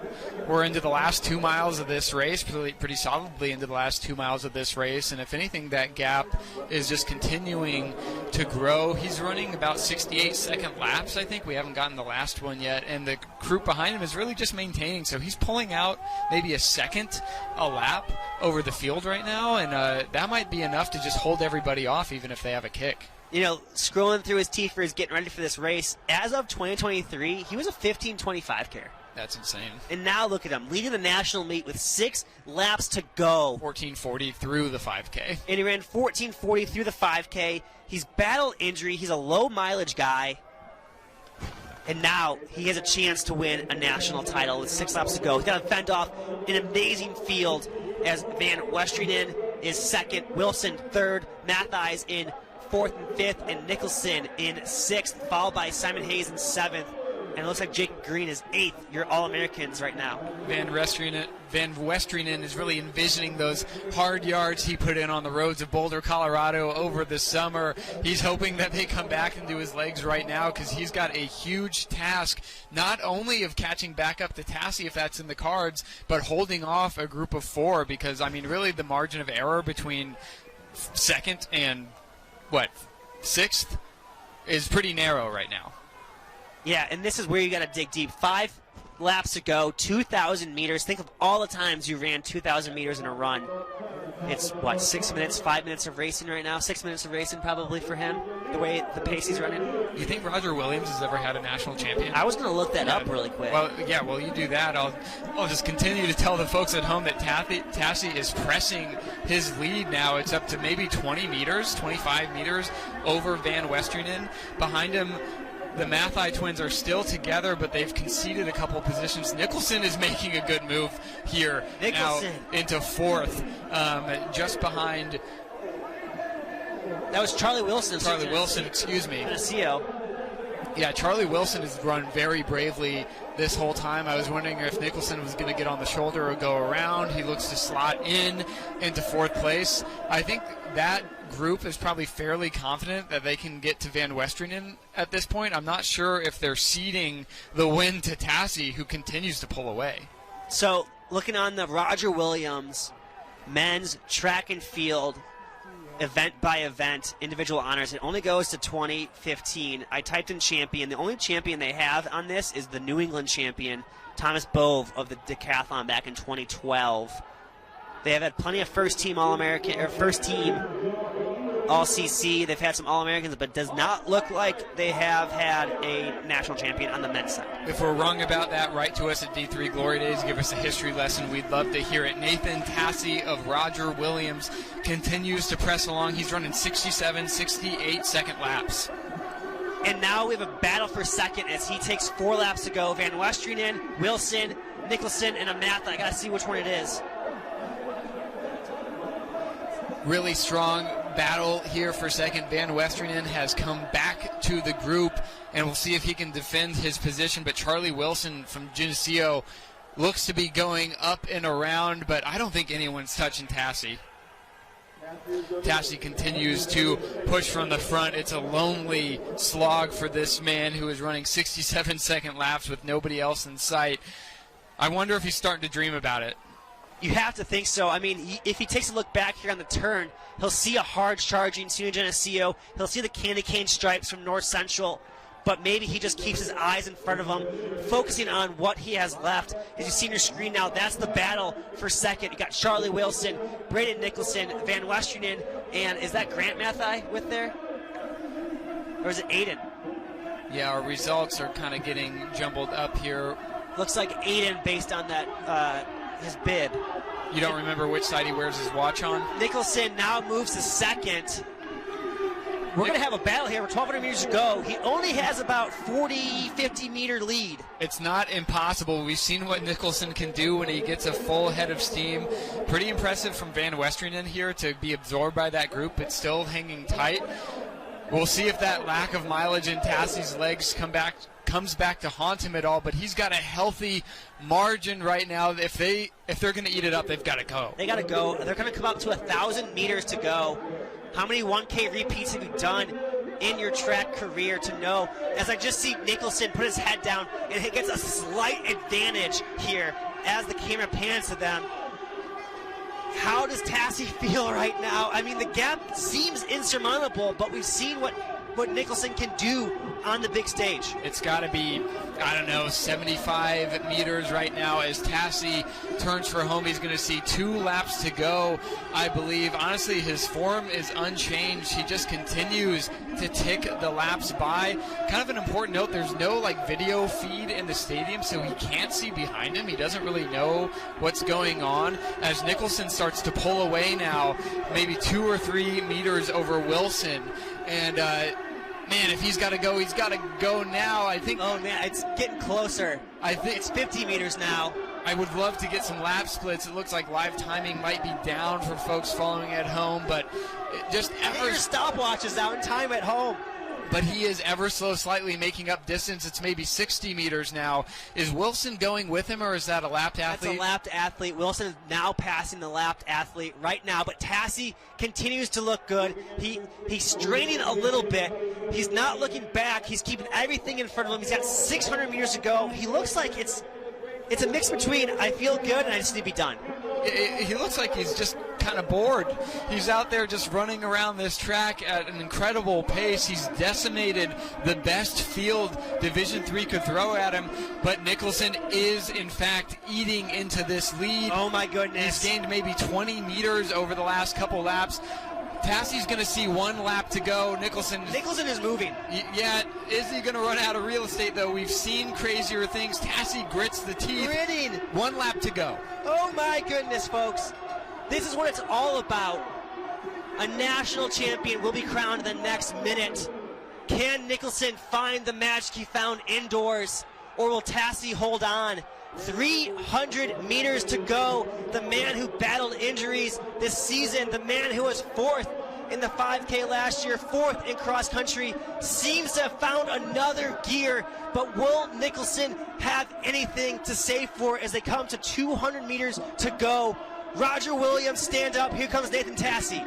Nathan Tassi continues to tap out that tempo. He's going around 200 meters to go. It's a hard, brave charge from Nicholson, but he just does not have the distance to get it done. He's going to run out of track on this one despite such a brave effort. Tassi takes a moment to look over his inside shoulder. Love it. Fingers outstretched.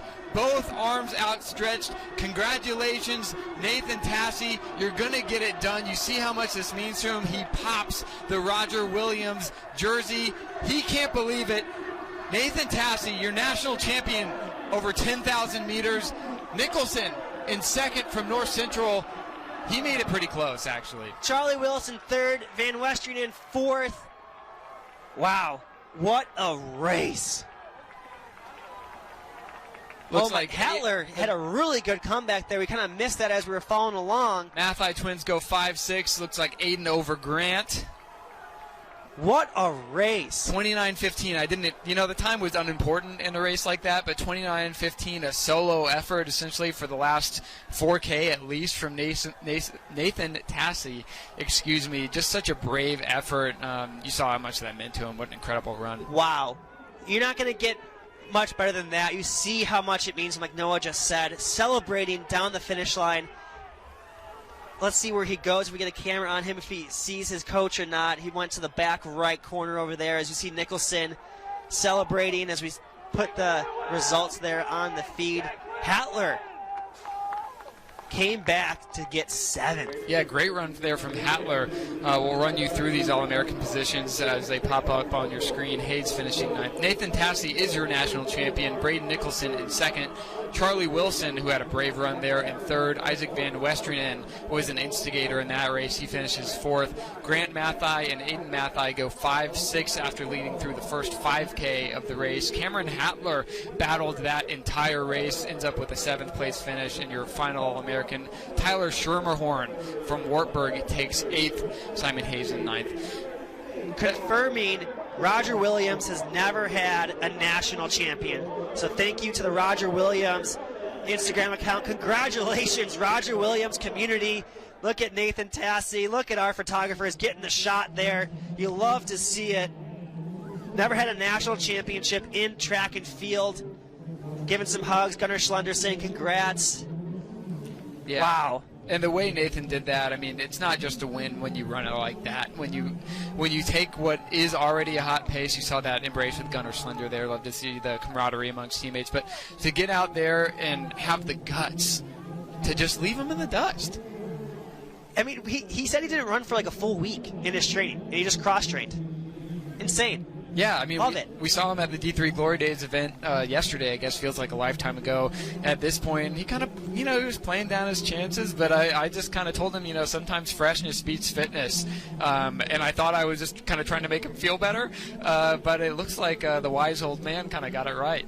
National champions are among us. You never know who's going to be the next national champion. Takes down a loaded field, a savvy race. I mean, he was not in position early. If I look at my screen instead of your screen, he made that one move, I mentioned it, where he saw the move was going, he reattached himself and got there. I wish I could see, live results are a little bit down right now, so we can't tell you where his quote-unquote worst position was, but he was back in the field and moved himself up the entire race. Yeah, I mean, it looks like top 10 goes sub 30 in that race. I mean, that seems impressive to me. Yeah, 29:45, Jacob Green was 10th. Nathan Tassi, your 10K national champion. Yeah, congratulations to Nathan. Man, I love a hard-paced, attritional 10K. It just really doesn't get a whole lot better than that. Well, we thank you to the lovely meet staff. We are now 7 minutes ahead of schedule. We're going to take a quick break, catch our breath, drink some water for the first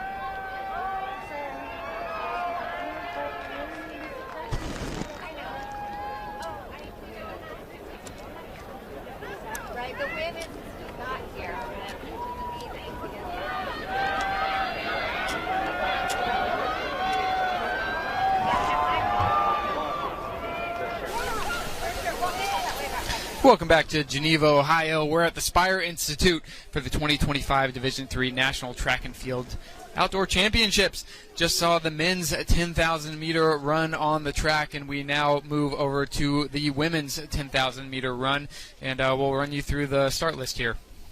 Yeah, we got a little bit of water in us, and we're ready. We're feeling good. Oh, excuse me there. I didn't mean to cough into all your ears. But here we go.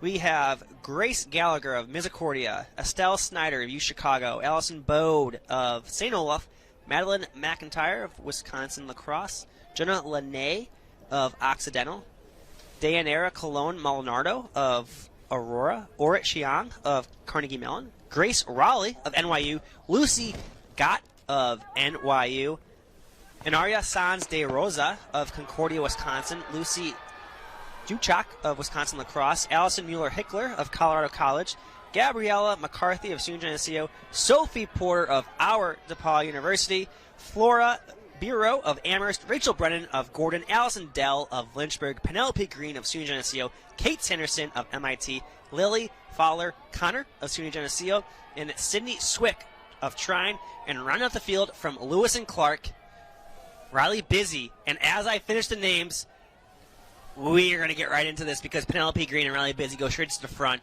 and there's a reason they go straight to the front. And why is that, Noah? To try to win the race, too. Very good point.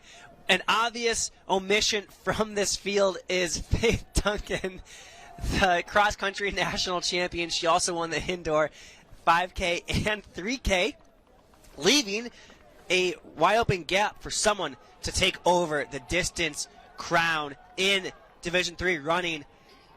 And we kind of thought maybe things wouldn't be strung out in the first lap as they go through in 73 seconds. Yeah, we spoke to Penelope a couple times on the D3 Glory Days podcast and at the press conference here at the Spire Institute yesterday, and tried to pick their brains a little bit to see what the strategy was, because I think you and I were really playing up this narrative of there being no clear front runner in Division III right now. We thought maybe it'd group up a little bit and see what the strategy was. Maybe Penelope Green took that to heart and wanted to prove us wrong that there wasn't a clear front runner, and she gets to the front and is really just drilling it right away. Well, we've seen the same plan play out year after year. I mean, she does have, to kind of challenge you there, she does have almost a 30-second lead over the field. So I think she does think she is the front runner now. Yeah. But if you think I have a chance to do a double, she really likes that 5K as she was mentioning, I am surprised with the 74-second first lap here and thought maybe more keep this field together, save as much energy as you can, and not front run. But hey, we'll see what happens here. Yeah, we've seen some of the faces change over the years, but the playbook in the women's 10K has really remained the same, and it's a hard charge from the front. But it's a race. I mean, sometimes we see one athlete going off the front, but Riley Busy from Lewis and Clark, the senior, is right on the shoulder, and like a 74-second opener is intense.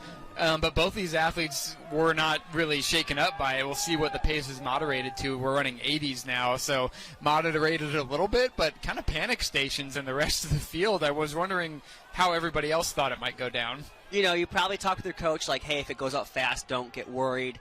You know, fast maybe was like in the 5:20s, 5:30s. Not sub 5-minute pace for that first 400 meters. So things are probably dialing back in here, but they have decided their groups, which is going to be interesting because, like you were saying, how do you handle that first lap? Did you overexert yourself early on? But Penelope Green, Riley Busy, not messing around. They want to be the new distance champion in D3 right now. And it's kind of a tough spot for Green because she's setting such a hard pace, and this was clearly like her plan, that I'm not sure if she's going to get any help from Busy in these early stages, and Busy's probably just going to kind of go for a ride. And so it's really going to be incumbent on Green to keep this pace going. And, yeah, we'll see if she wants to keep it going or kind of head back into the pack, but, I mean, they've got 40 meters. I mean, she also ran 16:12 this year, Penelope Green, so she does feel confident. She just ran 4:22 in the 1,500 meters. She does, when we talked to her on the podcast, the Glorious podcast, she's at an all-time high with her confidence, and she wants to go out on top, and she sees this opportunity. You know, she did say when she found out that Faith, unfortunately, is out with a stress fracture, that her coach called her underweight and the game plan changed. Yeah. I wonder how much the game plan changed to go out in the 74. And how much Dan Moore is, what level of concern Dan Moore has right now. I'm sure he's feeling great, but doesn't love a 74 first lap. I mean, you're wondering even if Faith Duncan was here, like this would be putting just about anybody under pressure. I kind of love it though because now it's just her versus Riley. It's her versus one other woman in the field rather than staying around, waiting to see. Kind of like you talked about earlier in the races earlier, like. Waiting for your kick is a gamble. And so now you're kind of putting yourself out there. You can go back to running 80s. I'm sure she can handle 80s just fine.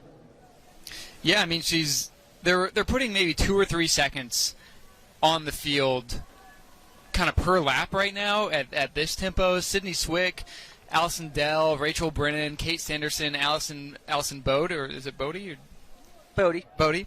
They're back there in that chasing All-American pack, and that pack is looking really strong. Like they're working well together, similar to kind of what we saw formation-wise in the men's race. Strung out, they're running 84s, 83s even, and so they're only kind of conceding maybe 1 second per lap now, and so they're kind of staying close enough in case there is some kind of disaster up front. They're within striking distance still. We're super early in this race, and they're not running away from just a mediocre field. This is one of the best fields in D3 history. Multiple All-Americans. I mean, Kate Sanderson was 16th in cross-country. Rachel Brennan was 13th in cross-country. Allison Dell was an All-American. Dayanara Colon Maldonado of Aurora was 22nd in cross-country. She was 6th in the indoor mile, 4th in the 1,500 last year. So they're running against a really talented field, and they're making it look easy right now. And Stu, they have like perfect conditions. I mean, the rain we've mentioned several times has stopped basically since track action got going, and the wind seems pretty light and variable. I'm looking out at the flag, and it's sometimes standing still, sometimes blowing a little bit. So, I mean, if you're going to do this tactic, if you're going to go from the front, the conditions really play an important role because you don't want to be fighting the wind by yourself. But yeah, Green is rolling the dice here, and I think she picked a good night to do it. All right, so we got 20 laps to go. They're through 2,000 meters in 6:40. We're in 81s right now. This is quick. It's quick, but it feels sustainable. I mean, the body language from these athletes looks pretty smooth. They're still, they're banking 2 seconds per lap on the field. And so if that keeps up, the distance is going to get insurmountable at some point, even if they begin to fade. They're going to leave the pack too much work to do. So I think the biggest question is here is how good does Riley Busy feel? Right. Because she's not running her race plan right now necessarily. She's running Green's race plan. And so how is this pace going to sit in her legs? And when is she going to make the decision that she wants to start influencing the race? And she was the second seed in this, running 34.16. She's run 16:30s in 5K. She was, 17th in cross country, so she has the pedigree to be up here. I wonder if they have the same plan and they're both up there just like, oh, you too? Yeah. Here we go. Let's do it together. Yeah, I would love to see some trade-off of laps, but Busy doesn't owe her that. She doesn't have to go to the front. She can kind of just chill here and hope. She has to hope that Green is kind of out over her skis. Great shot here of the chase pack. Yeah, here's the chase pack right now. Fighting for position here. That's Sydney Swick of Trine, Rachel Brennan of Gordon, Allison Dell of Lynchburg, Kate Sanderson of MIT, Allison Bode of St. Olaf, Lily Fowler-Connor of SUNY Geneseo, and Dayanara Colon Maldonado of Aurora. So you got, what, 2, 4, 6, 9 right there. So that's your top 11. So, and then they've got some people fighting to get back into it. That Allison Mueller-Hickler and Gabriella McCarthy of Colorado College and SUNY Geneseo trying to get back into contention, as you see Penelope Green and Riley Busy continuing to go to work. Stu, when we talked to Penelope Green, she talked about she was telling us that she likes to talk out loud to herself during these races, just kind of simple reminders like, I got this, and I think I just saw her doing that. You see her mouth moving a little bit. It's like, who is she talking to? Well, she's talking to herself. She really likes those verbal affirmations and just hearing her own voice out loud. And in this kind of solo effort, I know she's got a partner with her out there, but she's in the driver's seat. That's when those little tricks kind of come into play. Yeah, you want to reassure yourself that you're doing okay. Calm yourself down, especially after the pace that they're going at right now. As you see another pack here. Here is 3 through 11 as Mueller, Hickler, and McCarthy now rejoin. So we're going to have 3 through 13 all together as the peloton, and now they kind of hope that carnage happens up top. Meanwhile, let me just give you the last five laps for Green and Busy. 81, 81, 81, 82, 81. Just locked in. And leading that secondary chase pack is someone I want to call out is Anara Sanz de Rosa of Concordia, Wisconsin. Wrote about her having a breakthrough race and season. She was running 19-minute 5Ks last year. Was an indoor All-American, broke 17 minutes. Did it again this year, this outdoor season, and now here running 35-19. Also, shout out to Sophie Porter of DePaul, hanging in there. Saw the shot there of the chase pack. Yeah, we'll keep checking in with that chase pack over the course of this race. We're coming up to 3,200 meters, I believe, for the leading group here. It's Penelope Green. Nothing has changed. She continues to be in the driver's seat over Riley Busy. Continuing to click off 81, 82s. They're really not slowing up at all. Chase pack, if you're interested in splits at home, they're running about 85. So they're continuing to concede, 2 or 3 seconds per lap to the leading duo. Yeah, here we go again. I mean, it's a similar story to what played out in the men's race. There's just fewer athletes up front, but at some point, Busy is going to have to answer a question. Yeah, 5:20 pace right now for those at home is roughly right around 33-minute pace. So it would be PR pace for both of them. But not crazy terribly out there if you think of their pedigree and what they're capable of doing. Both seniors, both see this as potentially their final opportunity to write their names in the D3 history books. They get this chance where the field is wide open. And there's Rachel Brennan of Gordon leading that chase pack with Lily Fowler-Connor. Kate Sanderson smiling, probably getting some encouragement from her coach, Riley Macon. Followed by Allison Bode of St. Olaf and Allison Dell of Lynchburg, as we see our leaders now coming up to 16 laps to go. 16 laps to go in this first final on the track here at day one of these 2025 Outdoor National Championships. It's been so fun to be back in the booth with Stu. We're just calling these amazing races, and we got another one brewing on the track right now. It's by no means cemented up top, and All-American positions are also in flux. If you're just now joining us, Penelope Green has been in the driver's seat since the very first step. We opened up in a 74-second lap, and we've since settled into 81, 82, and Riley Busy is along for the ride. We're just wondering when she'll sneak on into the lead herself, if she has it in her legs. And the All-American pack of how many athletes did you say? It's now 3 through 13. 3 through 13. It's straightened out a little bit there. You got 3, 4, 5, 6, 7, 8, 9 are together. So 3 through 9 are together. 3 fell off. So if you want to be an All-American, you got to be in that pack right now, as you see on your screen. Yeah, a lot. Rachel Brennan continues late. Oh, sorry there, Noah. Great job to our camera crew for keeping us updated on everything that's happening in this race as it strings out. Our leaders now have, I mean, it's going to be more than 100 meters of a gap as they continue to add seconds to it every time we go around this oval. And I don't know if it's just me, but I'm starting to sense a little impatience there from Busy. She's kind of swinging to the outside of the lane. I'm trying to pick up on some body language, but she looks super comfortable. We're going to have a pretty epic duel on our hands. We've seen this before. I think it was this time last year. This time in 2022. Ari Marks. Cassie Parker. Parker. We also saw Cassie Parker versus Fiona Smith in the same realm, where the person in second just waited. Yeah. He waited. Ari did that on Cassie in one. I think Fiona waited and went around, but Cassie eventually got her back. So if you're busy, just hang out. Just wait.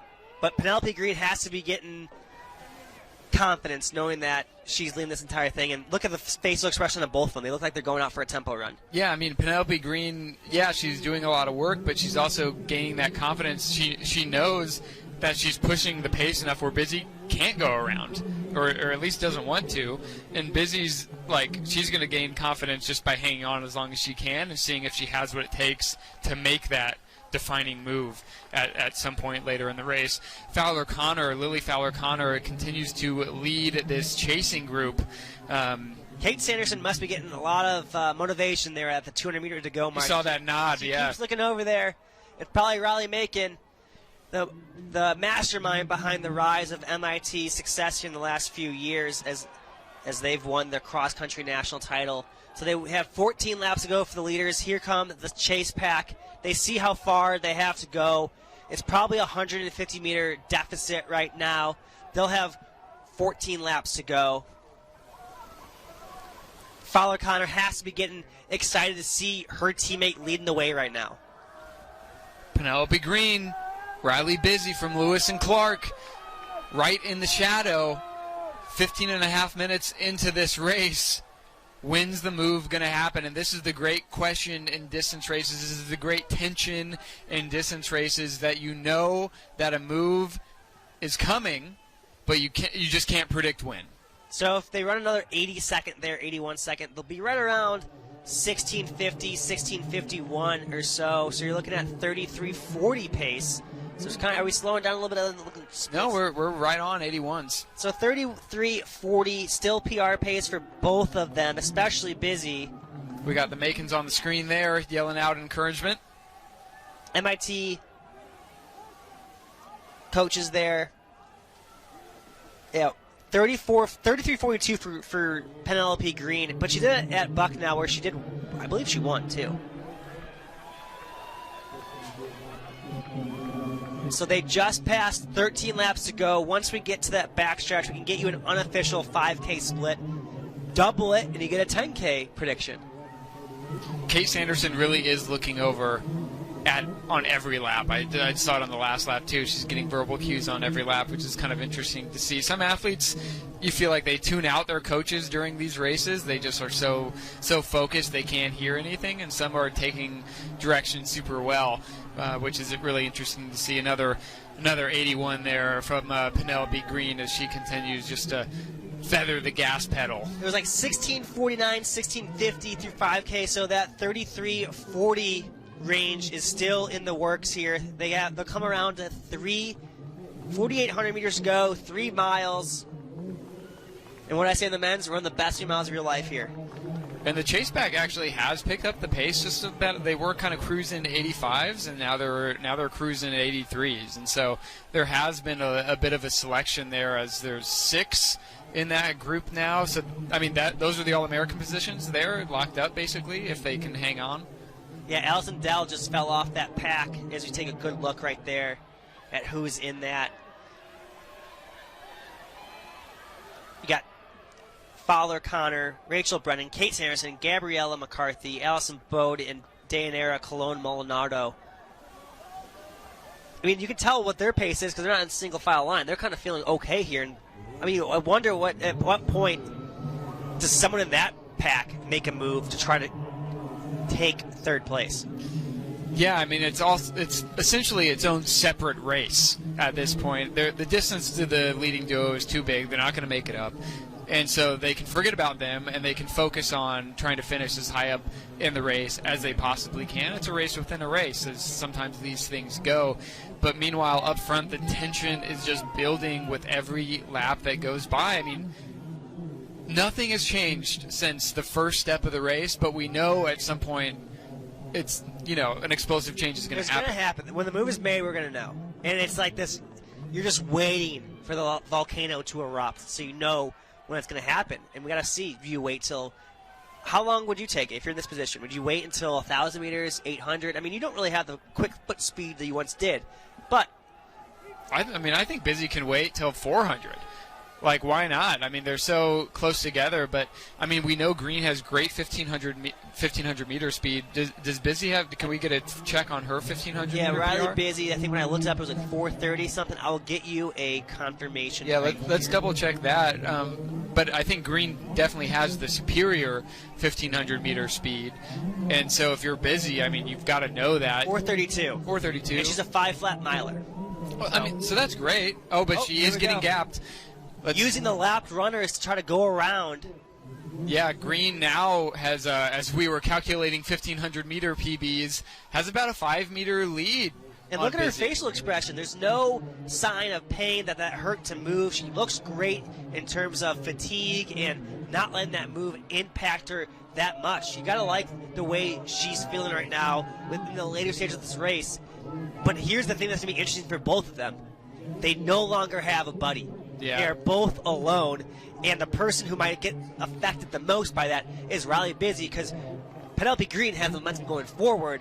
Now Riley Busy is, I lost track, and I mean, she looks across the track and she'll see the people behind her, so that'll give her some confidence, but it's a scary position to be in with 10 laps to go. Stu, I think this lap split is going to tell us a lot about what just happened. If Penelope Green maintained the pace and Busy fell off, okay, so yeah, Penelope Green just by a second maybe sped up on that lap, and Busy slowed down. And so we saw just a mild acceleration was really enough to create that separation. And to me, that says Green feels awesome, and Busy was doing everything she could to hang on. Not to take anything away from this race, and we'll talk about it for 1 second, but currently Nathan Tassi has a DQ next to his name on the men's 10K.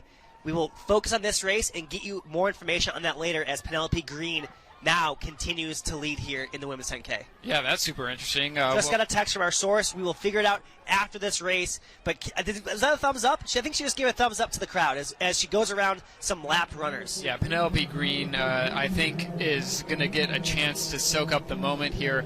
As we so often do, we're trying to locate the athletes on the track with our eyes.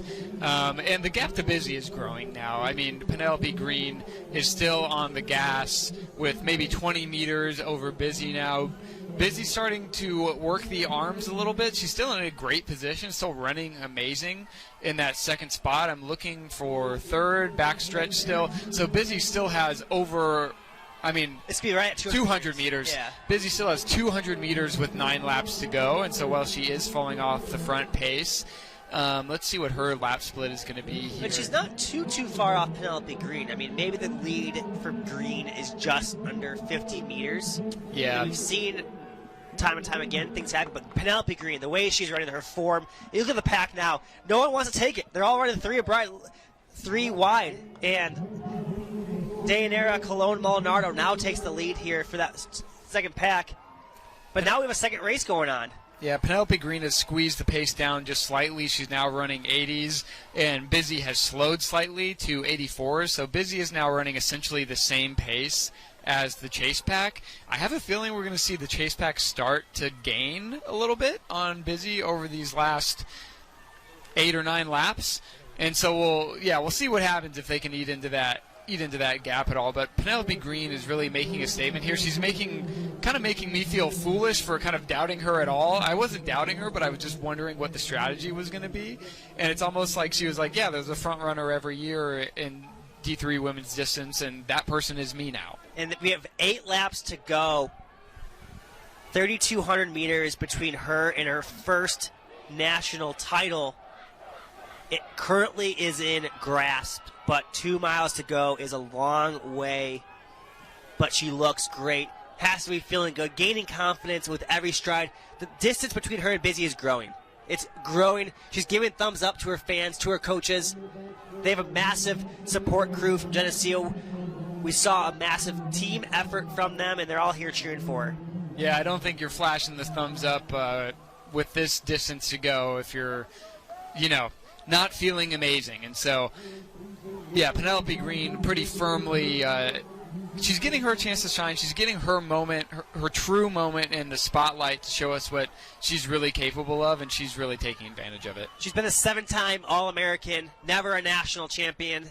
The best she's done is a runner-up in indoor 5K this past season. She's been 3rd twice in cross-country. Now, 7 laps between her and a national title. Absolutely. You love to see athletes who get the chance to be 3rd, be 2nd, and then finally get their chance to win. She continues to run 80, 81s, and it looks like Busy has kind of stopped the bleeding a little bit. She is still running 83s. If you look on Penelope Green's T-Fers, you'll see the first track race was a 3K, 10:56. Her first mile in college, 5:22. She's running 5:20 pace right now in a national title 10K 3 years later. Love to see it. Gabriella McCarthy on your screen from SUNY Geneseo continues to lead that chase pack, the senior. She's right with her teammate Fowler Connor, so some good points actually on the board here for SUNY Geneseo. There's another look at it there as they go 1-3 in that chase pack, which is 3-5 on the track. Your All-Americans are right there. Penelope Green back on your screen. She's talking to herself for sure and just clicking off 80-second laps. She knows it's in reach. I just saw another thumbs up. She's just thumbs up in everybody. She's going to be coming down the backstretch here as you see a great look at the stretch. She might lap this pack. She's 100 meters away from the chase pack. She might lap the 3rd place runner in this race with 5 laps to go. She's gaining 2 seconds, so she'll probably gain like 10 to 12 seconds. It's going to be close, actually. That would be a dominant run. Just an amazing display. I mean, she's definitely working her way through this field. I mean, she's lapping All-Americans. She's lapping All-Americans right now. Yeah, and we've seen that over the years. Like the top runner in D3 being able to get close to lapping that 8th place runner, which is just wild. Busy deserves a shout out, going with that early pace, super brave run, and she's actually holding on super well. I mean, she has 5 to go now too. Yeah, Sanderson is leading. Sorry. Yeah, no, you're good, and she's maintaining that kind of 83 to 85 second clip, just enough so that the chase pack really isn't gaining much on her. Penelope Green, just a dominant performance so far. Came into this race, #1 seed in the 10K, in the 5K. When we talked to her multiple times, it didn't let her affect her. It didn't change the fact how she viewed herself. She emphasized how much fun she wanted to have this weekend, soaking up with her teammates in the last championship race, and she's doing just that right now. Yeah, Penelope Green, I mean, she's actually going to get a real chance to, I mean, she's going to get a chance to really shift focus to the 5K during the 10K if she wants. I mean, she's got so much room to play with here. She doesn't need to overexert herself. She's got another race in this double. And so I know when you talk to athletes, they always say, you know, when I'm in this event, I'm in this event. I'm not thinking about anything else. But I don't know, if her coach can get through to her at all, I'd probably be like, you know, let's pump the brakes just a little bit. Yeah, she has, 5 to go now? Yeah, 81-second last lap. And she's lapping more and more runners here. What a feat. You know, we came into this saying the field could be open. Maybe she took offense to that and said, no, it's me. I love that. We're here to instigate. Yeah. Yeah, we're definitely here to instigate, and yeah, she definitely proved us wrong. I mean, if anyone was under an illusion that this field was open, they were just flat out wrong. And there's a good shot of the Concordia, Wisconsin runner. Saints de Rosas. Yep, she's the one that was running 19-minute 5Ks last year and now is in sub 6:17 shape. As Sanderson is leading the chase pack for third. They'll have 5 to go. Sanderson starting to assert herself in that pack. A little bit of distance now between the Geneseo athletes. As Penelope Green coming down the home stretch, she'll have 1,600 meters to go and an outside chance at lapping a 10K All-American in the process. Is she on PB pace for 10K? Her PB is 33:42. It's got to be close. Yeah, we'll get to it when we get to it. She's just clicking them off now. Yeah, she slowed just slightly, 82 on that lap, and so, you know, you wonder if, you know, the tension of the moment is letting up a little bit, and she's going to be able to enjoy this run. Back to the chase pack, Penelope Green still leading. Riley Busy is about 25 seconds behind or so, running 85s, and so probably not in danger still from being caught from behind. Not even. Yeah, she is. As long as she keeps going, she's got runner-up, bringing it back to Portland for Lewis and Clark, as Penelope Green takes 1,400 meters to go, as Dayanara Colon Maldonado moves into third over Kate Sanderson and Gabriella McCarthy. Yeah, definitely seeing some shakeups in the chasing pack now. Soon Geneseo could have 3 scorers here, which could be big for them as they're going 1-4-8. Big points. The lap counter is really earning his keep here. Keeping track of all these runners as Penelope Green has 3 laps to go, 1,200 meters. 1,200 meters to glory for Penelope Green. Let's see. I'm trying to see, like, the highest position she's lapped. She has lapped, I think, everyone but the top 9. Yeah, really impressive stat there, excuse me. Thank you, Stu. Riley Busy is now finishing up her lap. She sees 3 to go. Yeah, 9th is Anara Sanz de Rosa, and she has yet to lap her, so she's lapped 10 through 22. That's awesome. What a performance for Penelope Green. She was injured. She lost interest, realized that how much she loved the sport of running, how much she loved her teammates, and decided to go all in. And ever since then, she hasn't looked back, consistently improving across the days, across the years, getting to this moment. 7-time All-American, has been runner-up before, finished 3rd in cross-country twice, but tonight is her moment. Every championship is deserved, but this one feels especially so. You know, just putting in the time, gathering those All-American trophies, just like biding your time for your shot at the top step of the podium, and we're seeing Penelope Green finally actualize that dream as she sees 800 to go, I believe. 800 meters to go. Victory. You can feel it now as we have a lot of mix-up for the last spots in the All-American race. Kate Sanderson, Rachel Brennan getting after it. I believe Dayanara Colon Maldonado has made a big surge and is ahead of them for 3rd. As you look back at Penelope Green, 600 meters to go. Riley Busy in second. Dayanara Colon Maldonado of Aurora is in third. She'll have 2 laps to go to get a third place. Rachel Brennan in fourth. Gabriella McCarthy in fifth. Kate Sanderson in sixth. Allison Bode in seventh. And a battle for eighth between Lily Fowler-Connor and Sans de Rosa, as Penelope Green is about to have her bell lap, her victory moment, something that she's dreamed about for years. Here we go, 1 lap to go. The sun has gone down here in Geneva, Ohio. It's almost 10 o'clock here at the beautiful Spire Institute. And Penelope Green is going to lock up the first national championship on the track of the evening. And what a great thing we've witnessed here tonight, Stu. You know, it's one thing to come in as the number 1 seed and kind of be nervous about it. She embraced it. She was ready for it. She felt this was her moment, and she has seized this moment.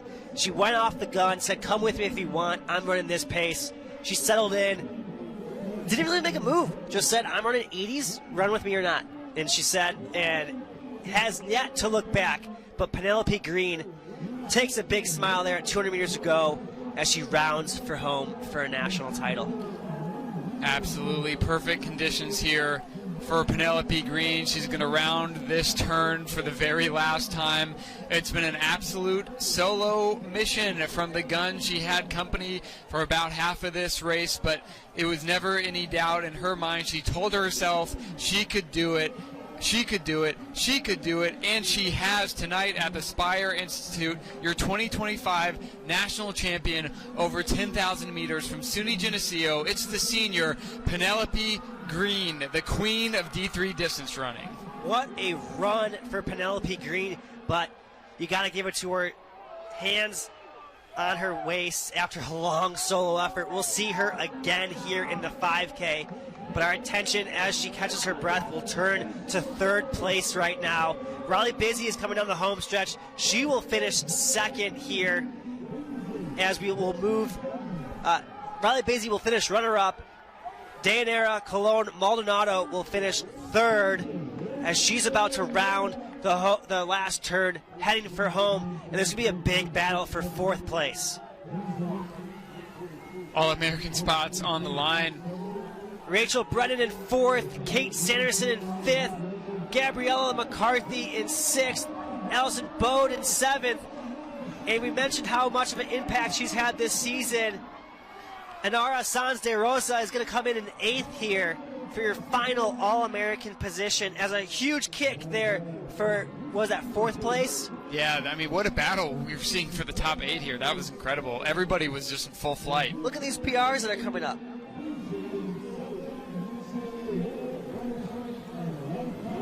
Let's see, we've gotten 8 across the line at this point. We're just waiting for our live results here to populate.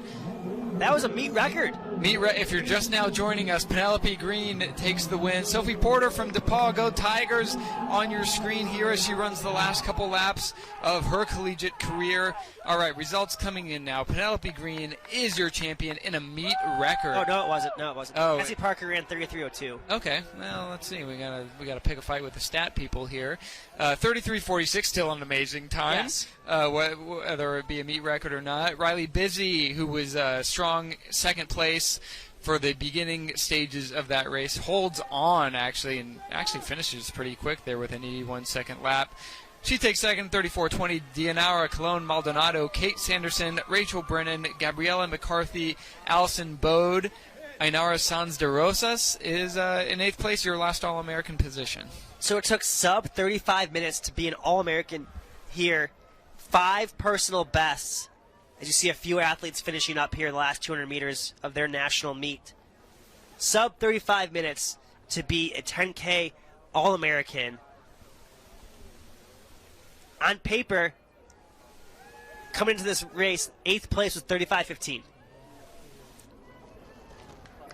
Incredible feat by this deep and talented group of women. What a race. We'll see a lot of them back in other events, specifically the 5K.